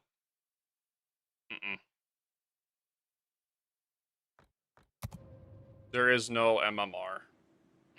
Their only chance to do that is if they have where all the servers combined are into that kind of thing, because they don't have the player base numbers for it.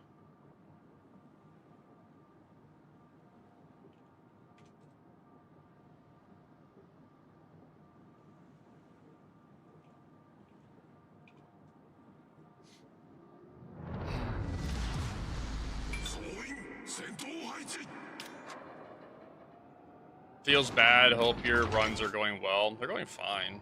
I'm not like too worried about it. Just chilling. I think the Clan Battles is the only matchmaking that does any real matchmaking. Yeah, it does. That's like the only one. It's like the only one at this point. I know that for a time, sometimes brawls do. Sometimes, but it's kind of rare. They tested it for a bit in brawls. They were testing things, but they're not doing it at the moment. But when I was mentioning that was like years ago. Nowhere near recent. How does merking in CBs work? It only goes under the rating of the clan. It does nothing to do with like merking. So when there's matchmaking going on for clan battles, it goes off of the clan rating of the particular tag that you're going in with. Not the actual overall clan rating.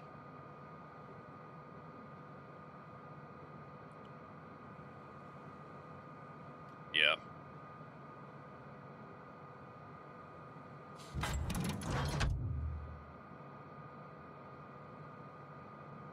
Mm-hmm. Your average win rate? Really? I thought it just goes off of your tag. I don't know.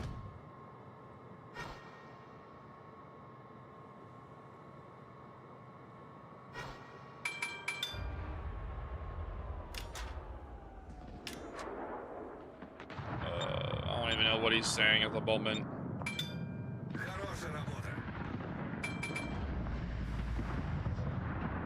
Someone mentioned my name, but I don't know what he's saying. No. I don't even know what he was saying. I have no idea.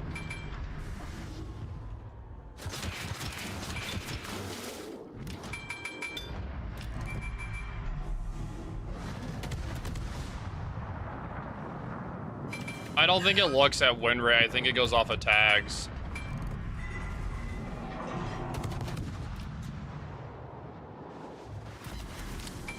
But it's not a system I'm super knowledgeable in. So it's hard for me to say on that subject. I would have to ask someone that actively plays clan battles.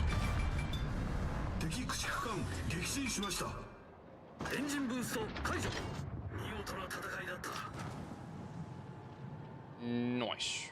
I would have to ask someone that actively plays clan battles, because they would know more what it is, but I don't think it goes off of your win rate. I think it goes off of your actual clan, like, your tag. What your clan rating is, because there's two ratings for a clan. There's an A and a B. There's two of them, and you can switch in between them, and it gives you different battles between the two. Yeah, the current brawls are tons of fun. I recommend everybody plays it. It's fun, dude. It's tons of fun. Nuremberg's going to die. That is unfortunate. I kind of messed up.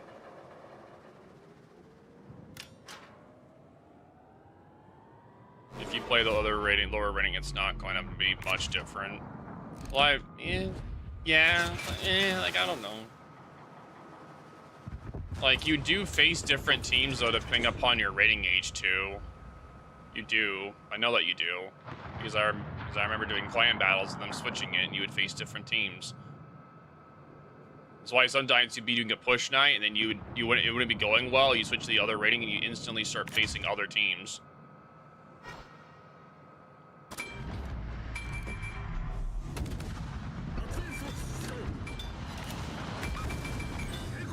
Yeah. Yeah, he's just gonna push. I gotta back off. He has Hydro. Yeah. Yep, I would like to... I still can't believe that thing has such a strong, it has a very strong smoke fire penalty. Like, he shot from 4.3 and I didn't spot him, so pretty good. Well, I'm gonna go this way. Yeah, it's pretty good concealment.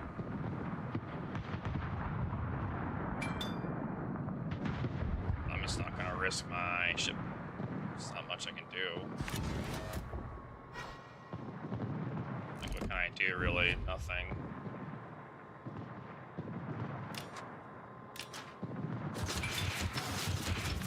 Oh, never mind. There he is. Rip. I thought he was gonna sit at the rock.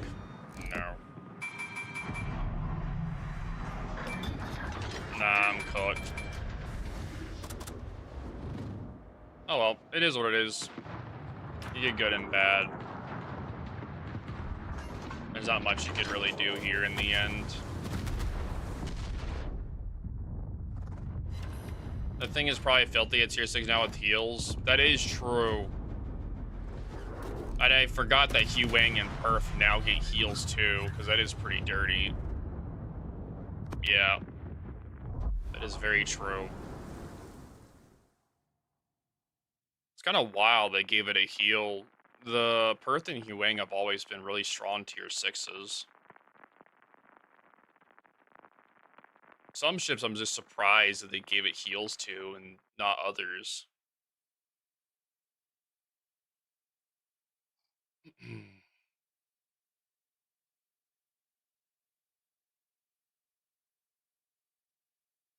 Yeah, the fact that the mines got a heal, but not the Bayard is always a shock to me.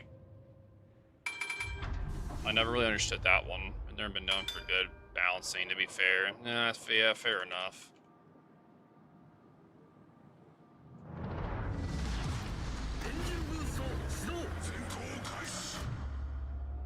Yeah, like Hugh Wang and Perth getting heals is kind of crazy.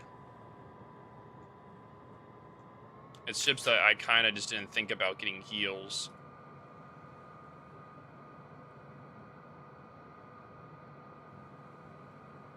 And I am hungry.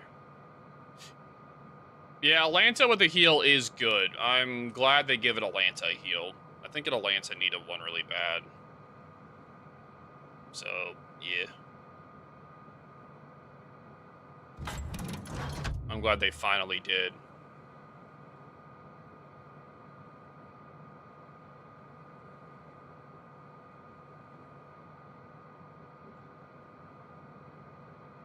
Okay. Oh boy. Alright, you guys can do exclamation mark Saturday before a CC economics code.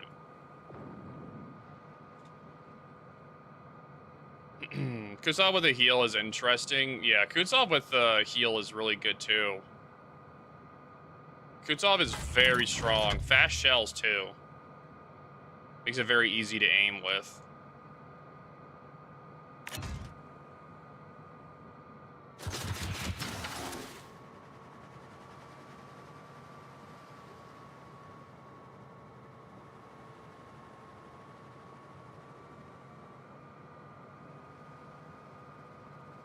I don't care if I sound selfish, but I feel mines deserved it. We all have our opinions. It's understandable. We all have our opinions.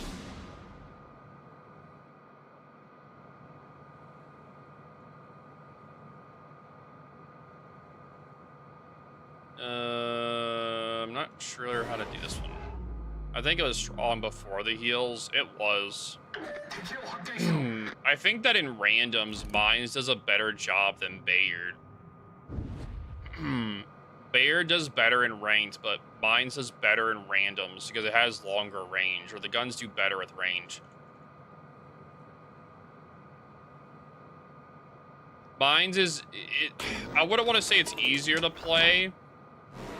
I don't know how to. I'm trying to word this right because the mines does really good in longer distance than Bayard. I think that's a good way to put it.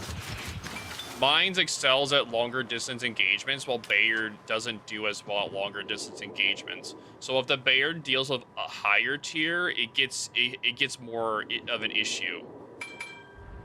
But but a mines is so used to playing longer distance, like due to how the shells are played or how the ship is played, that it does a better job in that role. Like mines is like a mini Bremen.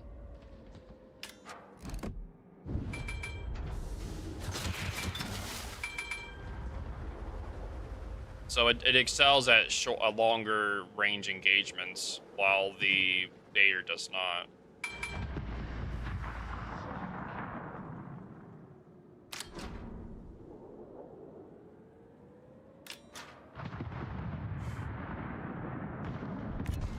I gotta time my Torp stuff. Let's see here.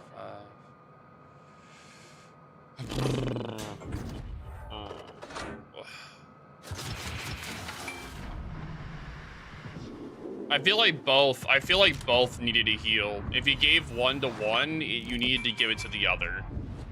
It's not fair that they gave it only to the one and then not the other. It makes it where there's no longer a debate on which one's better.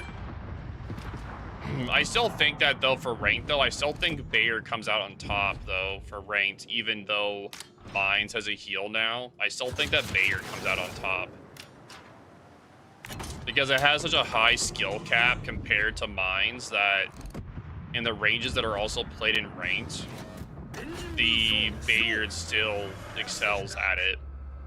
But it's way closer than what it used to be. Like, it used to be, like, way closer of a debate.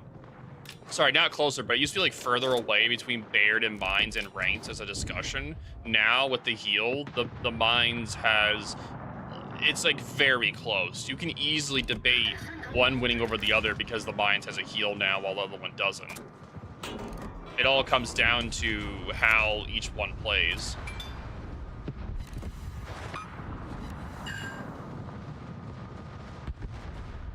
Yeah, exactly. It's no longer, like, it comes down to, like, it's no longer just a simple which ship is better. Now it comes down to, like, that. But in random battles, Mines is clearly better. And that's also the same thing for for PvE. The Mines is now superior. Like, even though before the Mines was superior in PvE, now it's just 100% more. It's just 100% better now. And in random battles, the Mines is just better overall because it has a heal and it does better longer distance. So if it gets up tiered, it doesn't suffer as much. Mines is always superior to Bayard in PvE. Yes, it was. It always was. But we're talking about, like, well, I'm mostly referencing, like, you know, I'm just repeating or, like, saying information. But yes, it's always been better in that way.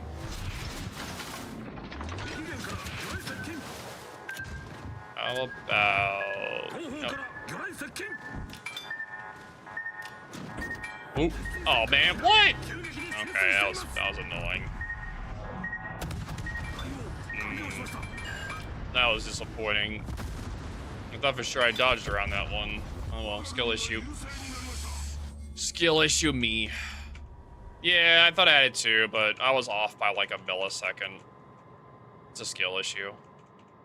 Oh well. It is what it is. It is a skill issue.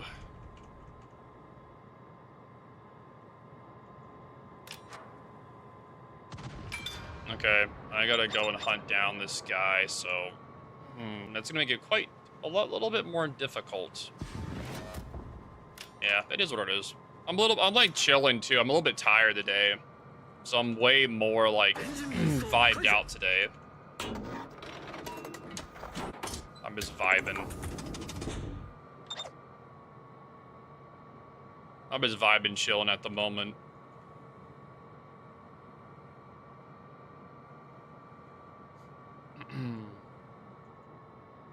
Thanks for the head pats.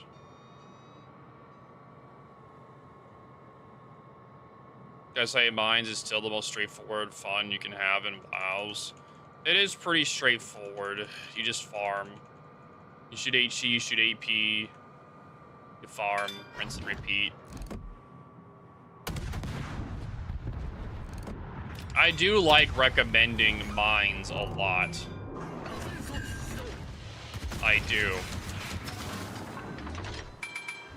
The problem is I don't like, the thing is like I have my own bias for like Ryu, but I don't like recommending it as much as I used to. Well, sorry, not that I used to. It got a heal, so it's better, but I don't like recommending it because it's way harder to play. Like once it got a heal, it was so much better. The heal made it so much stronger. The mines. Overlord Hypez, Overlord Hypez, Overlord Hypez.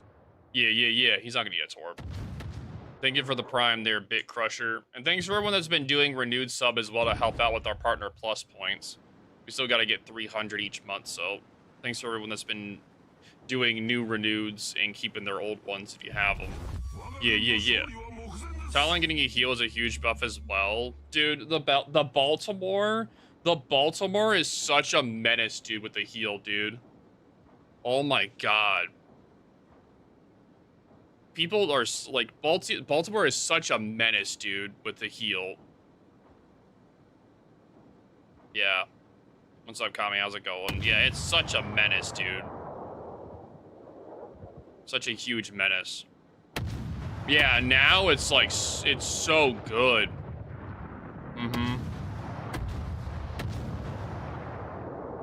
I know you don't like super ships, but if you were going to get one for PV, which one would it be? None. It's so expensive to run super ships.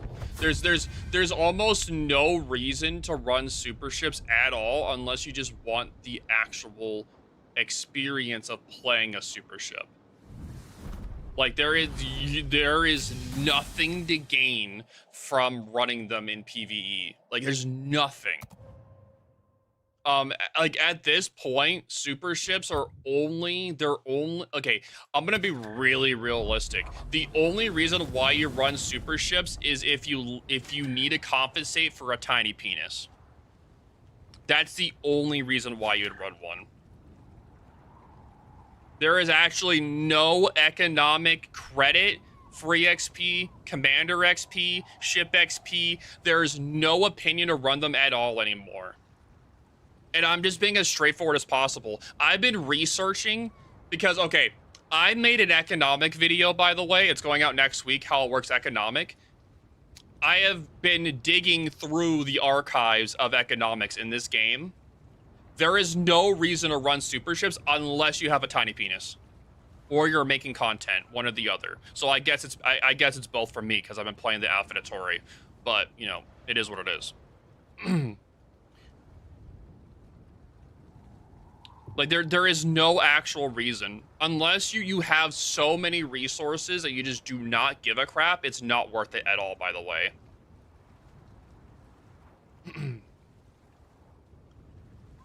Because I was going over the old archives of economics, like the old economic guides on like the old, not the guides, but like the ancient text of like how economics works in this game. And everything that I talk about all the time with economics has been confirmed as like accurate information and what I bring up anyway.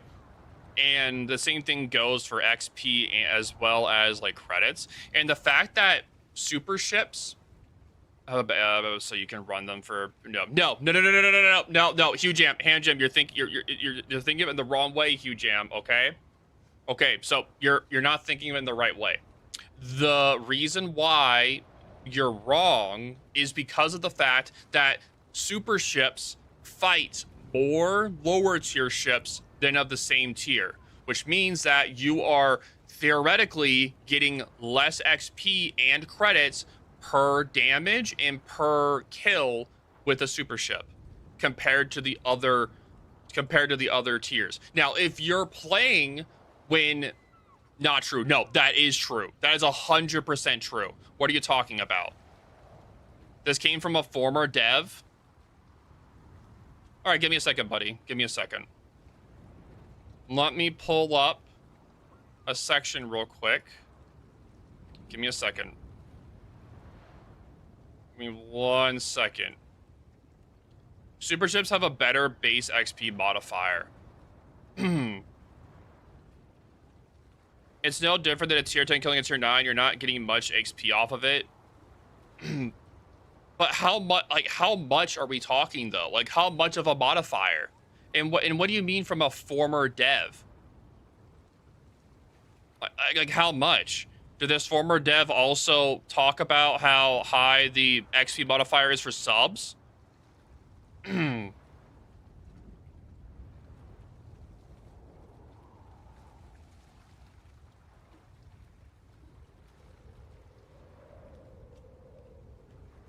Like, is there an information source that's a legit source that's not from, like, a word of mouth?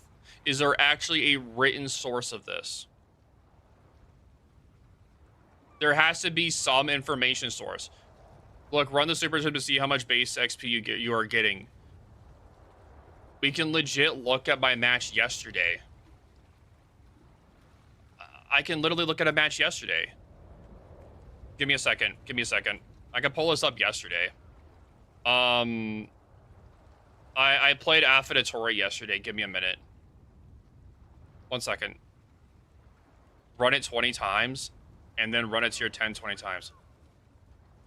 So it's hard to tell the difference in between that. One, because the game performance, how good or bad you're playing. That's very circumstantial. That's very hard to tell. And I've been playing this game for so long, Hugh Jam, and I have been testing the economics of this game for so long. Okay, fine. Do 20 now plus games. Again,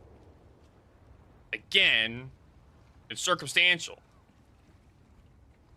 What if you nuke a submarine in some of the matches with Annapolis, but you don't nuke any with a Des Moines? You instantly get West base XP. It's so circumstantial.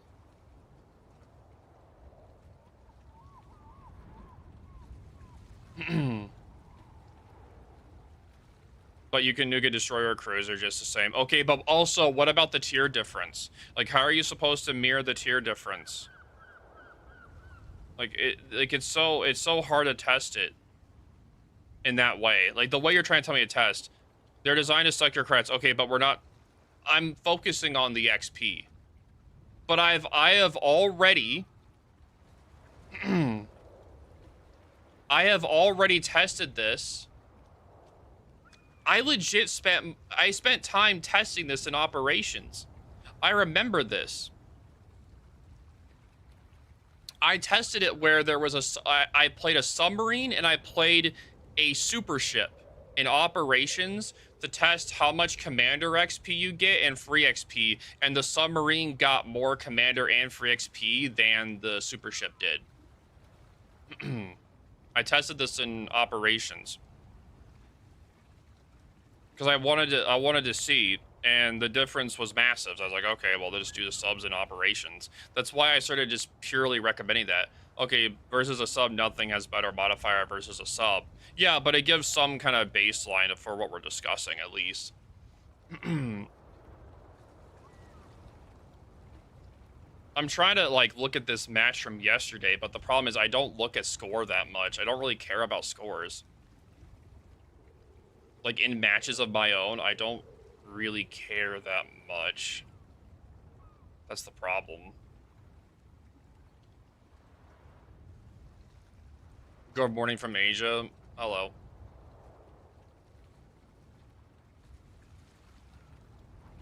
Like, who is this former dev, by the way?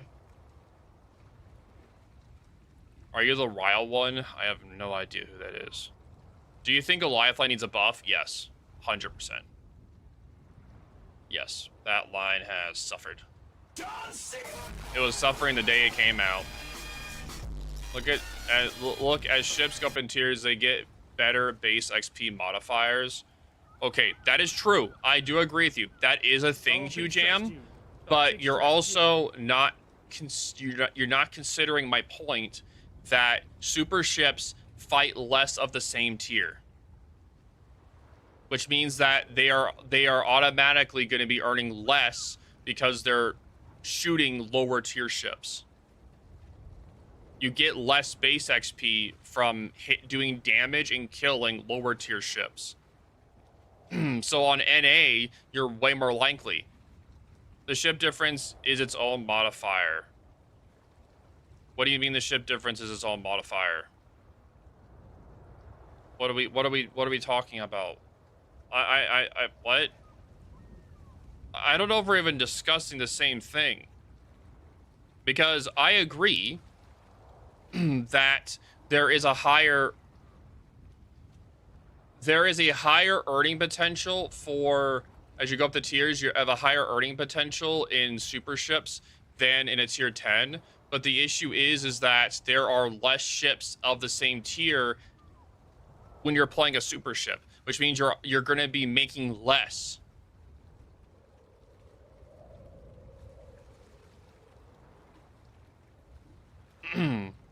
So, are we even arguing about the same thing?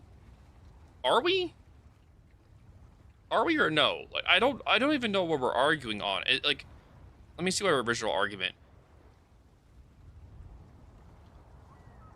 Actually, ships have a better base XP modifier, so you can run them for better free XP and commander XP. Okay, so you're trying to argue that you can run them for free XP and commander XP. Okay. Well, I've already tested it, and on NA, it's not worth it. EU, where there's more super ships, sure. If you get more guaranteed super ships at a match, yes, it's fine. But most of the time, you're not.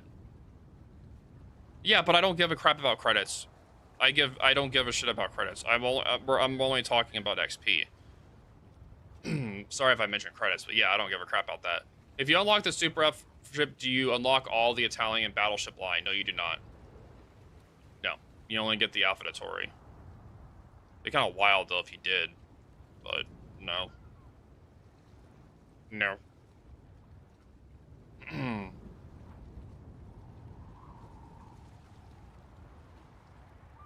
Yeah, credits don't matter at all for super ships. So yeah, that's not really a thing.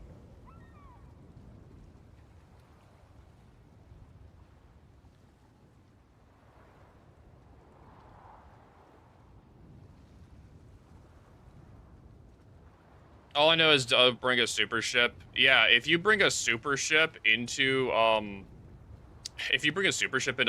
the AI get really smart. Which is the best destroyer? Help me, please. I have videos that go over you that will help you with that. Because at the moment, I'm just gonna say Gdansk. I think that the Goliath just needs a faster reload. That's all you can really do with it. Yeah, but you're not trying, if you're playing super ships, you're not trying to make credits. The whole purpose of super ships was to farm commander XP and free XP. But the problem is that due to the fact that they fight more lower tiers than actual of the same tier, you are going to be earning less base XP because of that, because you're damaging lower tier ships.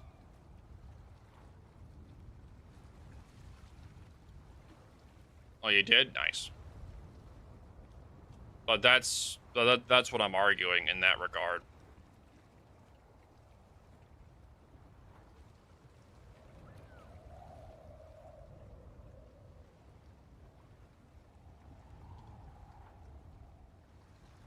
I don't think it's a straightforward, easier way to farm those versus just taking a tier 10 due to the hit to base XP damaging lower tiers. I might be wrong, but that's how it looks to me. Who has the best cheese pizza? Pizza Hut, I think. In ops, the bots get super high damage modifiers as super ships, like an easy op, like is one-shotting all your teammates. Yeah. What's up, Brayden? How's it going?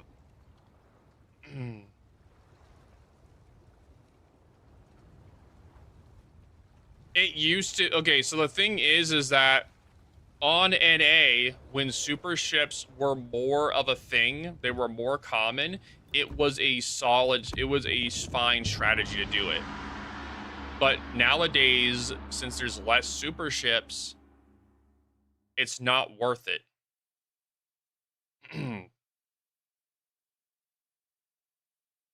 It's worth it more just to play a tier 10.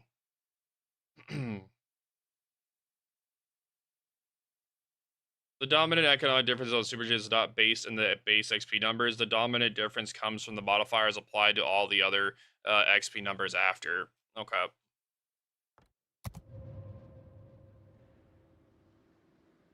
I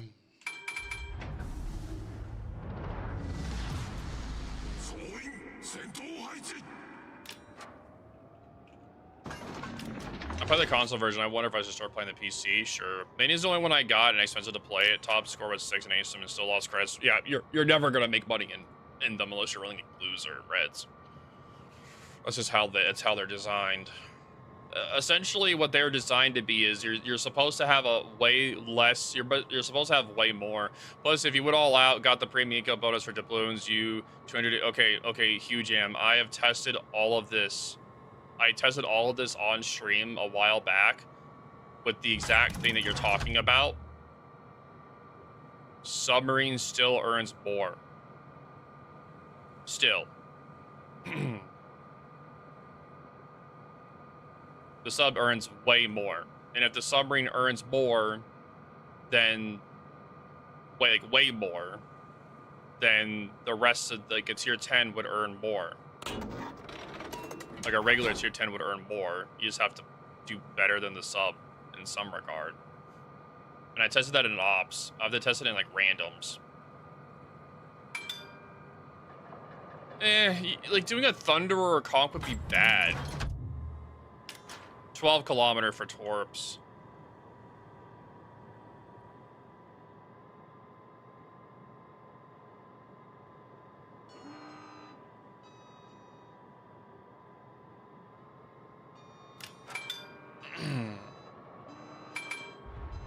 Yes, it does have a Citadel. Yes, it does. Well, I mean, you're damaging them. You're just not Citadeling them. Yeah, you can pen it. It's French.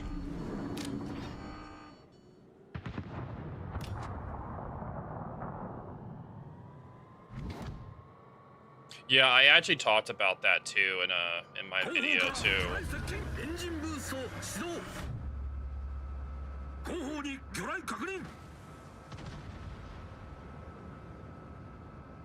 Yeah, 12 kilometers for the torpedoes. Like, I get where you're coming from, Huge Ham. I do. I've already tested stuff in the past. It ruins the game that I can't punish players that misplay. Well, okay. Well, there's a lot of ships you can't Citadel in the game, so I don't know. Technically, you can Citadel it. You're just not aiming right. I don't know. Normally, the French are not easy to Citadel to begin with. That's kind of like their whole gimmick. They have like below water citadels and they just have like no armor everywhere else. That's kind of like their whole gimmick.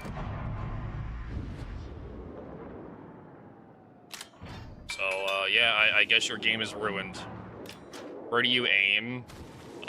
Anywhere. It has 32 millimeters of armor everywhere except for the bow and aft. You're not going to Citadel it though. It's going to be difficult. You'd have to aim down into the Citadel. So at distance, you would be able to. Like with a plunging fire, sure. But other than that, probably not.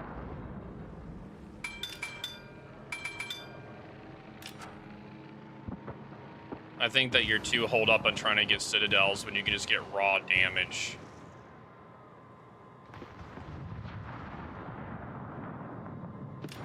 You're having the PQ mentality where if you don't get a black remnant, it's not doing damage.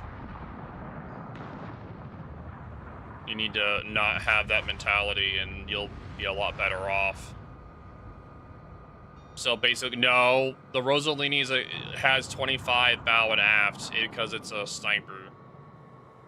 Not all French have that. Most French have 32 bows and afts. I was only talking about the Rossellini in particular.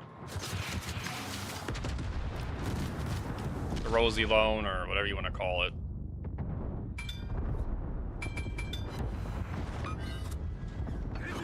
Excuse me, sir. I would like to interrupt you, por favor. Por favor. There you go. Grass bait. Finish him off. Cut off his balls. The Rosalini. Cut off his balls. Good job, Grass Bay. Yeah, kick his ass, Grass Bay. Get him. Yeah. Good job. Mini or Satsuma? You mean main? Main. True. Like, some ships you're just not gonna be able to Citadel a tip.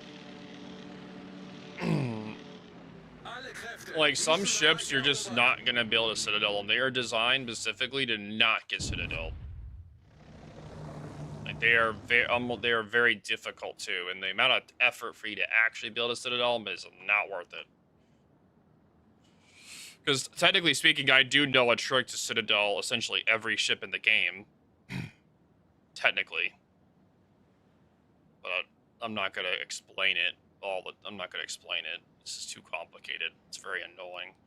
But normally you can Citadel things with plunging fire, or if you can point your guns down into the Citadel, then you can Citadel it.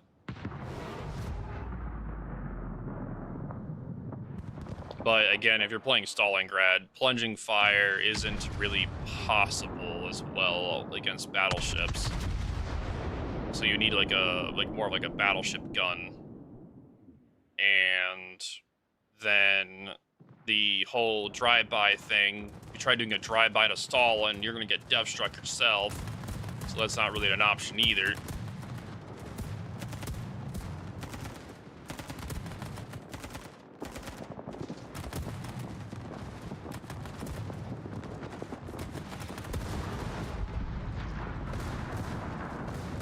True. Good work too.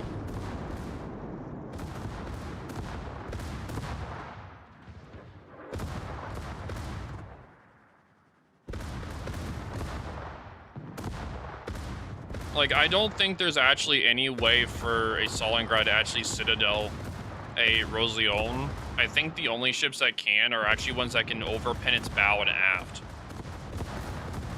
That's like the only way you can. Because you can technically go through the bow and the aft to Citadel straight to the Citadel. But you can't Citadel it from the side. Which the Stalingrad could only do that. So it doesn't have the overmatch for the bow.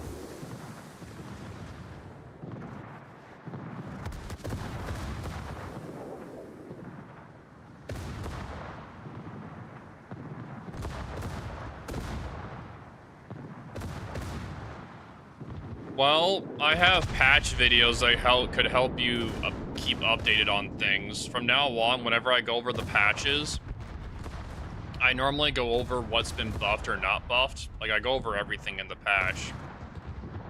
Well, I started doing that like 2 patches ago, like from 2, but I've been doing patch videos for a bit. But I normally go over everything in the patch now. I used to not, but now I go over everything in the patch. What's been buffed, what's not been buffed. They're like update guides, essentially, that talk about what's been changed in the game, or like good or bad.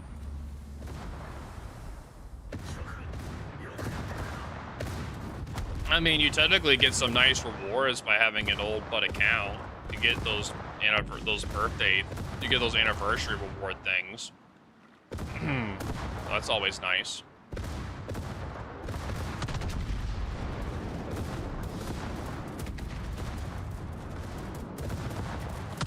Like, I wish there was actually statistics on what Huge M was talking about, but there isn't. As in, like, they actually gave actual numbers for earnings and stuff for XP and free, like, all that stuff for super ships and whatnot. The only real thing they talk about is, like, the credit cost, and then they do the basic thing that he's talking about, where the higher tier you go, the more Say you earn. his name and he appears. But I mean, like, XP I earnings. believe in Joe Hendry. I believe Get outta here, in Joe Joe. Hendry.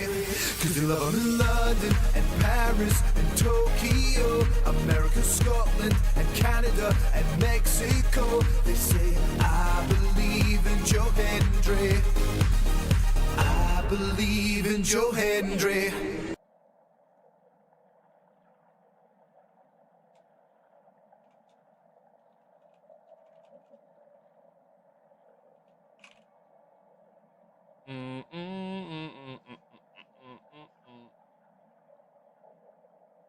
Is Joe.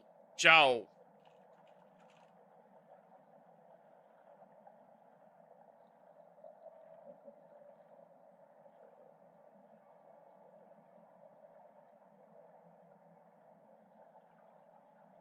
Nice. It's Joe, dude.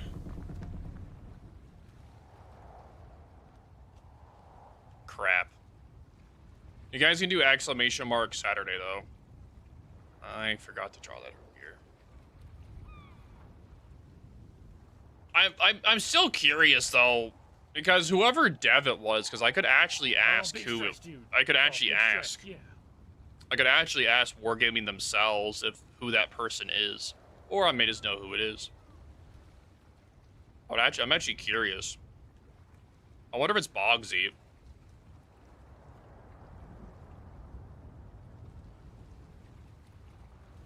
Probably not. I don't know, though. I don't know who it would be.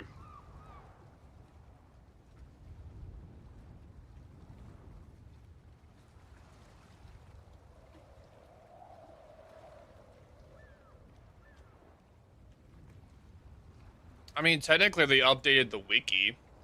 Files wiki. So technically I could go there and look.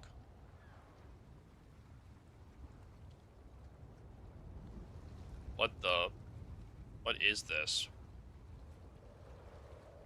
Huh. Ship class, detection, combat. Okay. Oh boy, this is gonna be wild.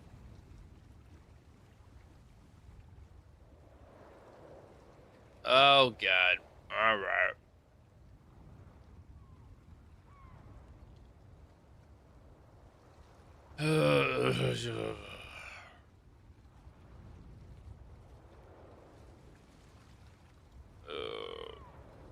Clan battles time. Well, I hope you have fun.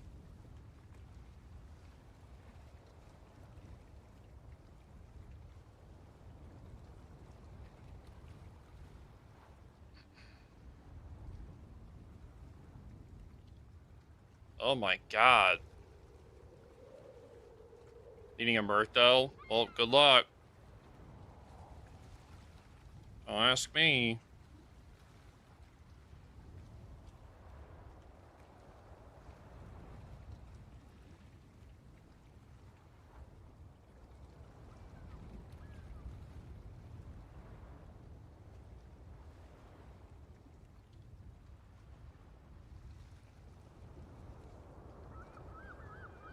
Oh my god.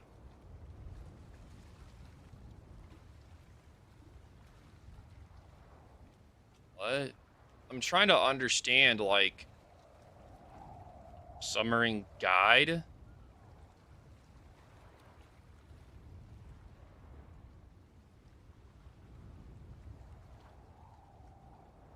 Oh my god.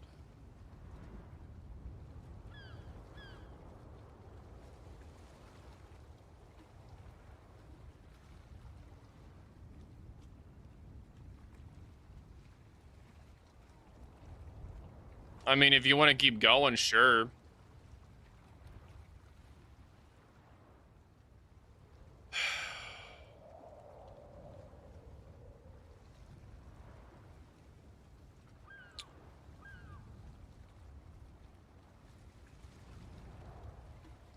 What? It allows to get a general idea location is generally not as accurate as fuel as ping launch is only accurate. Then in addition, the moving is not visible outside of it. Finally, Each ship seeing only sonar pings within her. Bro, this wiki is supposed to be up to date, right? It's not even accurate.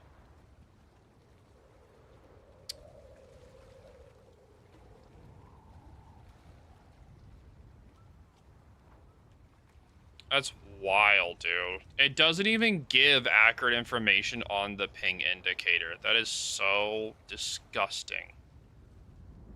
That's so aggravating.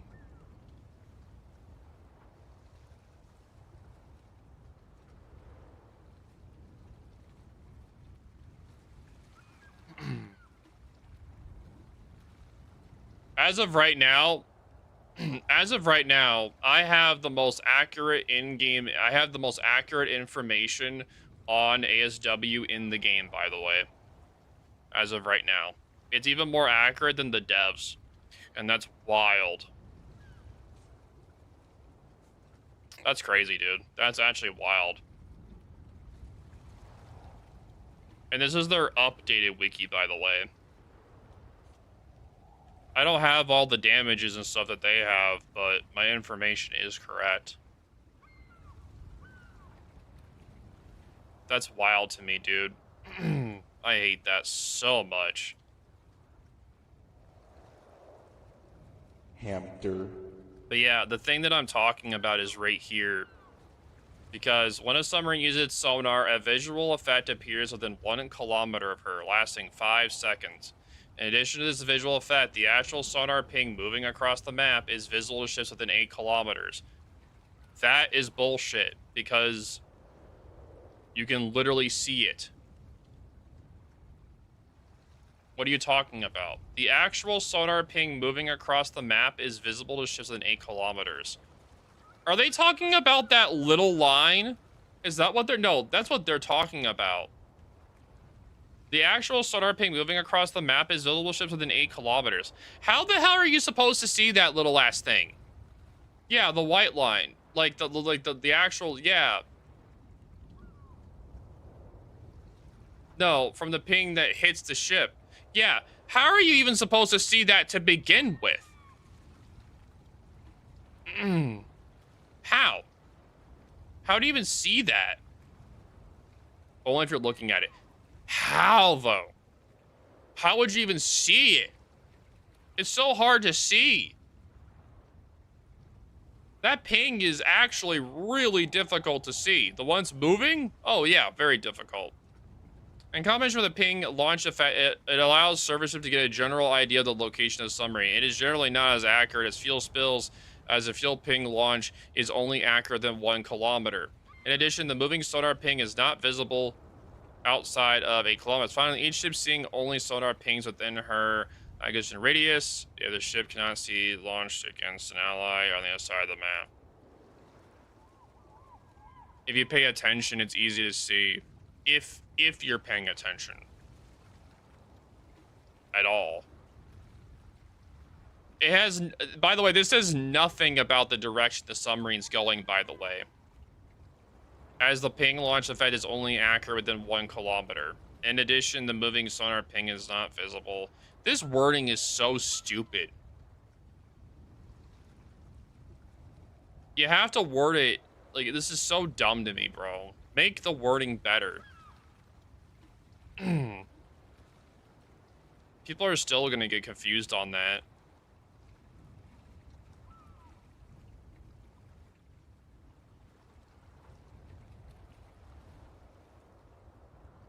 Yeah.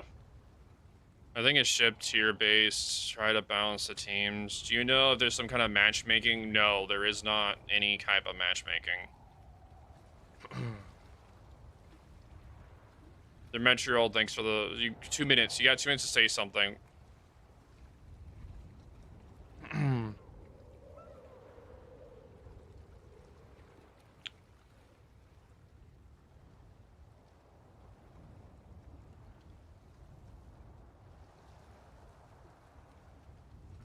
Hydrophone.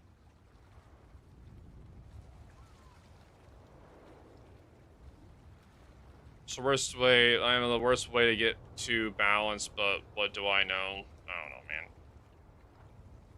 This will be activated at any depth. It only reveals ships that are at periscope and surface on max. So when a player activated, this happens. The player sees a non-silhouette flashing enemy. The silhouette for all 6 seconds. That's why hybrid ships can totally fuck matching up since they are technically battleships. Yes.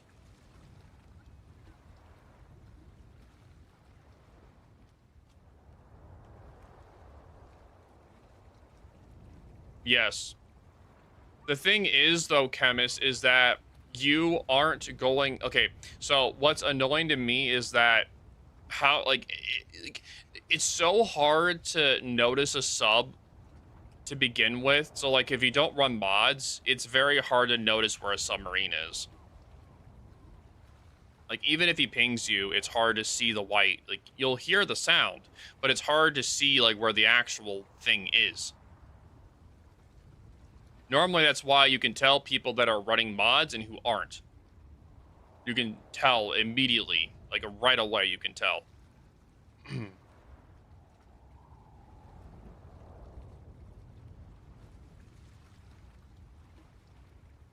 Just drop a repair party and it'll toss the sonar. Okay, then he can just ping you again.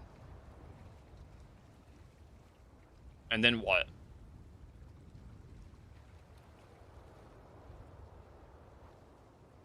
There's a cooldown. On what? DCP or sonar? Because the ping, the cooldown for sonar isn't that long. Yeah, it's not that long. What are you talking about?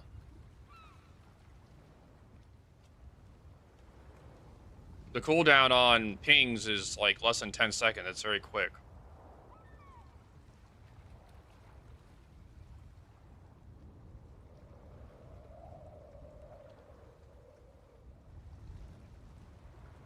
You can bypass at least 2.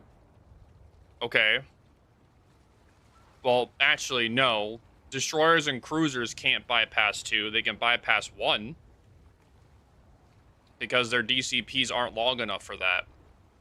Only battleships can.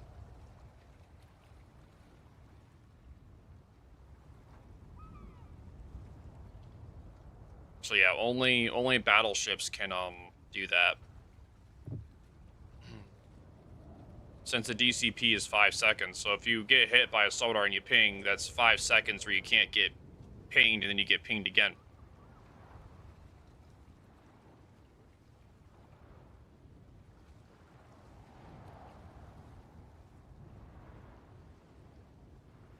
Yeah, Hampter.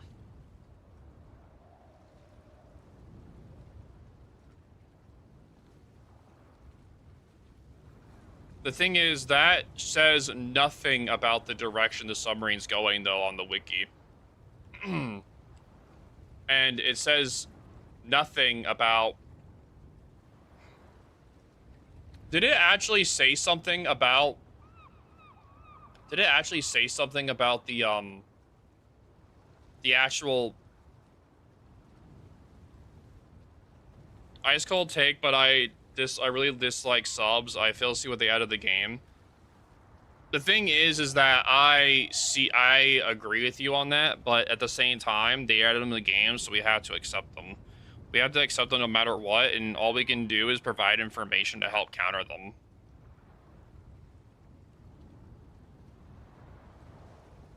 Yeah, submarines can also see when the DCP is over, by the way. Like, there is an actual separate mechanic for submarines to see when it's over.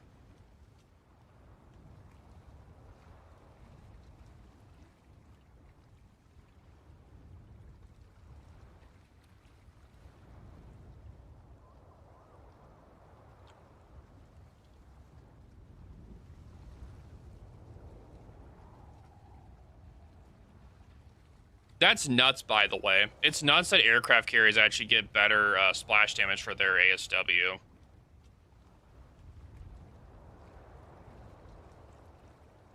You're fine. Airstrike depth charges, cruises, and battleships. A gear, Midjong, and Siegfried have special splash damages. Why?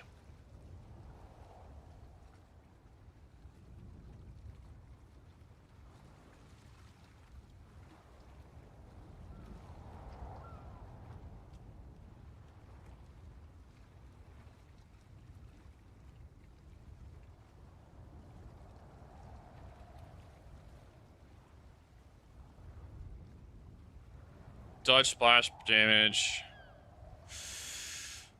Oh god, dude. Looking at these numbers are so annoying.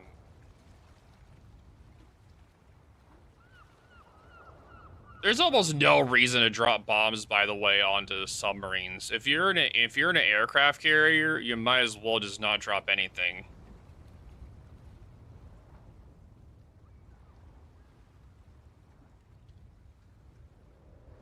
I still don't like their wiki, by the way. I'm glad that they're updating it, but I don't like their wiki.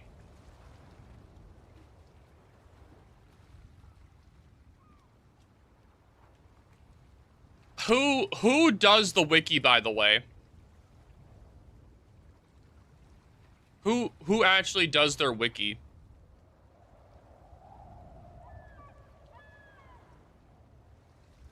Like, who actually does, by the way?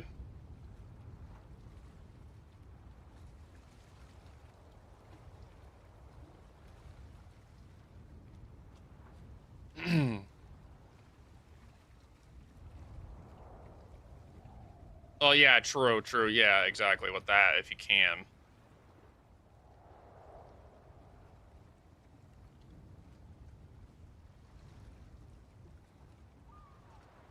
Okay. Actually, let me ask real quick. Would you know who does the wiki?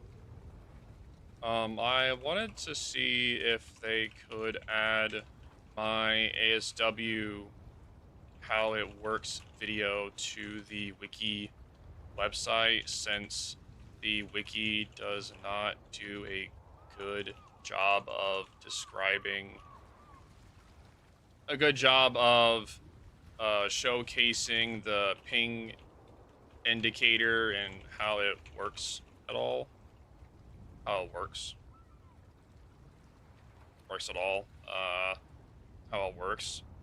This would be the video they could have linked. I know they have put other YouTube videos on the wiki. I just wanted to try to help have this info be more public.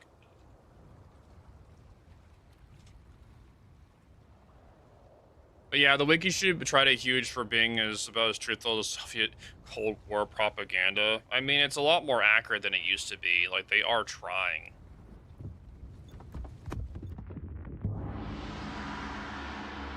Alright, well, the guy never answered, so, Mr. Calamy, one congrats, you have 2 minutes.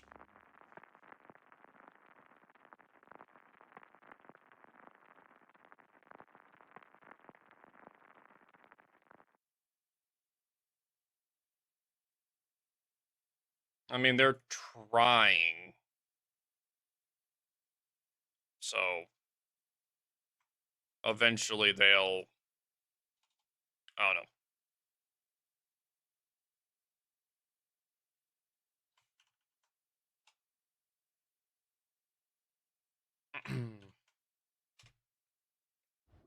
Here you go.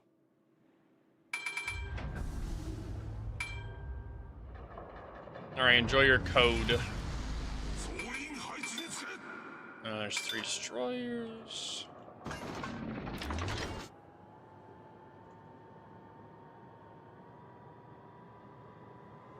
I need to figure out who does the wiki for World of Warships. I actually have no idea who does it. Ugh.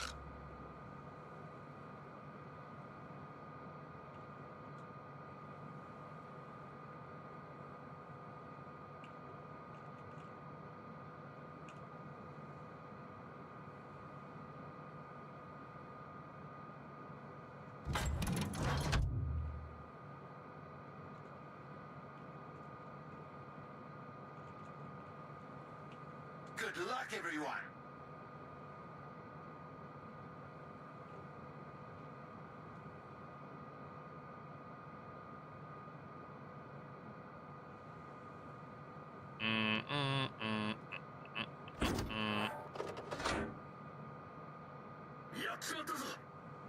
Well, I mean, the wiki I don't really use for information either. I only recently just looked at it. I went on there to double check their ASW information because I want to see how accurate it is. Let's give them a hard time.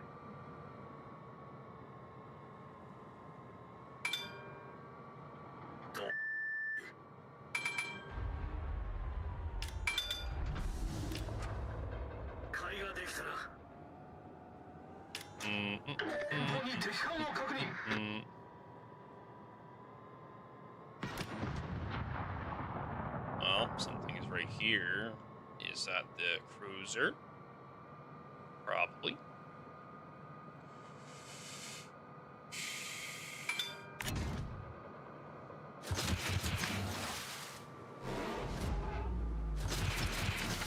There's a rumor they might be bringing the missiles like the one they had, kind of like how subs were introduced from the Halloween event.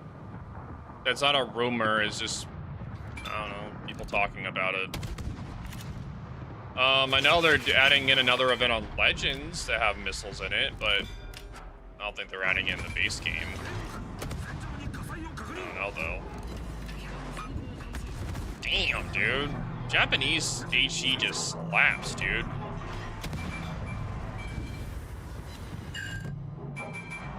Like, I'm just slapping this guy.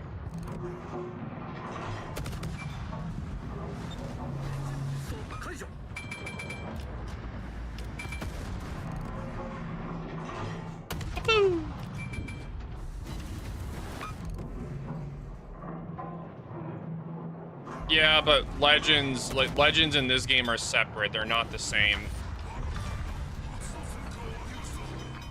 They're completely different. They're different dev teams, by the way. I meant as an unconfirmed. I mean, it isn't an unconfirmed whispering of community members. The very definition of a rumor. Yes.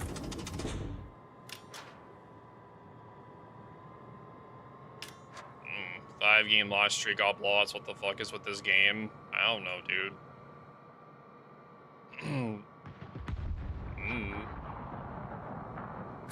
Like, what ship are you running?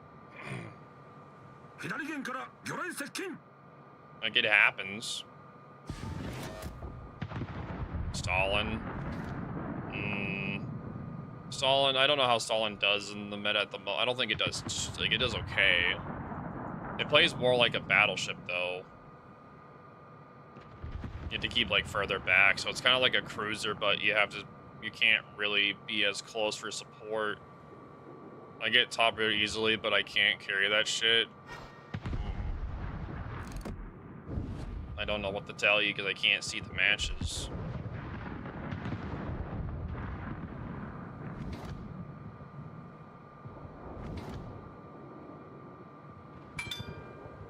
You're gonna get blowouts. It's part of the game, unfortunately. Be glad you can, it's crazy. I mean, I'm used to it. I'm used to blowouts.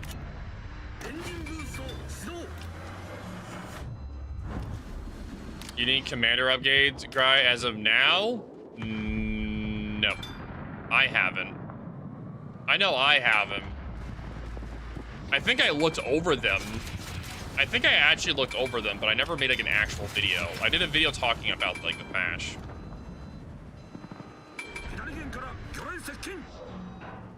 Dude, Zhao slaps. Zhao HE slaps, dude. Dude, it hurts.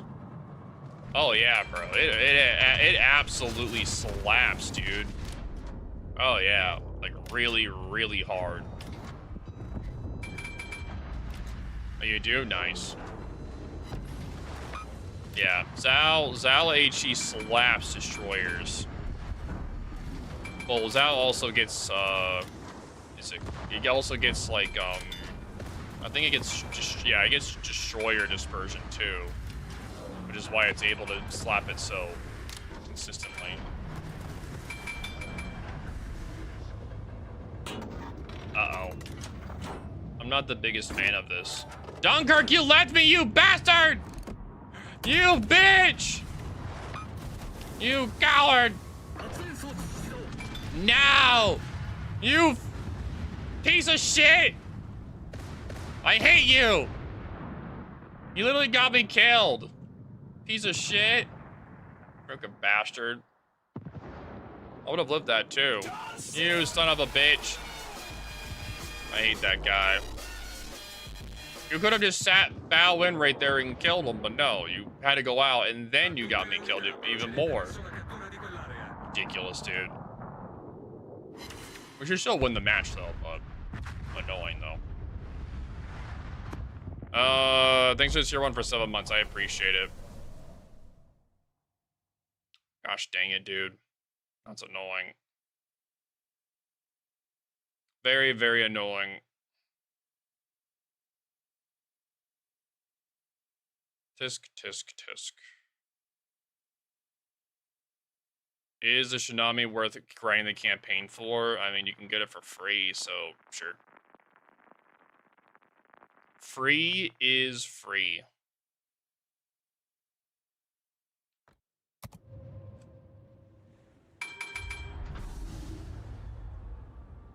Free is free. If you want to get it for free, then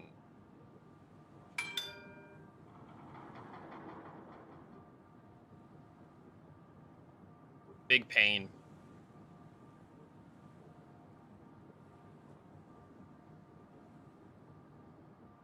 Yeah, true. Free is a good price.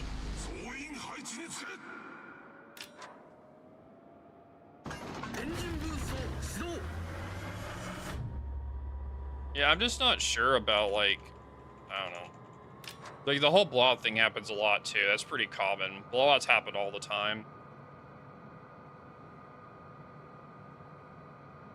That's, like, very, very common.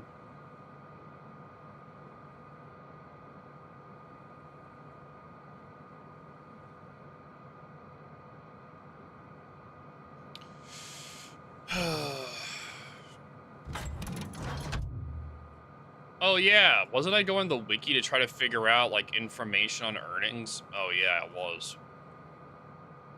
I went there originally for it to try to find it.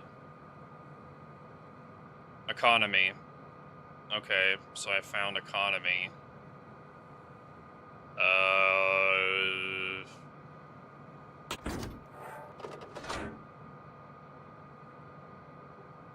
Okay.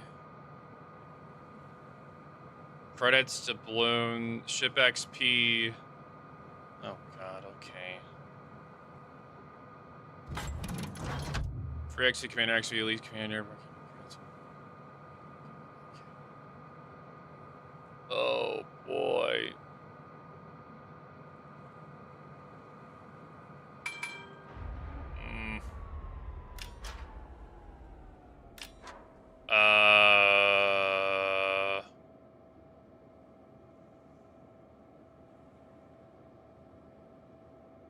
I don't think I'm trying to figure out where it says anything about that at all, but I don't think it does.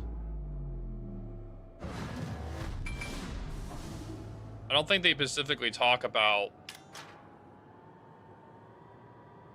No. Damn it. They don't talk about, like...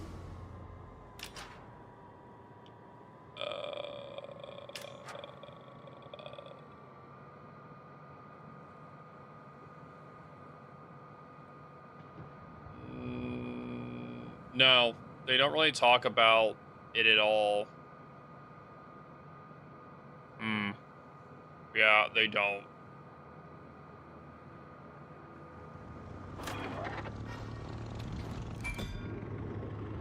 Oh, rip me.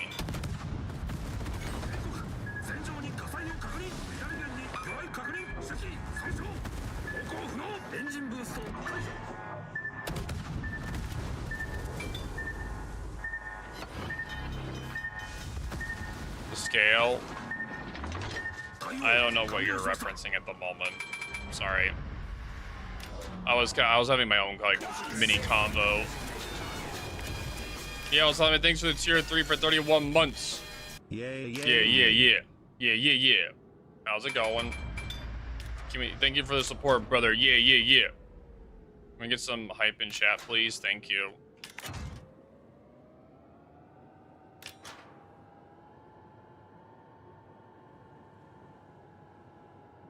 I think it's every ship is going to yield a different amount of base. The amount of base XP earnings goes off of class. There is a class base earning scale in the game. There is. I'm doing okay. How are you doing? Like, what you been up to today? Like, there actually is a difference in base XP earnings for certain things for different classes.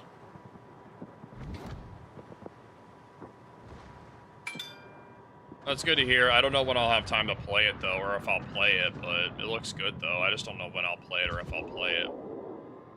I'll have to, like, wishlist it or something. Like, I'll wishlist the game, but I just don't know when I'll play it. I have no idea. I don't really have the time.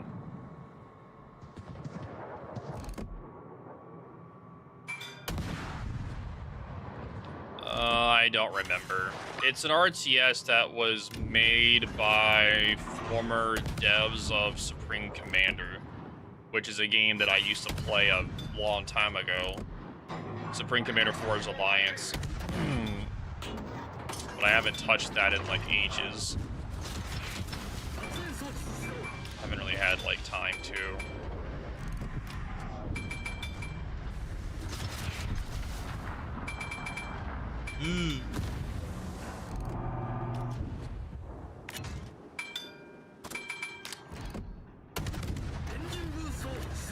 Hey, stop reversing. Very rude. You guys stay inside of 8 kilometers, thanks.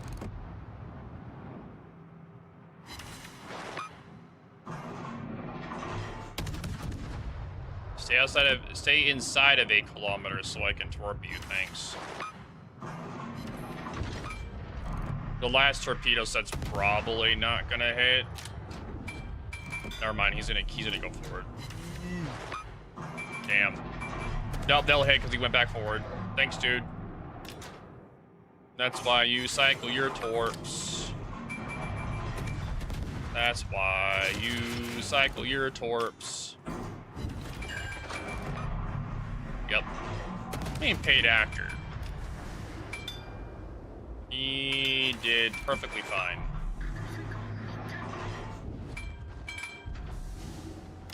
He did his best. He just blew up anyway.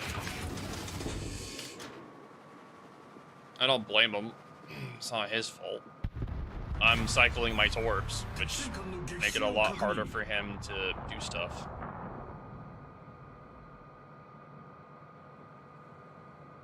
Because it's ranked.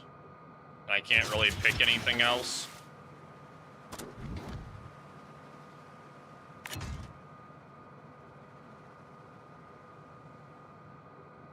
If you're asking like why I'm playing this particular one, it's because destroyers are faster in queue right now for ranked. So I'm trying to get my ranked battles done. Concentrate fire on that target. So yeah, I'm just doing ranked at the moment. I'm trying to like rank out of this to go to silver, which is going to take time.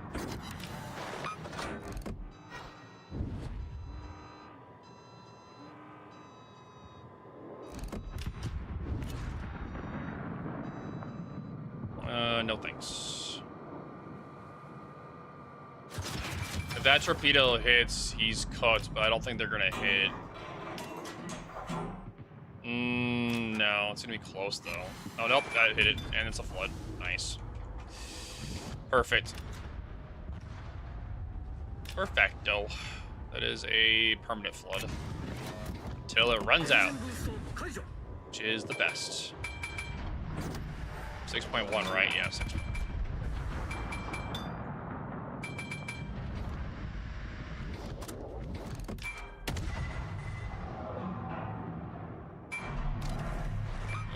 I have to. He's dead.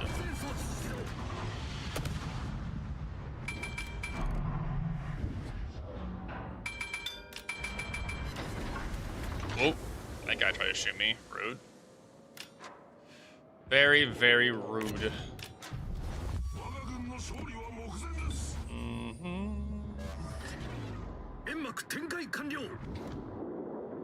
We're gonna go this way.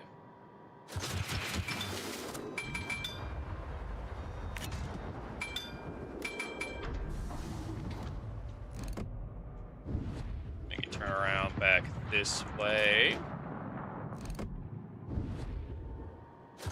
Uh-oh. We may get spotted by the... No, we're not. He's gonna stop again. Gosh dang it, New Mexico. Stop slowing down. He keeps, like, slowing down when he's doing these turns. Which isn't a bad thing. It's just... He's just being random. Which is technically a good thing for him. The more random he is, the harder it is to actually torp him. Which is good for him, but bad for me. That's why a lot of the time when people say, how do you deal with torpos? You just be absolutely random. You don't show any kinds of consistency, and you can really mess, you can really just mess with people. That's why you try to launch your torps in like an order. Like, not all at once. You spread them out. So like right now I'm doing it every 20 seconds. So every 20 seconds I'll launch a torp set essentially. So once this number here gets to 20, then I launch the next set. And after that I'll just keep launching torps until he dies. And I'll keep just doing it over and over and over and over. And over and over. And over. And he'll be dead soon. It's fine. Yep. And there's nothing he can do about it. That's what you do with vegan, yeah.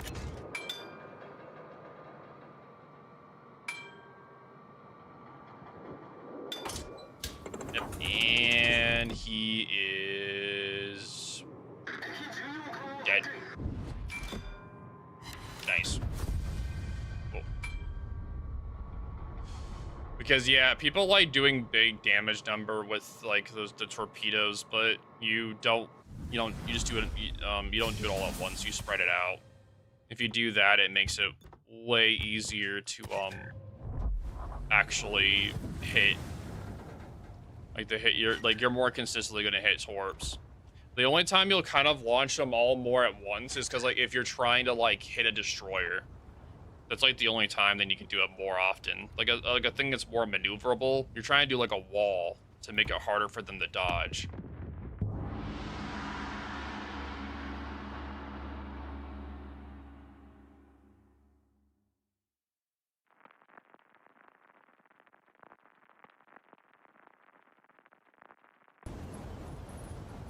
It is my divine power. That I'm a Yeah, so generous Frederick, God. Molotov, I can make you Joan, rich beyond all Morgan, measure. Gallant, and Leon. Excuse me.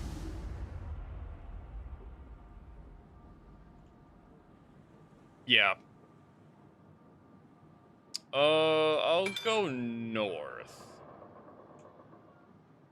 Okay.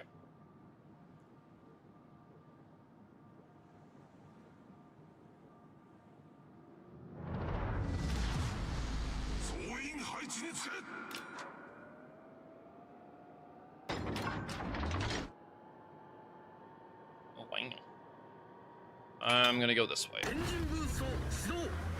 But yeah, I hope you guys are having a good day, though. Appreciate y'all coming in today.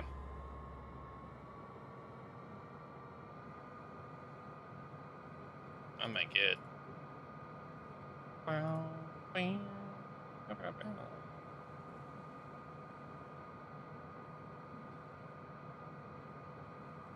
You're doing the naval battle points? Nice. That's cool. Let's see. Sanctuary. Shattered Sun. I'll probably add it to the wish list. Check it out. August 2027. Not bad, not bad.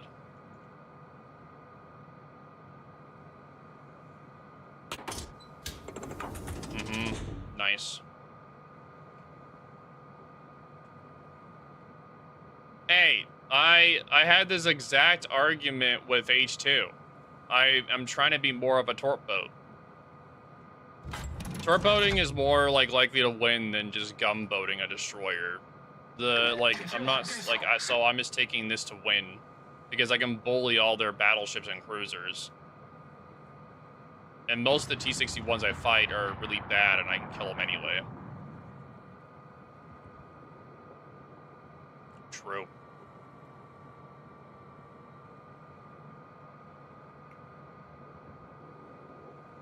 True, you just kill all the destroyers and you just win instantly. Dude, I am so tired today, bro. Like, rip me, man.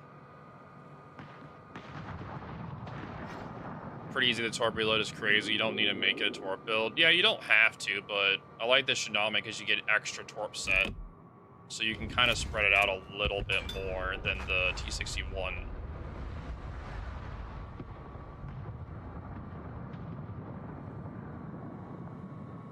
Now that has Hydro. Well, rip me then.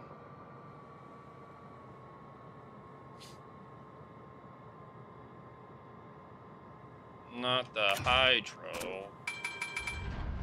Uh-oh. I thought the cap went a little bit further, so I may slide out the last second. Oh, we're fine. Woo! Little close. Just a little bit. Just a little bit close. Just a little bit. Yeah, I thought the cap went a little bit further out. No, it does not. Win rate and PR does not affect matchmaking. No, there is no ELO system in World of Warships. I should probably try to rank out a silver since the resets Wednesday. I'm trying to get the silver. That's what I'm trying to do. I haven't been playing ranked. I need to get into ranked. Sorry, I need to get to tier 6 so gang just plays 45% win rates. He plays with or against them. Yes. Yes. With or against them. They can be on his team or against him. There is no balance in that.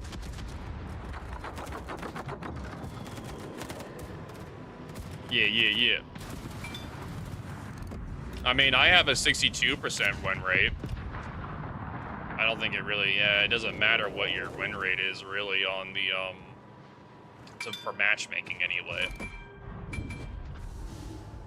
I'm not as good as gang, but like, yeah.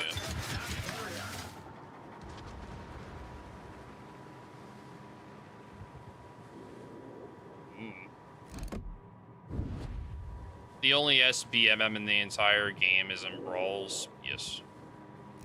I don't think that's even active all the time though anymore, Barbarian. Is it actually? I don't remember. I don't think it's active all the time. Sometimes it is and sometimes it isn't. Oh, I'm gonna be generous.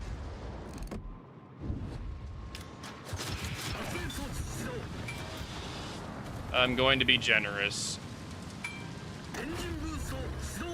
Oh, it is? Okay, so just take it as the face value then.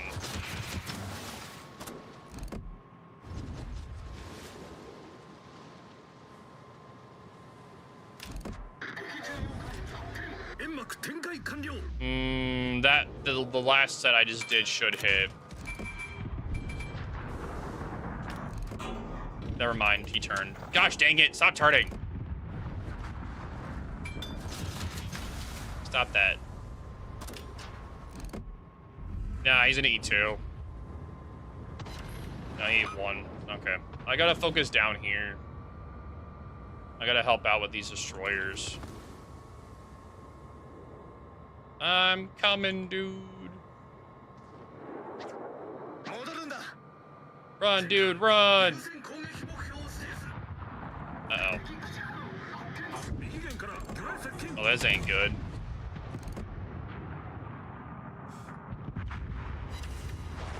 Yeah, not the best. We're gonna have to kill these guys, which is gonna be a little bit rough. We got a fire though, not bad. No perma fire though. New Mexico is almost dead. Be nice if he was dead. I need intelligence data. I don't know what you want for intelligence data because I'm in here trying to. I have to fight these destroyers.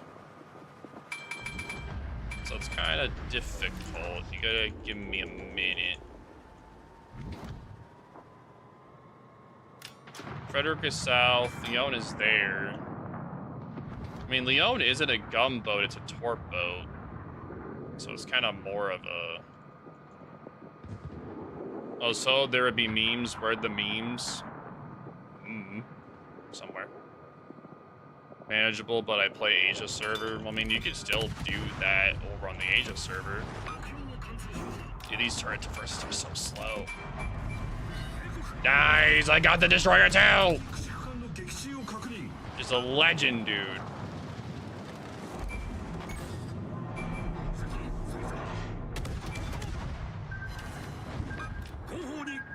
Yeah, no thanks. Nice. We killed the both destroyers, baby. Yeah. Let's go. Twitch, clip that. I just wanted that fair, just in case. I don't know why people bring up win rate. They have no idea what's involved in a long-term player that has many ships and majors through the years. You're not going to win them all. It's impossible. Yeah, but, you know, you could also say the same thing about a football player, but people talk about win rate all the time for them and for soccer and for NASCAR and everything else. So, I mean, win rate does matter.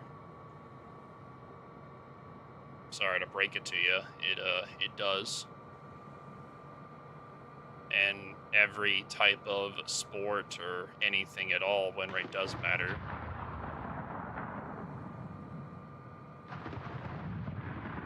Don't they only discuss seasonal? Yeah, it depends for sports, yeah. No, it depends overall. No, for NASCAR, they talk about overall races. It's not just seasonal. They talk about the overall career.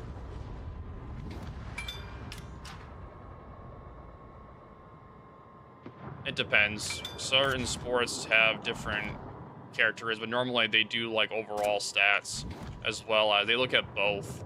They'll look at overall stats and then like seasonal. It's probably gonna be good, but the team still makes the win, and if the team loses, you lose. Yeah, but he still has a good win rate or higher win rate than the average player.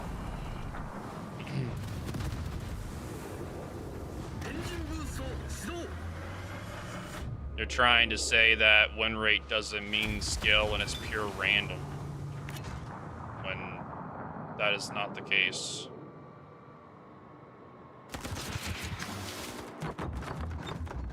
Capture that area. Why? I'm just bringing up sports. People try to argue that win rate doesn't match the skill, but people try to argue that, so I bring up sports as a reference point. Just wants to feel superior to others with a higher win rate, bit higher win rate. Who does? People just want to feel superior. So, like, no, win rate's literally just win rate. Like, win rate's win rate. Yeah, but overall, your overall win rate is still affected. You may have bad matches in a week or something, but your overall win rate will still affect your skill. You may have a bad day or a bad week, but your overall win rate should still be off of your skill level. Like it will be off of your skill level. Also, you can also farm it too, but again, like if you farm it, it's pretty easy to tell. Yeah, like just like anything, it can be farmed, but that's the problem. Every ship is playing with a whole different team every time. But win rate also is something that's counted in pretty much every single video game as well. Valorant, Overwatch, any of those games, win rate is going to be taken into account. Marvel Rivals, any of those win rates, numbers, like how good or bad you play, all that matters. You're trying to argue that win rate doesn't mean skill, but it does. But it also depends on the context, like Raz said. You might have measured your team, you can't do nothing when it's, yeah, okay, so you guys are all doing this off of a single match or a few bad matches. You guys, like, I'm talking about the overall. You guys are talking about per day.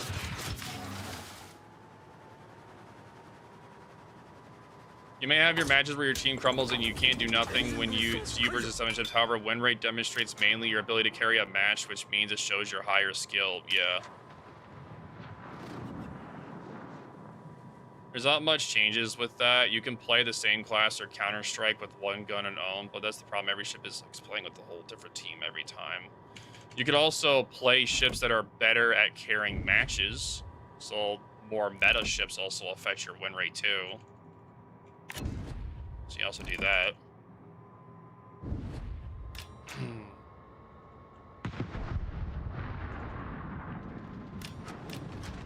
Appreciate it, thank you. Nice, good one.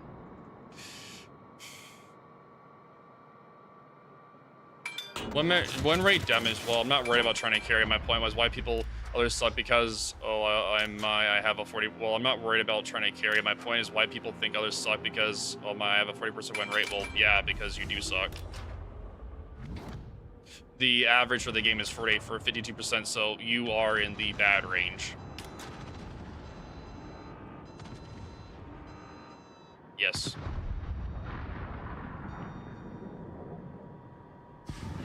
Like, you are in the bad range. Doing fine, the rest of the team is garbage while maintaining a sub win rate is absolutely coping. Yes, it is coping. Yeah, exactly. There are ships that are meant to carry more, and there's ships that aren't able to carry more. So if you keep playing the same ship that isn't meant to carry, then yeah, that's what's going to happen. It's the same thing for any other game. If you don't play ships that are stronger in the certain game mode that you're playing, you're going to win less.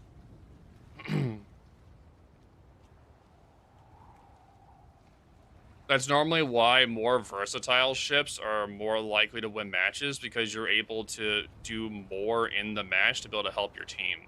If you're playing ships that aren't really able to do as much support or be more versatile in their role to fill in the gaps, then you're not able to carry as much.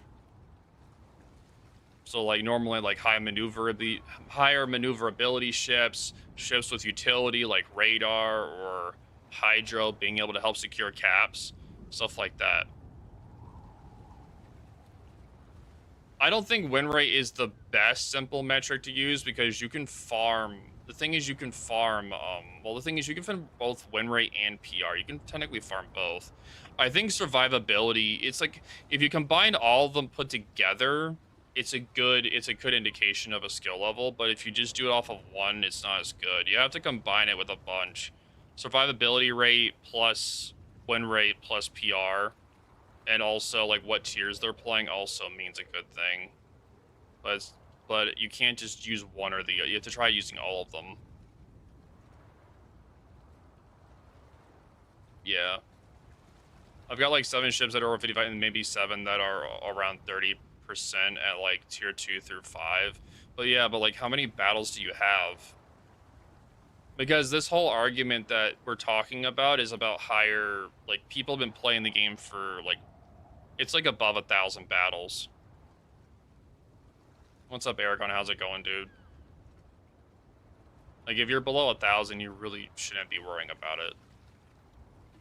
Like, it's not something you should be concerned with.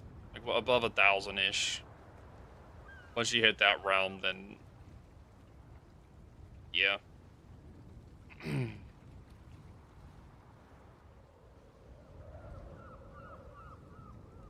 You just woke up? Nice. Win rate is the truest metric to someone's skill. It's off of like skill and off of the meta. If you're not playing the meta, then you're not going to be able to win as much. PR can easily be farmed, though. Yes, that's good. They're DMing. You're above the average. Yes. Yeah, 53%. That's above the average. So, yes, it's good. Yes. Yes.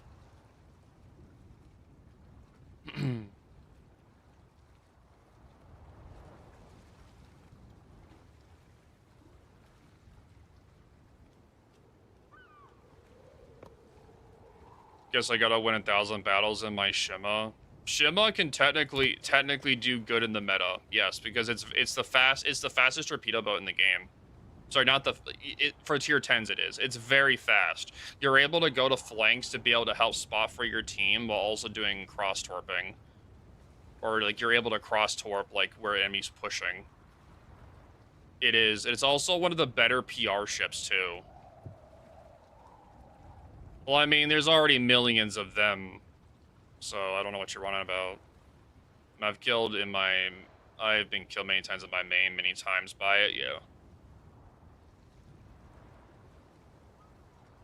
You just woke up. Nice. That and Shima is one of the stealthiest destroyers, true. The reason why I'm not backing down from this conversation and I'm being so persistent on it is because I don't like when people try to argue that win rate... I don't like it when people try to say win rate doesn't do anything with skill. I think that's a community copium. There are days where you're not going to win a lot. It's the same thing with me. There's days where I will lose every match, but my overall win rate though is still high.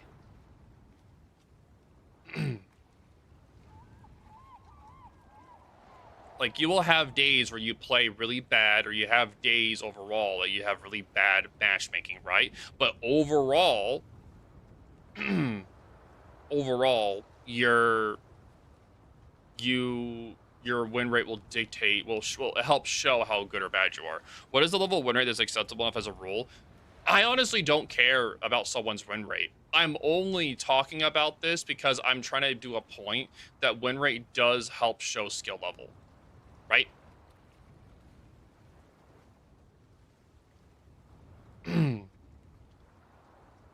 I've seen World Wars coming out and just get the premiums and go with clans in the meta, and they don't really have any skill. Yeah, but then they're not gonna have a good win rate then. They just been, yeah. Like, just because you buy the best thing doesn't make you a good player. That's why we say that this game isn't pay to win. The game is pay to progress.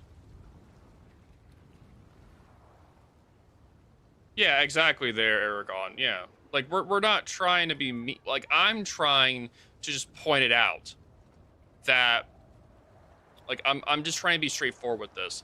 It's something that, like, if you want to win more, you have to play more of what the meta. If you don't, like, like sometimes you have to play more of the meta. Like, it's the same thing for any game.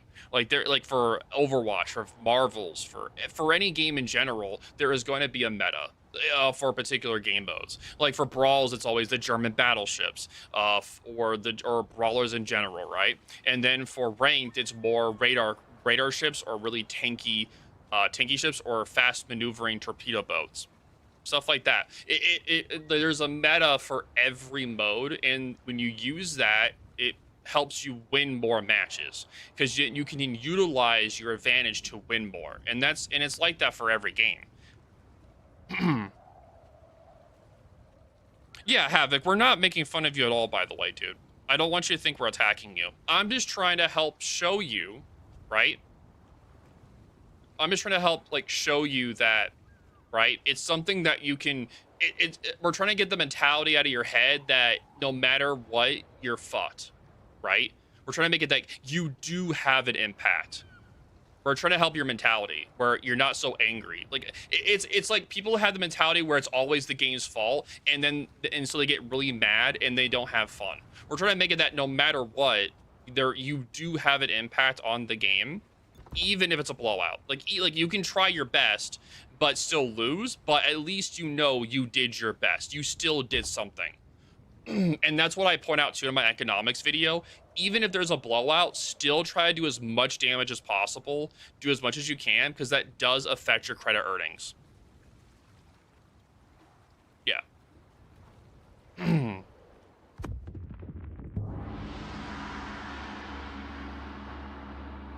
Yeah, 47 to 51. If you're above that, I think it's 52% at this point. No, like 51's fine.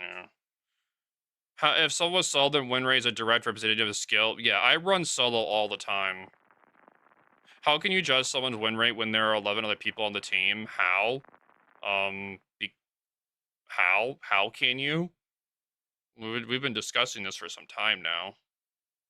And we're not judging at someone's win rate. We're just talking about how good or bad somebody is.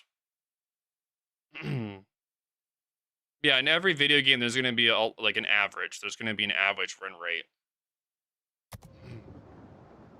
Just like it takes skill to get like a 60% win rate, it takes the opposite amount of effort to get a 40% win rate, right?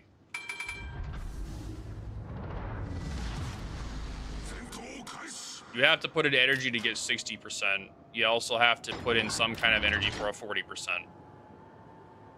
I've reached finding the crappiest teams. I feel you. I feel you. I get that. I get those days too, man. Yeah, like you're just having a bad. Like sometimes you get good days and bad days, and then the more mad you get, also makes it like worse. And a fucking Yodo. That's kind of crazy. I would say though, I don't know if Yodo is actually a good ship to win matches in.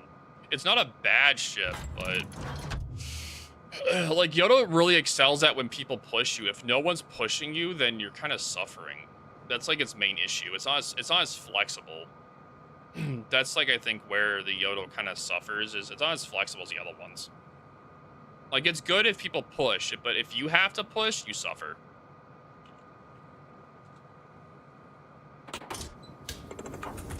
Dude, I was with Fire yesterday helping him with ops battles, and 2 of them I was the top scorer. Well, that's cool. I'm not saying you're bad. I only said the win rate was bad. But it's not something you can't improve on or get better at. But again, like, yeah, because reasons. Yeah, it's sitting gun angles are very unforgiving. Yeah. It makes sense with how many high. Yeah, he's talking about high fire. Yeah. Yeah, an asymmetrical is going to do really good. If someone was solo, then win rate is the red represent. Okay, sorry, you made a comment already. He plays ops only. Yes, he does. He doesn't play really PvP. I'm looking through the ships I played on my profile, and I'm seeing stuff like old. Yeah, like if you look at some of these ships I played a long time ago, you can tell like when I wasn't as good at the game, you could tell that I had like a worse win rate or just I played worse in them overall. You can see the clear difference from when I was playing not as good to when I started playing a lot better. There's like a clear indication in like win rate or damage or survivability. There's a ton of different metrics that you can look at to showcase that kind of stuff.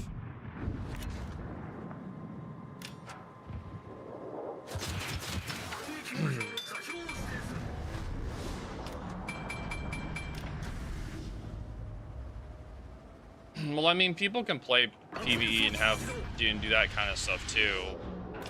There's nothing wrong with PvE. The only issue with PvE is that it gives you like a really bad mentality when you go into PvP.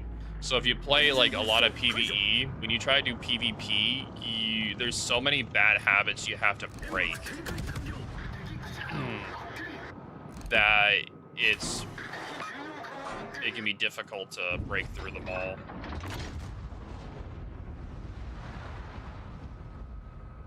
Nice. I'll rip that guy.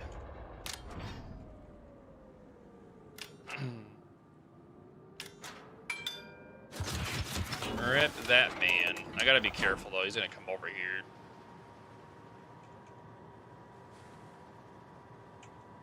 I go find out this this T61. Right, all the PvE is fine, but correlating that with not to do in randoms and blaming HD teams is the issue, yeah. The principle of knowing how to destroy other ships still applies. Well, the thing is that bots or where to aim and stuff, the behavior is different between like the bots and a player. There's different patterns, different aiming. Oh no, you have to aim. You have to predict a lot more with players. Ooh,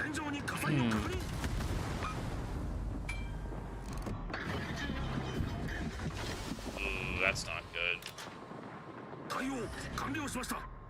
What's wrong with your keyboard? What'd you do to it? People are so predictable, not gonna lie. That is also true. Except for bad players, Doyle. I'm doing alright. You came in at an interesting time, Doyle. We're talking about win rate at the moment. We've been talking about a bunch. I've been working on how it works guides, by the way, Doyle. Like, really in-depth ones, like for beginners. Like bare basic info, like bare basic like fundamentals of the game. I've been starting to work on those to help out the player base because the WoW's ones are so bad. So I'm literally just taking the old ones that WoW's has left to try and die with, and then have you seen any of my videos recently about the sub stuff, dude? About how bad the ping indicator is? Have you seen that? Like with the how bad it is wrong with the direction and stuff, dude? It's horrible, bro. Like the ping indicator for direction is wrong. It doesn't even show the right direction, dude. What I don't understand is why I'm always on the losing side for the blowout. I mean, there's a common confirmation bias, yeah. But no, Doyle, there's a bug with the actual direction telling of the ping indicators. Yes. Yeah, there is. Or it's an intended feature. I don't know. Doesn't surprise me. Yeah, it's crazy. It's pretty wild. It's very aggravating because it's like it's the RNG plus the fact that there is an RNG where it's from 0 to 1 kilometers away from the sub, right? And then there's like an actual raw telling you the wrong direction is wild to me. Because you like having both of them is unacceptable. Having one is fine, but both is unacceptable. You can't counter it when it's both. If it's one or the other, then if it's one, it's fine. But the other one, it's like, come on, man. Yeah, it's a it's like a 0 through 1 kilometer distance from the submarine when they ping, and it's a random butt mechanic.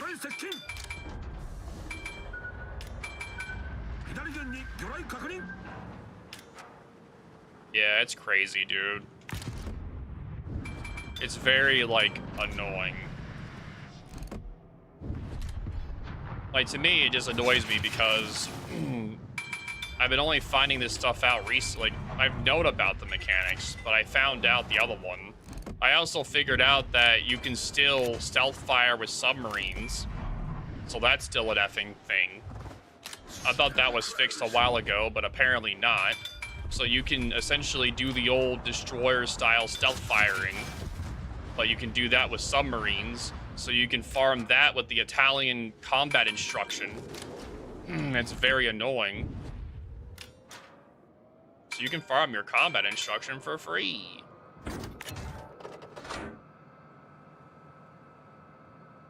I don't use any mods in this game. It's not really needed. There's so much information in this game that they should tell you, but they don't.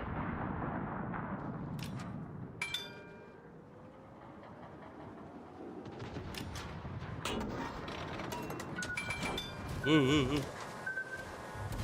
Mods are like actually bullshit, dude. There are so many mods in this game that are actually like straight up cheating. Like the one that tells you how many people have you RPF'd is actually horrible. Like I hate how that's even a thing. And it's allowed.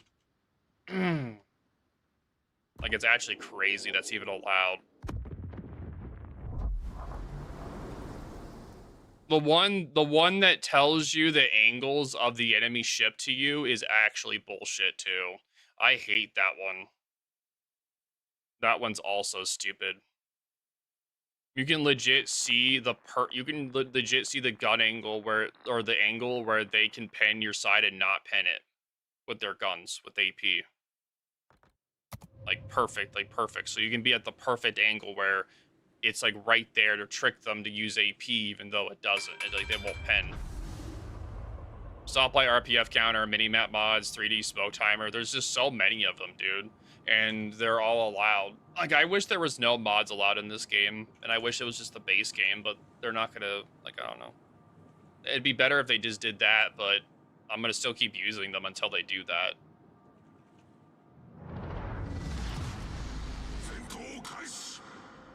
And I'm still gonna try to get people to use them because there's so many mods that are just unfair to the average player. I already seen polarizing opinions from Flamu. Flamu's take is actually retarded. Like, I'm sorry, bro, but I actually was hoping Flamu would come back and actually be normal, but no, he came back and instantly started giving false information and being back to his old self, and I had to ban his freaking name in my chat because I'm already getting people coping about all the things he's complaining about that he doesn't even understand. It's so annoying, dude. Like, I'm glad that he's alive with everything he's going through, but my God, bro, you went through such a horrible thing and you come back and you're coping just as much as you were before, dude. He's complaining about mechanics he has no idea about and is giving false information about it, and all it does is piss me off because I have to go and correct all the false information he's giving. It's so annoying. I'm very happy about the changes they're doing with the anti-air and everything else on the test server. It's amazing. It's a little bit of confusing with the priority sector and the concentrated, but the fact that the new DFAA is actually a versatile consumable now is awesome. It's God tier. You actually now get to have something that isn't only meant for anti-air. So it gives you more of a choice between Hydro and DFAA. That's just how Flamu is, honestly. He's always been kind of over the top. No. The thing is that he's giving false information. He's a good player. It's unacceptable. I know how good Flamu is as a player, and the fact that he's giving false information, so much of it is baloney, and then we have to go and correct it. We have to go and, like, not go, like, it's just we have to argue with people all the time about it. It just causes us, like, us content creators a headache. Like a giant headache. Because people are like, because he's like complaining that there's no flak. And like he's saying how flak is being removed. No, flak is not being removed. He was also complaining about, what else was there? He was saying something else about spotting or something else. He's still ranting about CV spotting and how mini-map spotting should be a thing, when we all know mini-map spotting can't be a thing, because if it was a thing on the current game, people would mod it back in, and that's why they can't.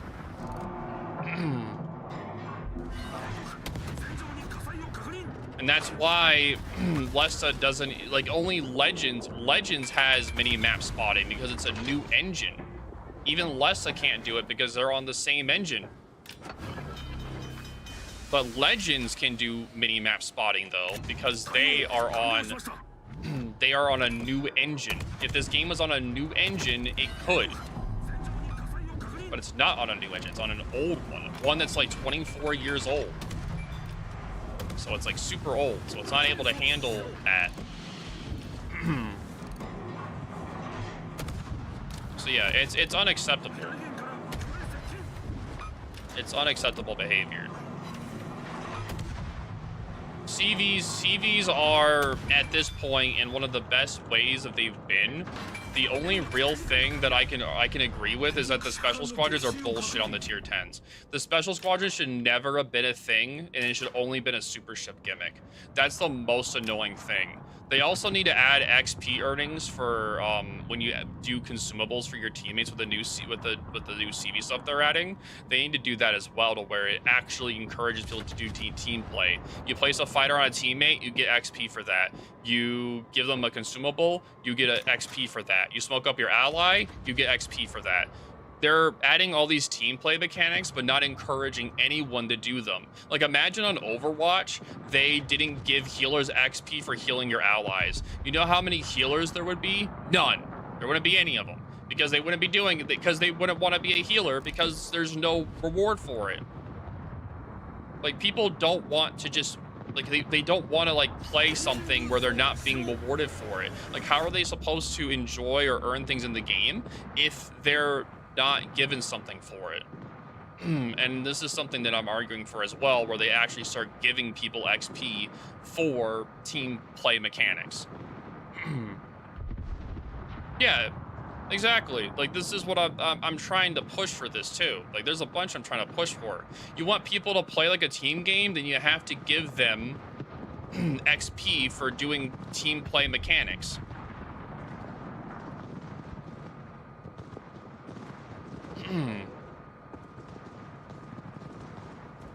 Yeah, like, I don't know. It's really annoying because, like, I'm so mad at Flammo, dude. Because I was actually looking forward to him being back. I was like, oh, it's gonna be super cool he's back, and now I'm regretting him even coming back again. Because I know how much of a headache I'm gonna have to deal with. It's gonna be such a headache, dude. Ugh. Every YouTube video, there's gonna be comments about something that he talks about, and I'm going to hate it. I am going to hate it and despise it. And I'm gonna hate life. Even more than I do now. This is gonna be a pain. I know, exactly. It's that, yes, exactly. That's all it's gonna be, dude. All the time. You're welcome.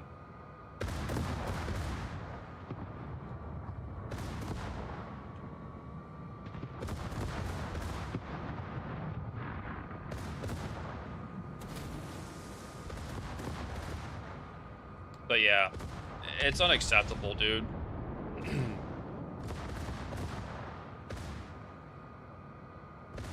It's very, very unacceptable.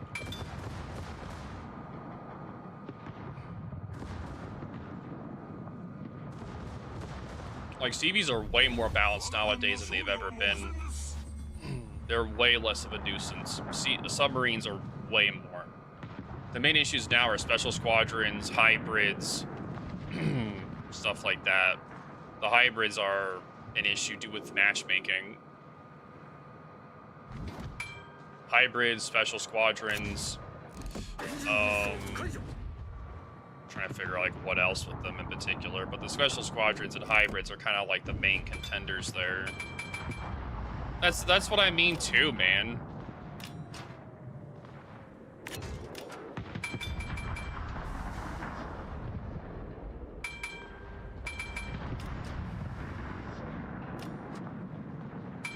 You know, CVs are being balanced when you see less of them on Asia, and speaking from experience, yes, exactly. Again, there, like, I have shit going on in my life. Like, I have shit going on too. Like, I do too. But there is a difference in between being angry and just clearly giving false, wrong information. Regia, there's a difference.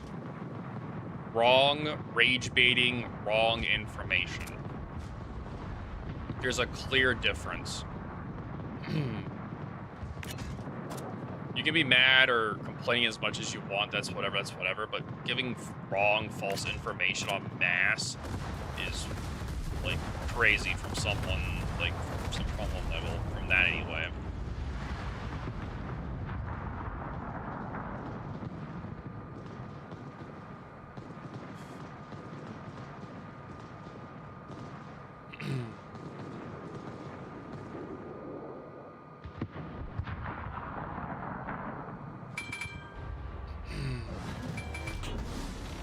See, that's another thing that affects score too, the midway. What are you talking about, the midway? That sounds interesting. We were talking about win rate, then we went to... What are we started talking about? We started talking about how most mods are just cheating in World of Warships at this point. It's kind of wild that they're allowed en masse. Then we switched it to, then we started talking about Flamu, and then how, like, today I've already been having people coming in complaining to me about how Flak is being removed or all this other stuff, and it's because Flamu is giving wrong information about shit, and he wasn't even using the damn mechanic right. Because he didn't read up on it at all or understand it. He was just freaking out and yelling about it. He didn't look into it at all. Even though he was on the public test server. Even though I think he did, because I remember him looking at the dev blog. Nice. I'm almost done with ranked though. I want to get into silver.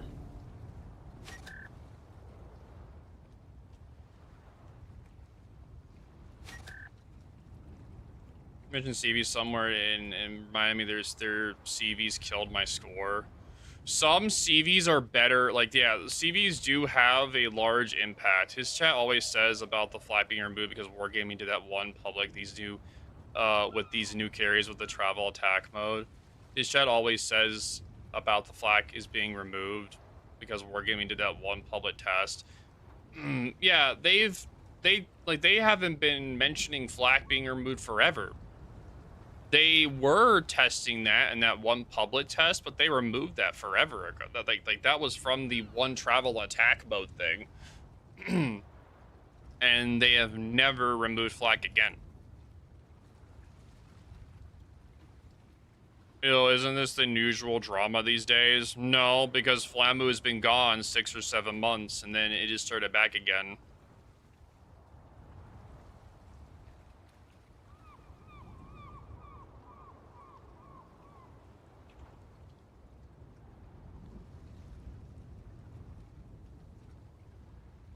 Yeah.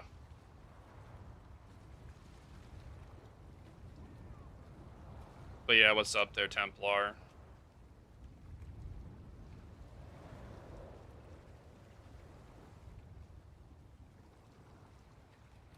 Like, I'm very happy with what they've been doing with the CV changes. Now they just need to do that same stuff to the freaking subs, man. That's what they need to do.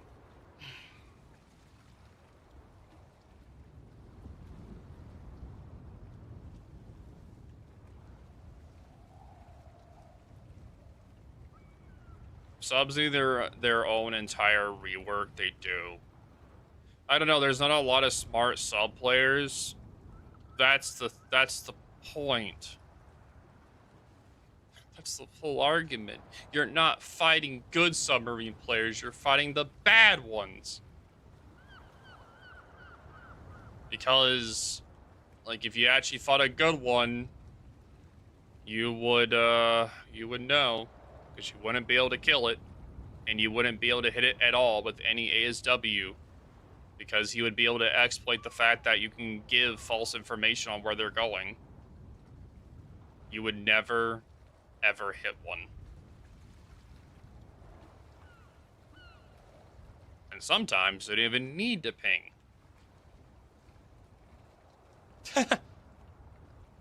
Because there's submarines that don't need it, like the K1, you don't technically need it. Surkov doesn't need a ping either. So...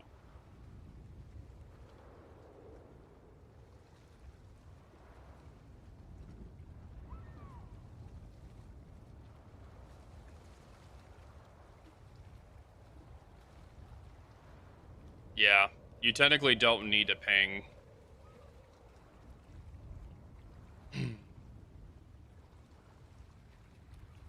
The biggest issue of submarines in the game... the biggest issue of submarines in the game is the fact that there is, like, no in-game information about submarines and anything to do with them. And the only information there is includes shotgunning. Sorry, my voice is, like, dying. It includes shotgunning as well as they barely talk about ping indicator. They don't give like any actual information on the RNG mechanics of ping indicator or that it gives a wrong direction either.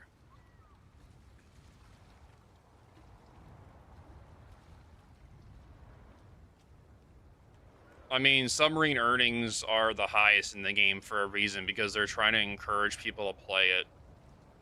That's like the bottom line. They have extremely high base XP earnings.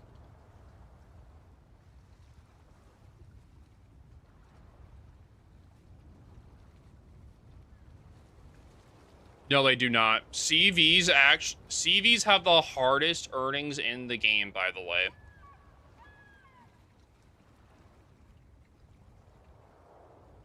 And I can actually show you this information.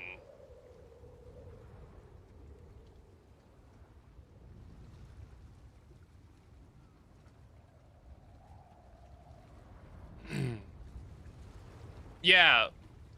Oh my. Oh no, I forgot. They nerfed the No, did they nerf the CV spotting XP? No, they didn't.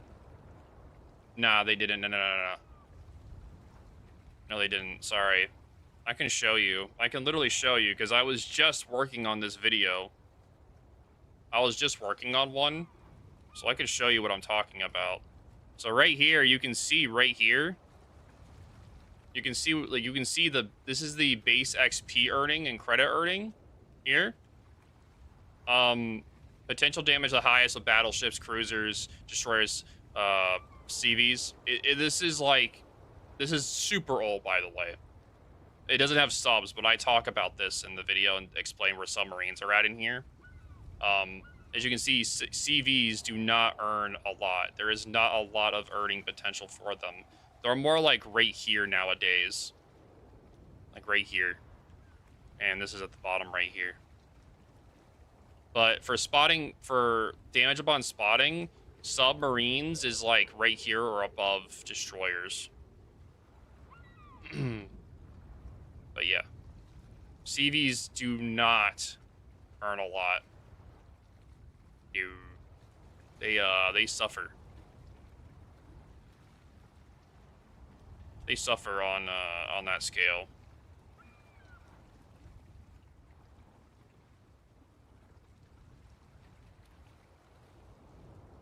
The problem is that in this why don't CVs earn that much? Because they don't earn a lot of base XP. The problem in this game is that in the real world, you would not use subs like this game demands. You wouldn't see a sub or two slugging it out with a battleship. Okay, well, this is an arcade game. It's not to be realistic.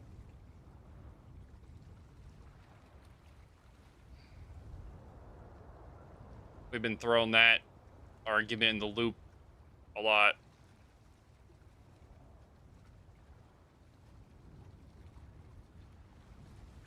Yeah, well, in a sense, those old couldn't sit at the bottom for hours. Yeah. Well, I mean, it would depend.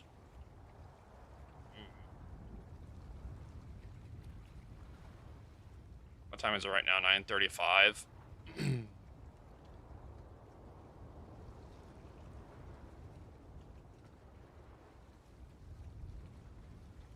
Wargaming is doing a good job in the right direction with a lot of things, but at the same time, there's still a lot they need to work on and do. So it's just going to take time. But with CVs, they're slowly getting there. Slowly. Like CVs are almost perfect. Excuse me. They're like almost perfect. Just a few more things and they'll be done. A few more changes and it'll be good. What I think of the new battle pass, I think that they should have given a little bit more indicator of what things are. Maybe making the lines a little bit darker to be more visually visible, not as transparent.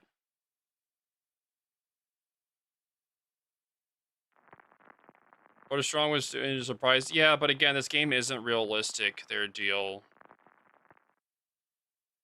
Like, I know that you're trying to do, like, a historical aspect, but this game isn't realistic. But I do get where you're coming from. But you're trying to bring in realism in this game when it's an arcade game. Unfortunately, we have to try to keep that out of, like, it's not out of the conversation, but it's like not out, but like you have to understand this is an arcade game. Now, if this was War Thunder, I could see that being a topic. It's kind of bullshit, isn't it? No, not really. Like, you have destroyers torpedo rushing a battleship at point freaking blank. Hello? Do you call that realistic? No. No. You have radar going through islands, or a Hydra going through islands. You have, like, airstrikes coming out of thin air from the Dutch. You know what I mean? There's a lot of things that are just, like, there's a lot of silly things in this game that, yeah. The only thing historical in this game are the models. And not all the models, just certain ship models. Yeah. Yeah, not all models. Well, then we can have the sea view in the game and have flying submarines at that. I mean, they probably will have a game mode at some point. They did show a picture of a flying submarine, though, as an April Fool's joke. What's up, Puffy Merc? How's it going? That was pretty funny.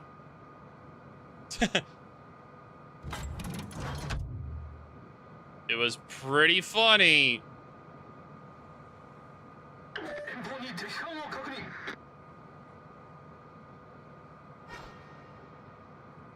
Let's see.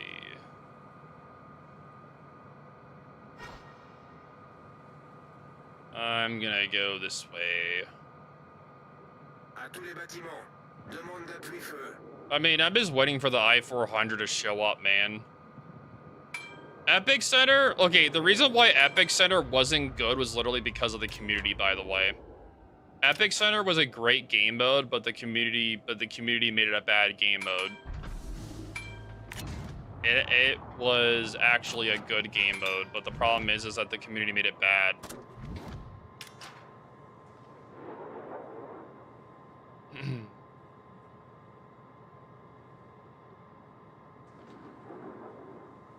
They need to do a movie.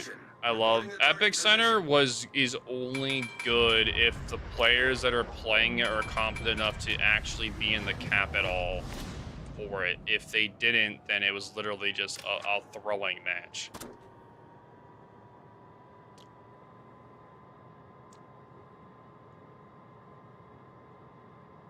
We all know the I-400 is gonna appear, dude. We all know, dude. We all know what's gonna happen at some point. That's why we say it. We don't say if it's gonna be in the game. We say when, because we all know what's gonna happen at some point. You just have to accept it's going to happen. We just don't know when, but it's going to happen at some point. It's going to happen. We just don't know when yet. We haven't gotten to that point yet. I'm just gonna do all the twerps at once as like a joke, because I think the Arizona's just gonna keep going straight. What the fuck is I-400? I-400 is going to be the first hybrid submarine in the game whenever it arrives. We don't know when, but we're already assuming it's going to be around. Which is going to be, it's going to be funny. Like, it's going to happen at some point. We just don't know when. I'm just, ooh, ooh, ooh, ooh. Yeah, yeah, yeah, yeah, yeah, yeah, yeah. Oh. Yeah, yeah, yeah, yeah. Yeah, yeah, yeah. Let's go, baby, yeah. Twitch, clip that. They confirmed the model was complete a while ago. I mean, it's not his fault, it's tier 6, but still funny, though.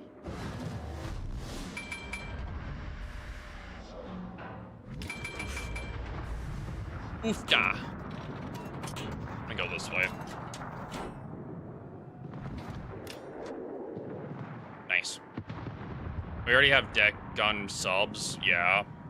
That's already a thing. You didn't know that? So you have the Surkoff.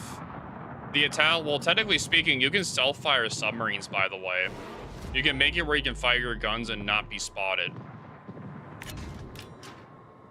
Yup, that's a thing.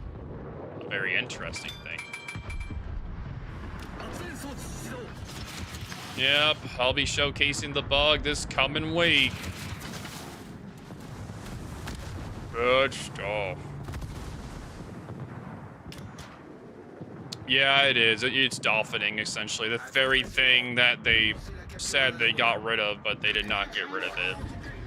No, it's still a thing, and you can still do it. He's dead, by the way. Yeah, Mutsu is also dead. Yeah, he did. Yeah, my boy. And boop. Nice. And he's just gonna rush it and die anyway, so I think it's fine, I guess.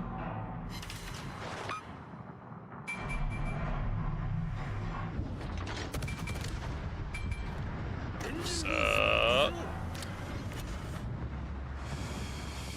couple of subs of sap, yeah. The Italian submarines get the most benefit from it because they can farm their combat instruction in 5 shell hits, by the way. So they don't have to use their smoke at all to get it. They can just do the dolphining to get 5 shell hits, and then they have their combat instruction active.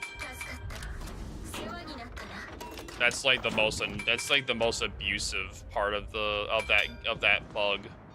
Is because it gives the Italian submarines essentially a free combat instruction without being spotted.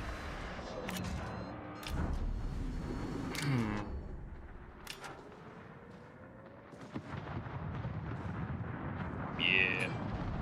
It's pretty annoying.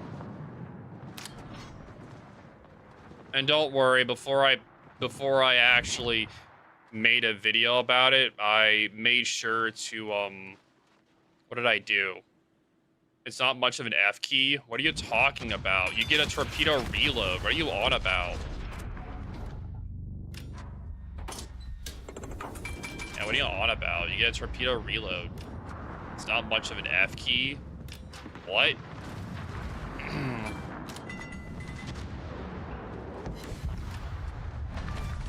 Still an F key. Wish there was a straight up Hormuz map loaded with tons of misses. I don't like it. What's the F key?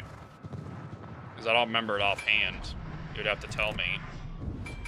Because I know that there's a reload, there's a torpedo reload and something else.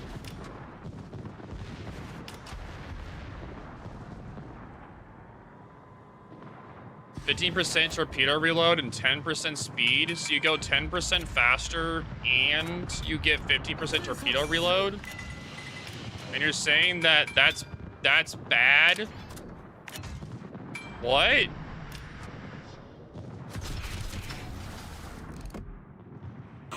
Italian Source, you did play way too close? What? What do you mean they do torps that do limited damage at that range? Wait, what? Limited damage. Oh, also nice. Cool. All right, so we got re-ranked up to tier 8 now. Nice. On about.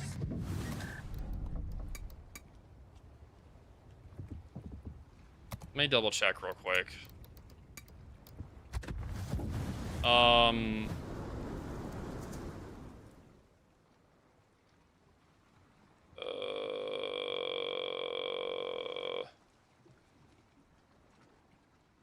No. Who the hell told you that? Yeah, no. It gets maximum. It's no. The torpedoes can only inflict damage at long range. Torpedo is reduced at short ranges. Yeah, that's only within 3 kilometers, though. What are you guys on about? That's shotgunning. Every submarine has shotgunning. You can't shotgun. What are you on about? That's literally every sub.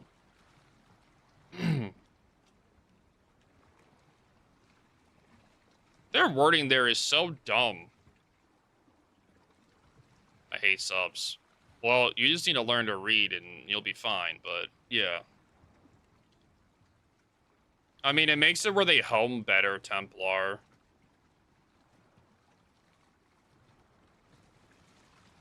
The slower they go, the better they home, Templar. So they're not as good against destroyers. And fucking don't. Well, I mean, that means you suffer. Yeah, and the combat instruction is 15% speed and 20% faster torpedo reload. So you say you have a 70-second reload. I don't even have it built. Like, imagine you build it. So, like, say you build into torps. You can get that reload down massively. Yeah, you go 15% faster, yeah. Yeah, give me a minute. Yeah, so you do extra damage. I'm just doing a makeshift build. I'm not, like, really trying real quick. Just give me a minute. I'm just trying to make something...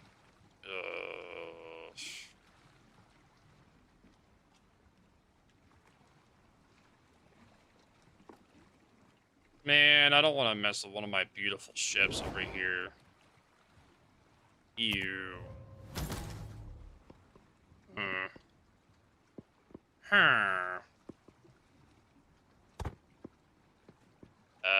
Bop, bop, bop. Bop. I'm not playing this, by the way. I'm just looking at it. I'm not looking at it, I'm just, like, messing with things. So yeah, torpedo reload is 59.5. Your speed is 29, 16. So if you put on the flag, it goes up to 30.5. So you have 30.5, and then you have the 15% maneuverability speed, so you go up to 30, 35-ish knots. 34.5 to 35 knots. You have a heal, you have exhaust smoke, you have a main battery reload booster for 30 seconds. Yeah, with the F key active, you get a torpedo reload of 40 seconds. And you have a total of 8 torpedoes. I'm not going to compare it to Jaeger because, yeah, and that sucks, Anzac. I'm sorry, dude. I don't want to compare it to Jaeger because it's like you can't. It's hard to compare it because Jaeger. It's hard to compare it, but yeah. So like, compare it to sub to a destroyer. It's kind of rough. It's kind of rough to compare it, unfortunately.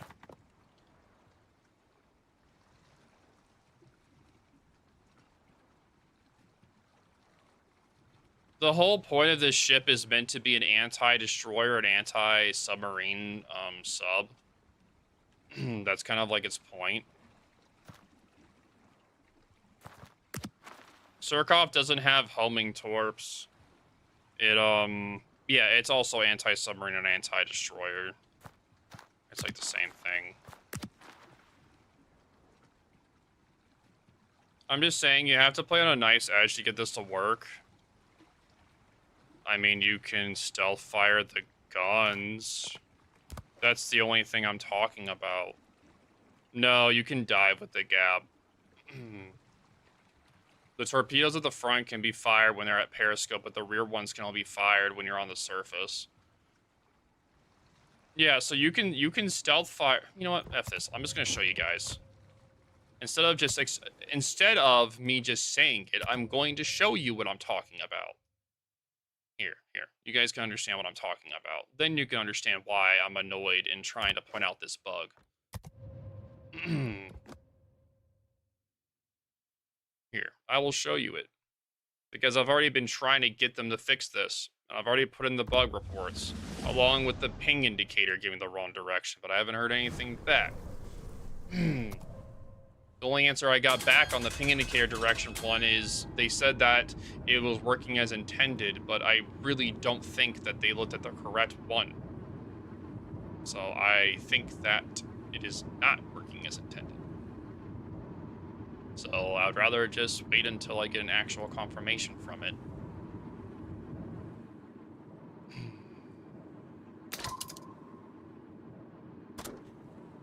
Bum, bum, bum, bum, bum, bum. Alright, I haven't done this for a bit. You gotta give me a minute. You done with CBs? Nice, how did that go?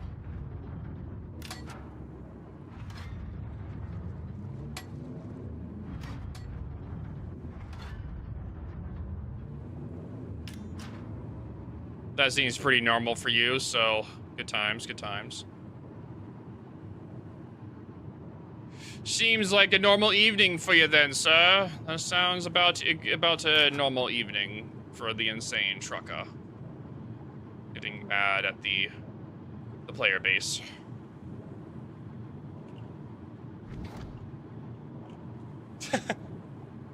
normal insane trucker behavior.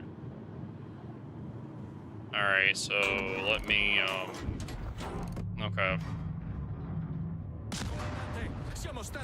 Okay, I gotta do this at a right point. You gotta give me a minute. This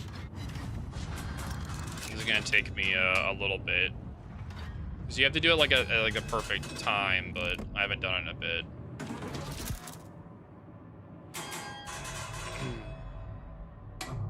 Let's see. There we go.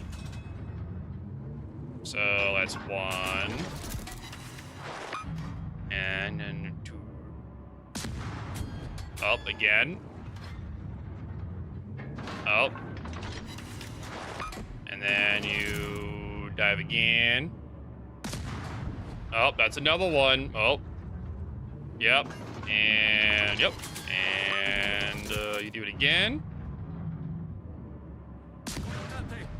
I messed it up that time, but you can get the gist of what I'm talking about. And then you have your combat instruction. Yeah, but you're not spotted, Havoc. That's the whole point. You're not spotted, Havoc. You're not spotted when shooting. I'm just doing it wrong because I'm tired. And I'm not doing it right. I am shooting the guns without being spotted.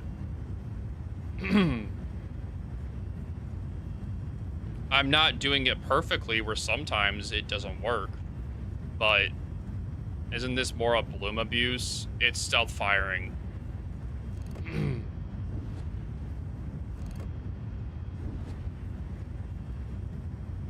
Yes, it is stealth firing.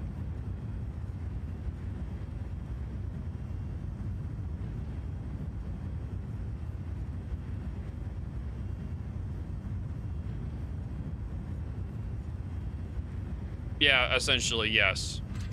Yeah, that's the whole point. You're able to farm without using your smokes or anything. You can just do that. Yes. Because you can also abuse this with the Surkoff, but the combat instruction being able to be farmed is the biggest thing.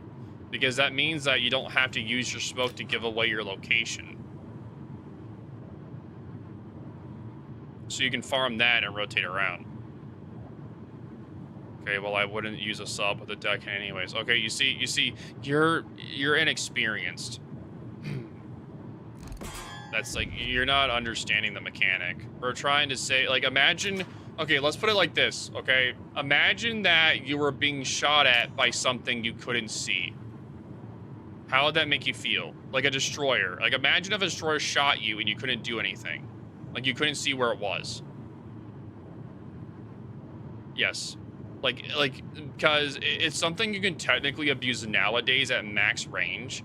You can technically, you found an exploit. Yes, that I'm trying to get nerfed. Not nerfed, I'm trying to get it removed. That's why I'm making videos and content on it. I am trying to get it removed. Yes, it is supposed to be removed. That's not experienced, though. I mean, you're not understanding the game mechanics, so I'm just saying you have a lack of experience with understanding the game mechanic. We're trying to explain a game mechanic, but it was feeling like you were understanding the actual game mechanic we were trying to explain.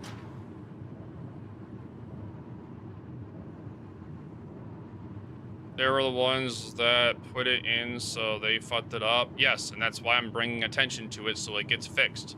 That's what I'm trying to do.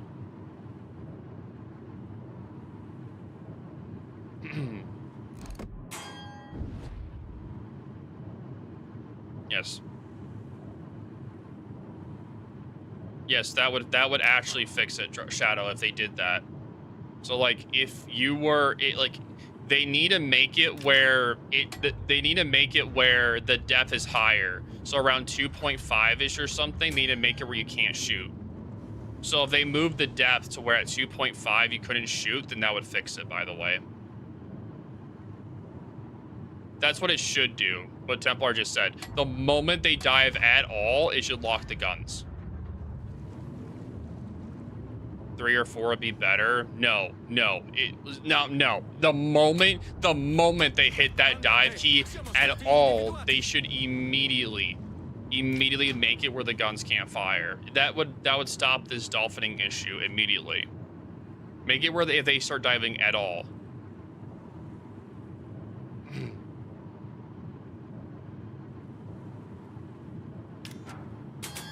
We're talking about the when you can stealth fire, because you're able to do it by diving to like really fast and go like 3 point something, and then you shoot.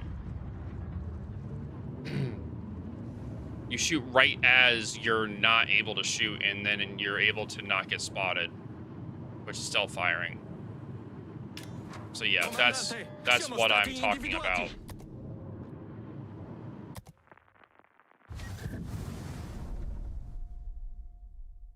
Yeah.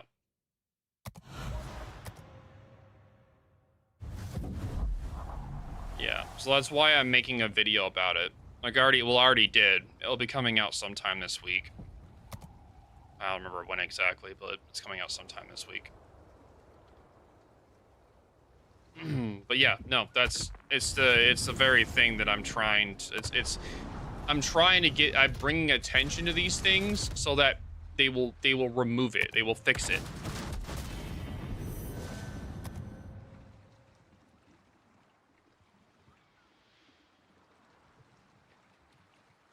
A 2-second firing delay. That's too long. When that's like when some of them are when that's their whole gimmick insane, that's a problem.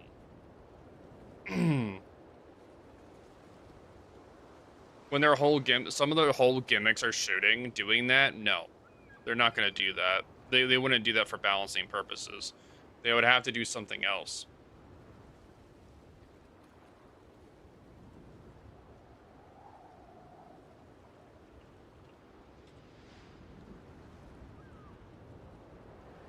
But yeah, that's the thing I'm talking about, because you can stealth fire them.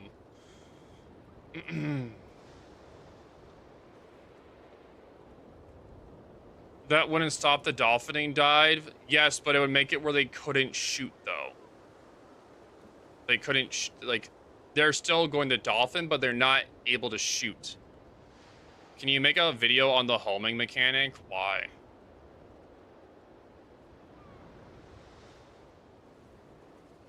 Like, is there a reason for it? Like, at this point, I don't need one. And I haven't even started work. Like, I barely even started on how it works. Barely. So, like, I just started working on how it works stuff. Like, what you're talking about would take so, like, it's way down the line.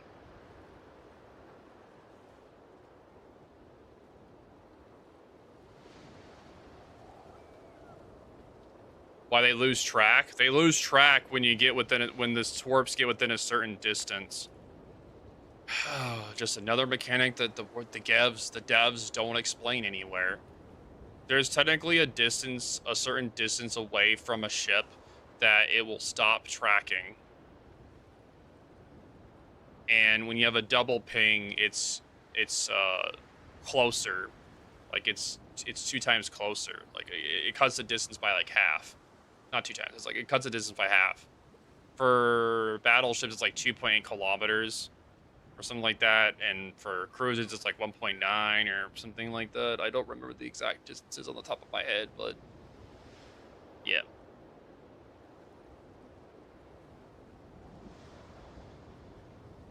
Sometimes I get shot by and don't lose that lock. That's because on destroyers and submarines, it's almost point blank. It's like 0.6 or 0.5 or something like that. 2.1, 1.4, 0.5, and 0.24. Okay, thank you. Okay, thank you. Yeah.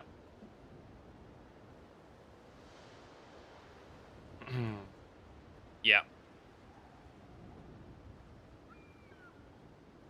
Yep.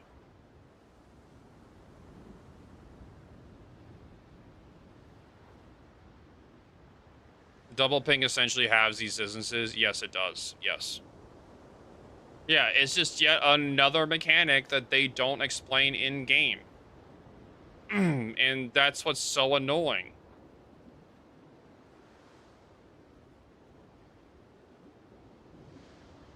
It's very irritating. It's very, very, very irritating.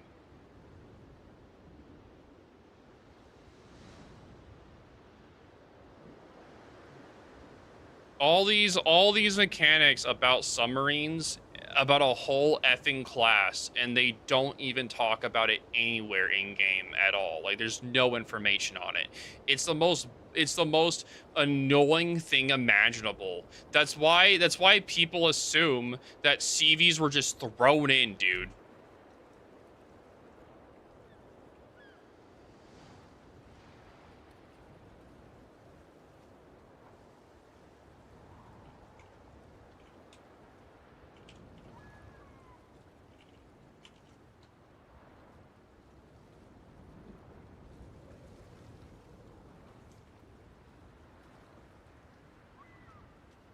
Oh my god, dude, I already see people in my comments talking about fucking Flammo.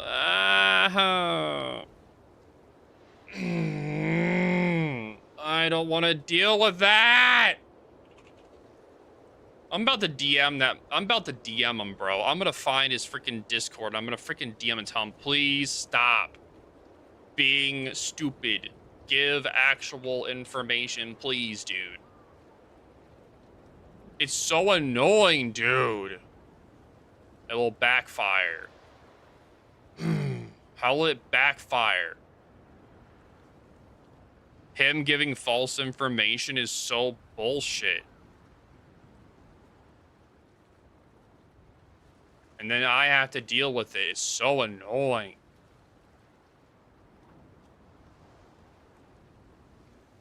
He comes back, and within a week, he's already doing it.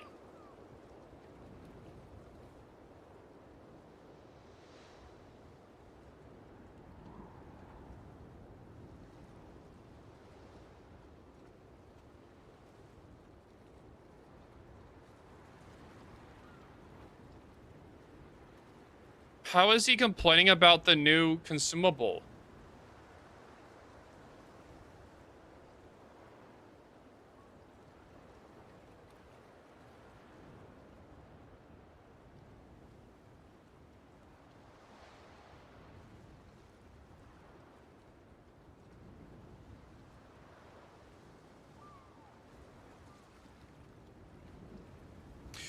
I can't say what I want to say right now about Flammo.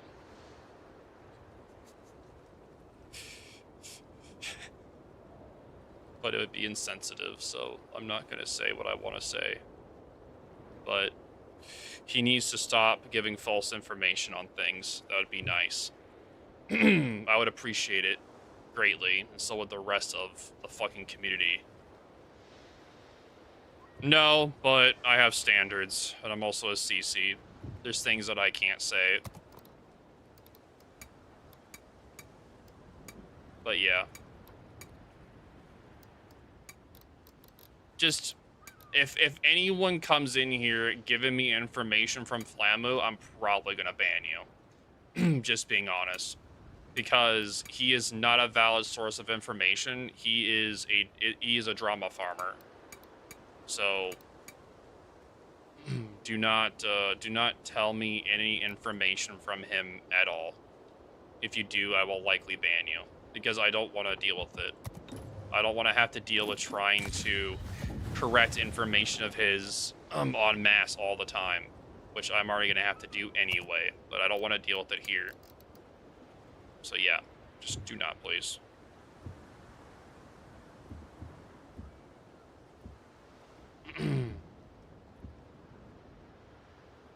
Well, I mean, I have no interest in watching Flammo, so it's fine. I have no interest. I was actually looking forward to him coming back. I was actually genuinely happy that he was feeling better and he was finally able to stream. I was, dude. I was actually happy, dude. And now I'm regretting it. It's gonna be the same shit that we had to deal with for years. Ugh. Oh well. It is what it is. I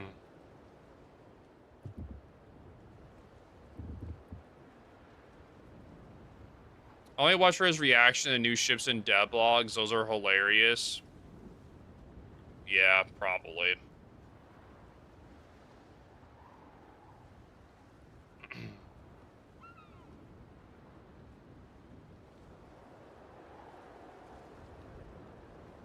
Oh well. It is what it is.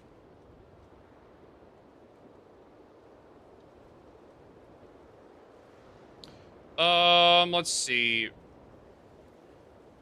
The only reasonable way to dodge torps is by kiting away. It's hard enough as it is. By doing it in Fist or Yamato, it's nearly impossible. Are you talking about from... It's just his opinion. I don't take it further than that. The issue is, it's not his opinion. He's giving false information. It's not his opinion, though. He's giving false information. I went to his video that the people are telling me about, and his information on things was wrong. And I went into his stream VOD, and he was giving information that was wrong. He's not only doing super clickbait, whatever reactions that are that, he's also giving wrong information. It's a combination of both. And he knows better because he's a better player. So it's very, it's just annoying. It's like what Sea Lord does, but on like a whole nother level.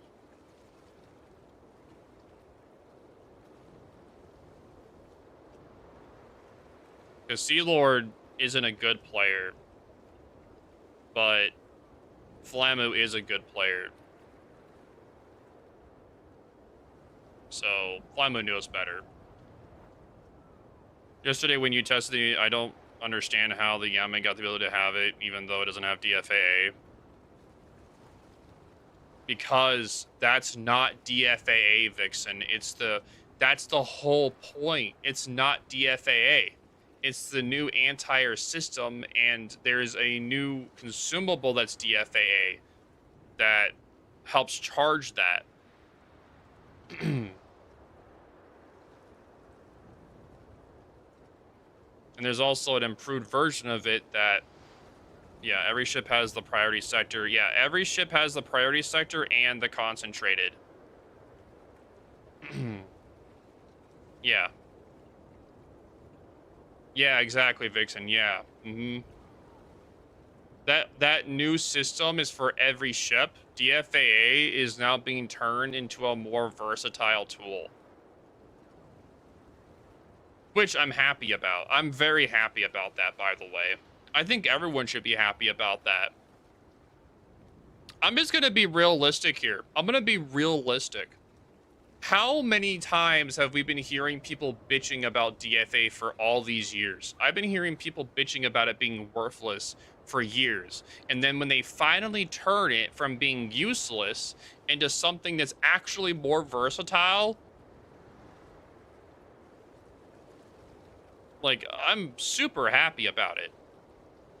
It's fantastic. We finally get that consumable as a, as an actually more versatile consumable. It's not just for anti-air now. It's actually used for other things, like torpedo reload, making your secondary stronger, faster reload on your airstrikes, which includes ASW and the Dutch airstrikes. And it gets you your concentrated anti-air faster. Oh, you did? Nice. What I understand is fighters are more useless than DFS. I don't know what DFA, but what do you mean fighters are worthless? How are fighters worthless? They buffed them.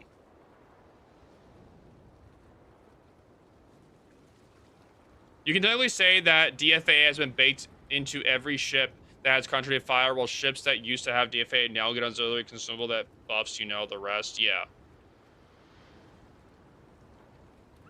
What do you mean they do nothing? What are you talking about?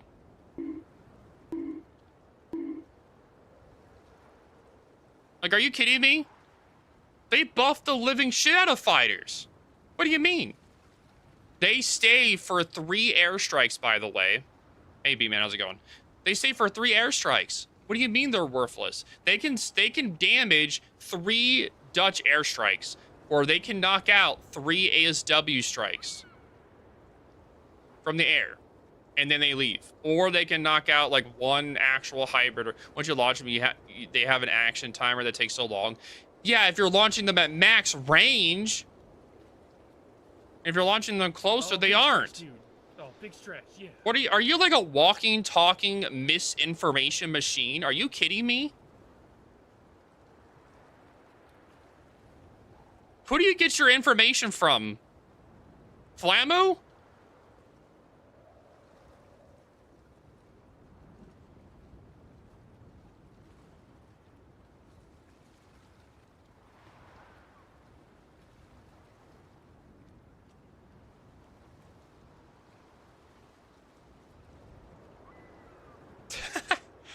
Subs will be happy that less ships will run hydro. True. But they do get their ASW faster, though. So that's a downside. I mean regular ship fighters, but it has the same thing, though. What are you talking about? They have the same things as CV fighters, though. What are you talking about? They have the same kind of characteristics. Hey, don't be throwing brakes at me. Rude.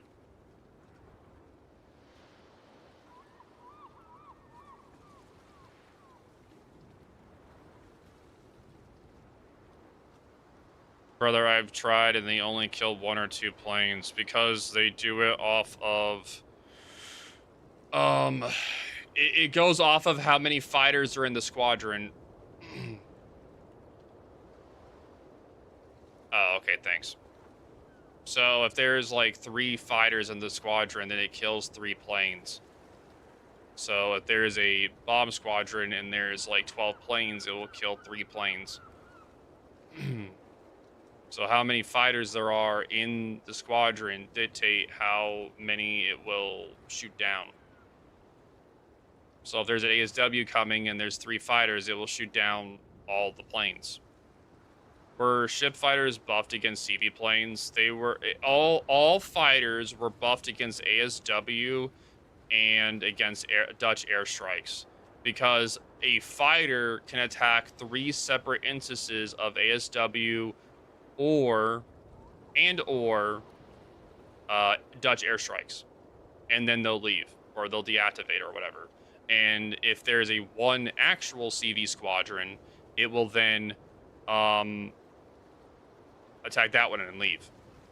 And the thing is that on the Dutch and the ASW airstrikes, they will attack it immediately and then attack the next one immediately. There is no cooldown in between it. It's like an immediate activation.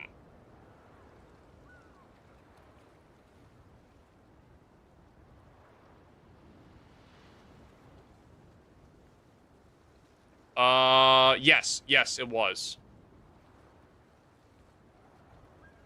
Yes, it was, Papa Pox. Yes, it was.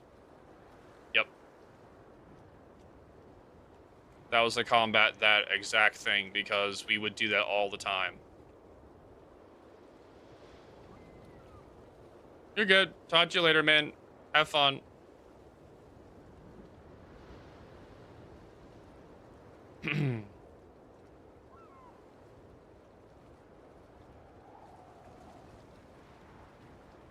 Were ship fighters buffs? Like, no, sorry, I'm just trying to like read over things in case I missed anything.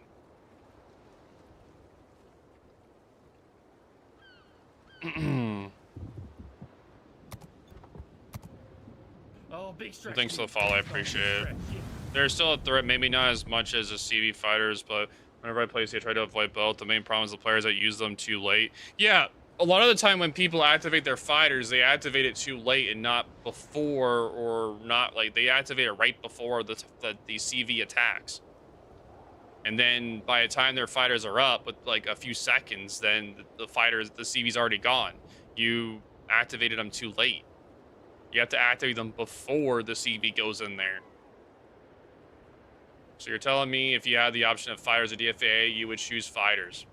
Okay, so you're trying to turn us talking about fighters and DFA now into being, would you choose fighters or DFA? Is that really what you're doing, buddy? What kind of argument is that?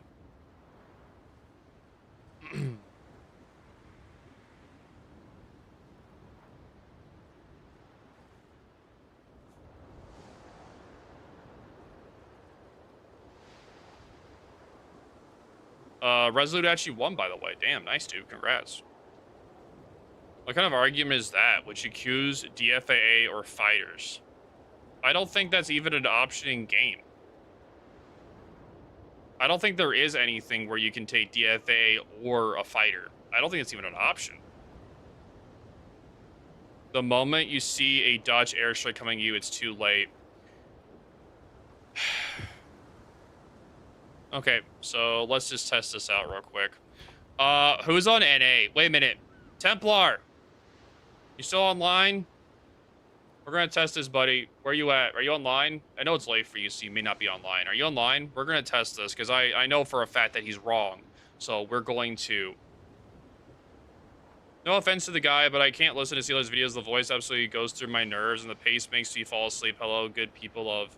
No, I get it, man.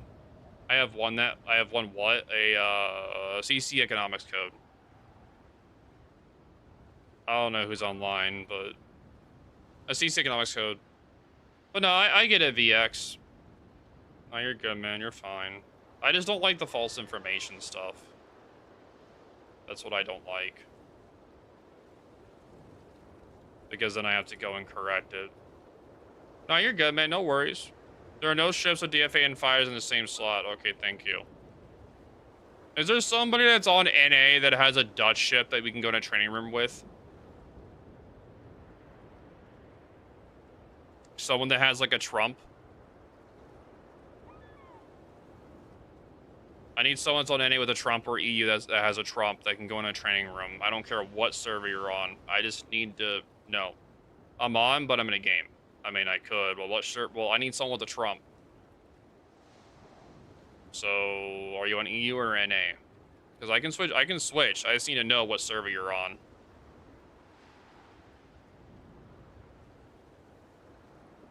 There could be one. No, I thought it was Wooster, but Wooster can't. I was considering Wooster, but no. I could, but I'm in bed. Now you're good. I mean, I have golden. No, it needs to be a Trump, because the Trump has the fastest Dutch airstrike timer. That's the reason why.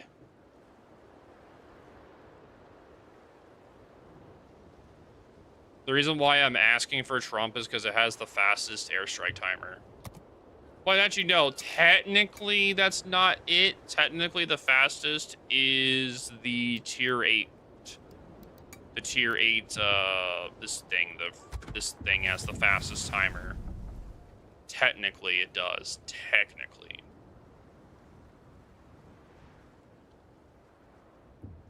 Well, I mean, you're already you're playing Gab at the moment, so you're fine. You're doing a build, so... No Trump here. No one's gonna have this thing.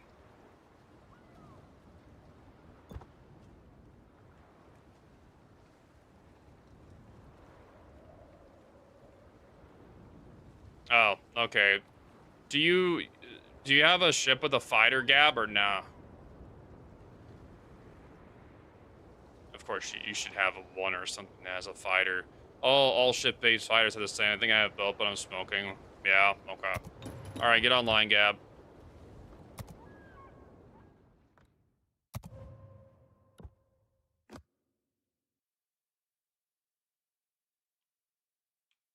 All right. We're going to test this real quick. You should just take like a Vermont. It doesn't really matter what it is. No. All we're testing is if the fighter, when you see a Dutch airstrike, can you activate the fighter and will it shoot at the fighter?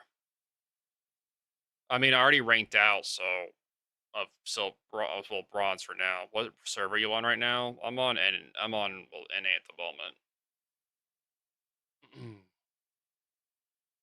But it's fine. Gab is getting online.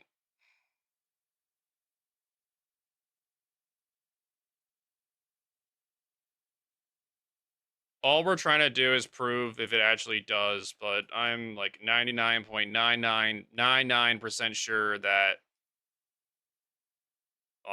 you're good. It's fine. Gab is already like here anyway.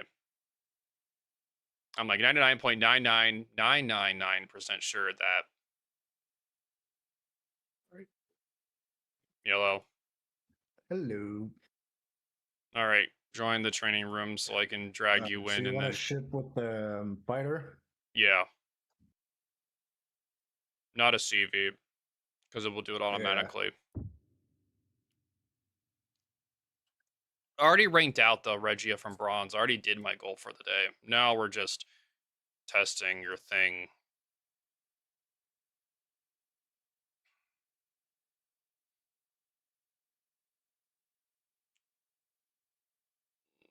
I always have issues when I move things into training rooms in this account.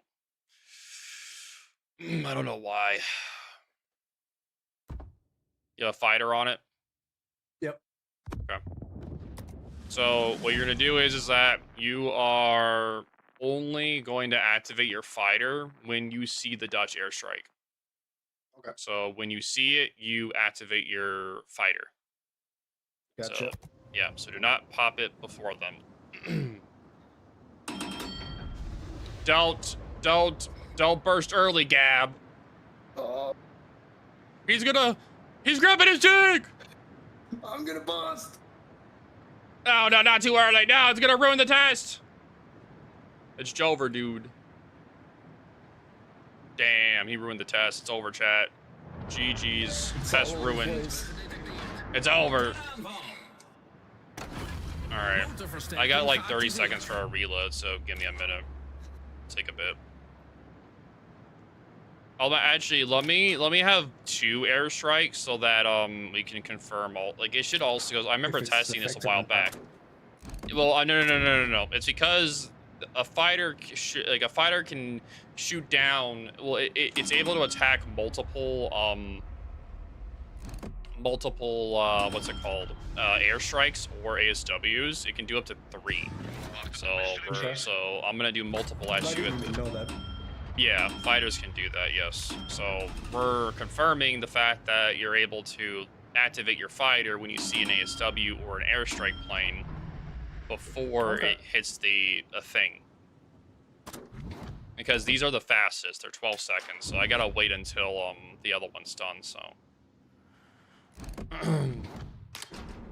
So yeah, I just have to wait until it's done. We got like 8 seconds left. Okay.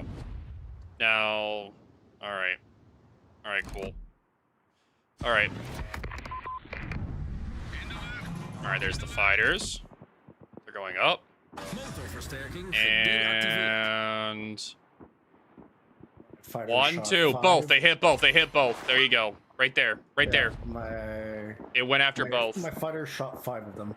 Yep. So there you go. It did both. There you go.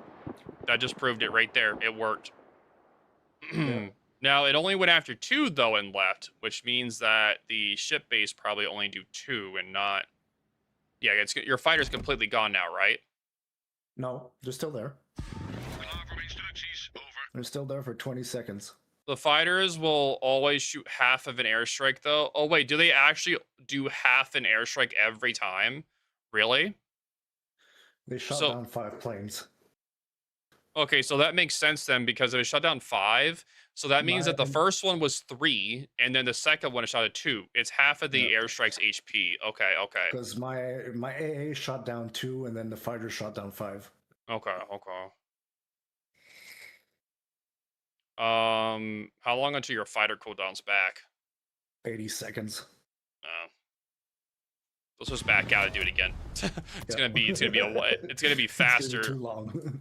Yeah, it's gonna be too long. Oh my god, I can't even leave the lobby. It's bugged. I could shut down AA. That's right. No, it doesn't. It's bugged. I found another bug. Oh, you're bugged.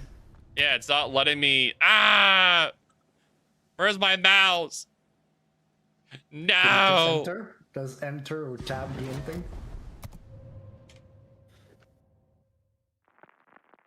Oh, we're good now. Gab broke it. All right, just ready back up. All right.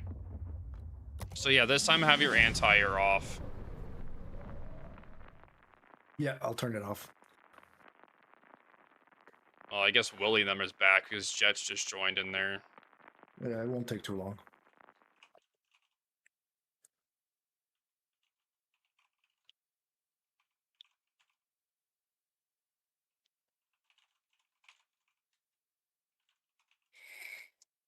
Wait a few seconds in between airstrikes.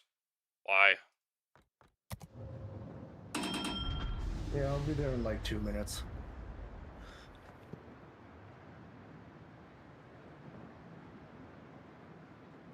Why? Why are we testing it with all? This whole test has nothing to do with anti-air. This test has nothing to do with like anti-air. It has everything to do with fighters. But yeah, sure, I can do it in between. Just have your anti-air off. Yeah, it's off. Okay.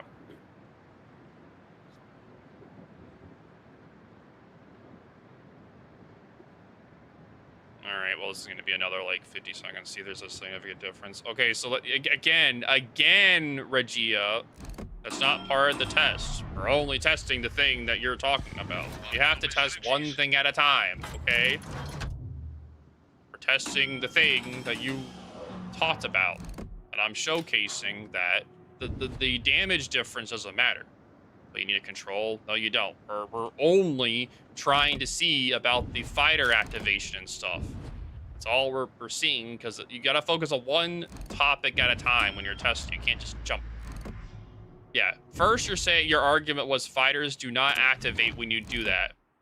Yes, so right now we're testing the fighter activation. So if you see a Dutch airstrike, it's too late. Clearly, when you see a Dutch airstrike, when you click fighter.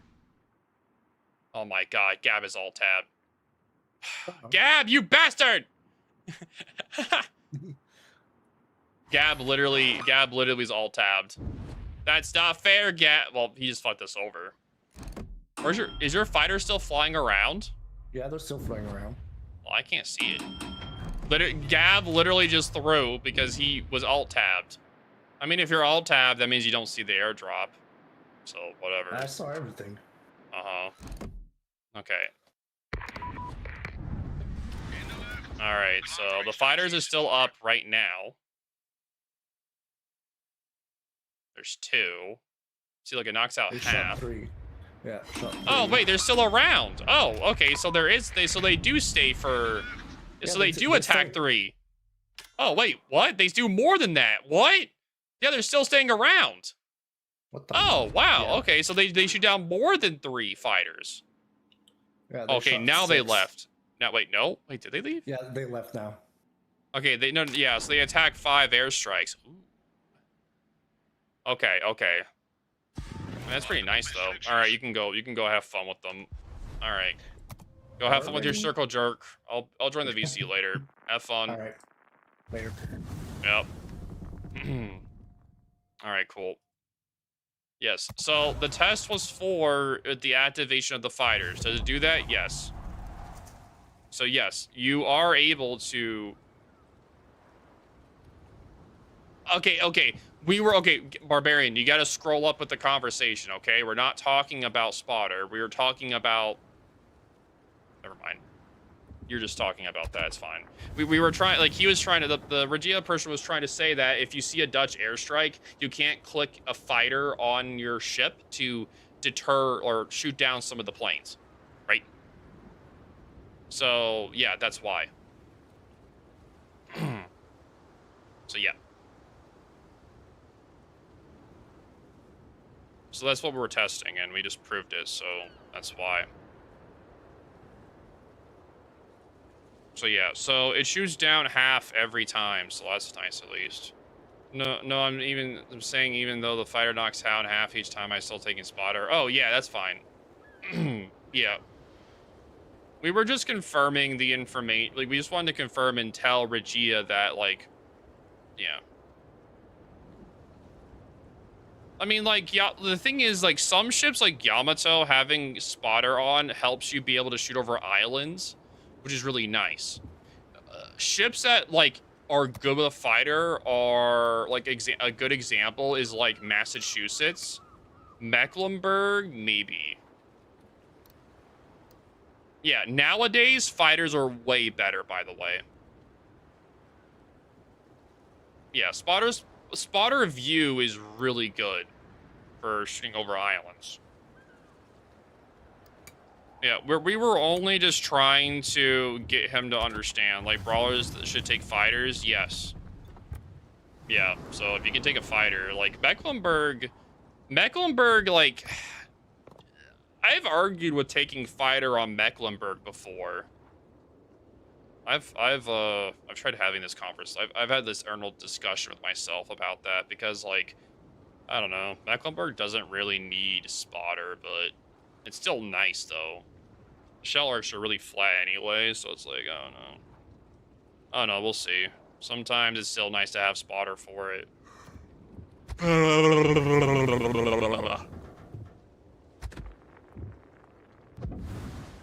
Curfish, you actually require spotter because of how bad the range is with Legendary. You actually need it, unfortunately.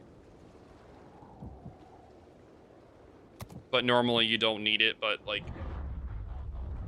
yeah. I know as soon as I swap, I would encounter a situation where I would need the extra range, yeah. But yeah, Regia, we were just trying to show to you that your information is wrong, so that you just know the actual information. That's about it. It's easier to show you live than it is for me to try to like tell you or something else. That is also true, what Meat Pie Man said.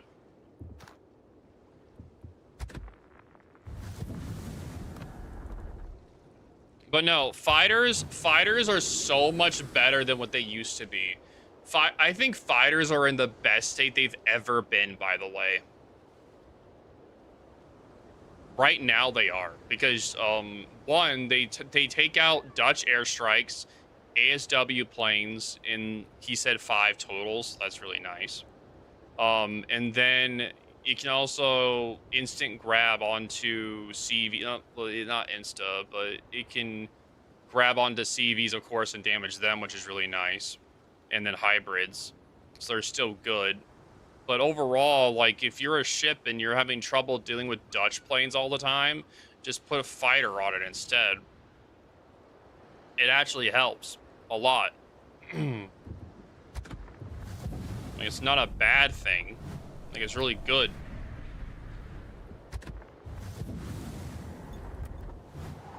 Does SAP battleship have a good penetration? Yes. The SAP has 102 millimeters of it. I feel like they take too long to engage CV planes. They're better than what they used to be.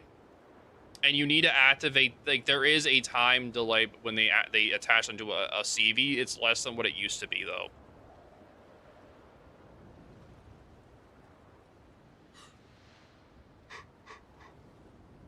Yeah, the I just how to play that, how to play it. I have a video on the Conte Verde. It's pretty good though. I like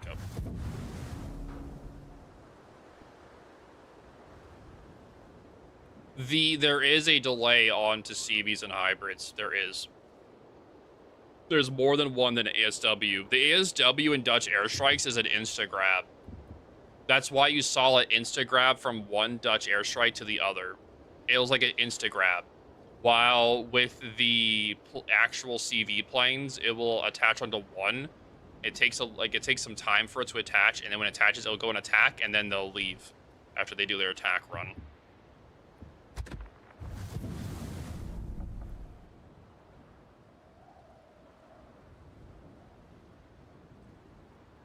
Like the thing, can you show a Yamato Kai?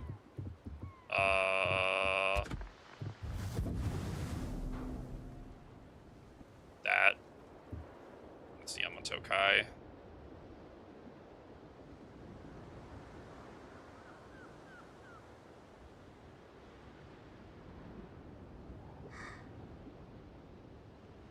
What is different variant? There's nothing different about it. It's just a different. It's just a different one.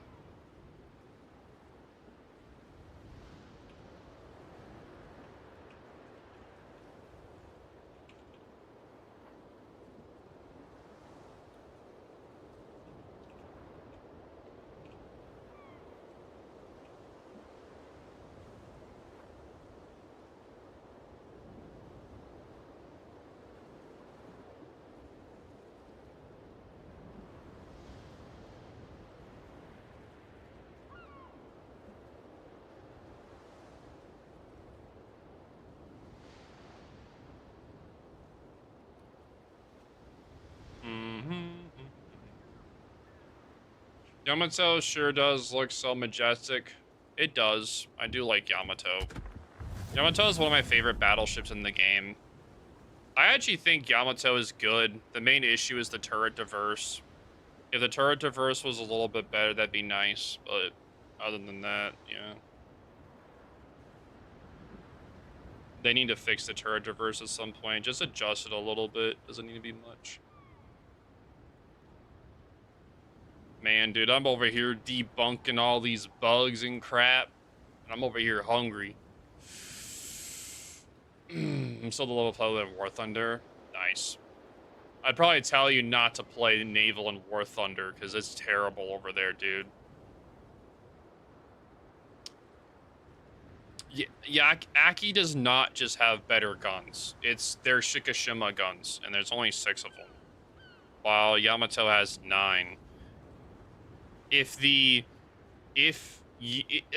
if you're playing a Bao in Yamato already, then Aki's better. But if you're playing Yamato properly, then the Yamato's better than Aki. So, like, if you're actively using 9 guns all the time, then the Yamato is better. But if you're only playing Bao and Yamato, then Aki's better. Sorry if I said that twice. Getting sucked by subs. Yeah, you're not gonna have fun with that, but oh well. Oh well, man. Yeah. Templar, what are you doing up so late? There are just more fun options now for Tier 9 BBs than Musashi, dude. But, like, Musashi is fine, but, like, yeah. Like, I'm not the biggest fan of it. I don't know. He's just here listening to me rant about false information and whatever whilst not. I'm normally not up this late anyway. I normally get off a lot earlier. But we started talking about things, and I like being able to get my thoughts across in a complete way so people understand where I'm coming from on things, so it's not me just ranting. I'd rather have, like, an actual, like, logical reasoning for why I don't like something or why I don't agree with someone on things. Play? I don't know if I should play, dude. I don't know. I don't know.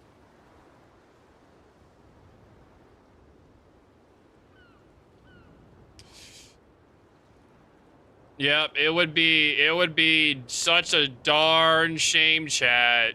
It would just be a darn shame if I were to just magically disappear and end the stream, chat. It would be just so horrible, guys. It would be so horrible. Absolutely horrible, guys. Such a terrible thing, dude. Yes, so horrible. If there was this magical off button. How would it ever happen, dude? And comp armor sucks? True. Yes, it'd be so horrible. Alright. I'm gonna get off, though. I was just gonna quickly end the stream and then, you know, switch back. But, you know, just kidding. Just kidding. I'm back again. So anyway, no. Thank you guys all for being here, though. I am actually going to end, though. So thank you guys for all the support. I do greatly appreciate it. Thank you guys for all the follows, the subs, the bits that get to subs. Thank you guys all for being here. Thank you everyone putting up with the ad breaks you put through. So I do appreciate all your guys' support. I will be on tomorrow. Make sure to check out my YouTube as well. I have tons of information sources over there. I am also working on actual beginner guides, beginner fundamentals, going over the basics of the game, like the economics, how things work, like how it works, like the World of Warships, how it works series, but an updated version. So I will see you guys tomorrow, and I'll talk to you guys later. All right, bye, deuces.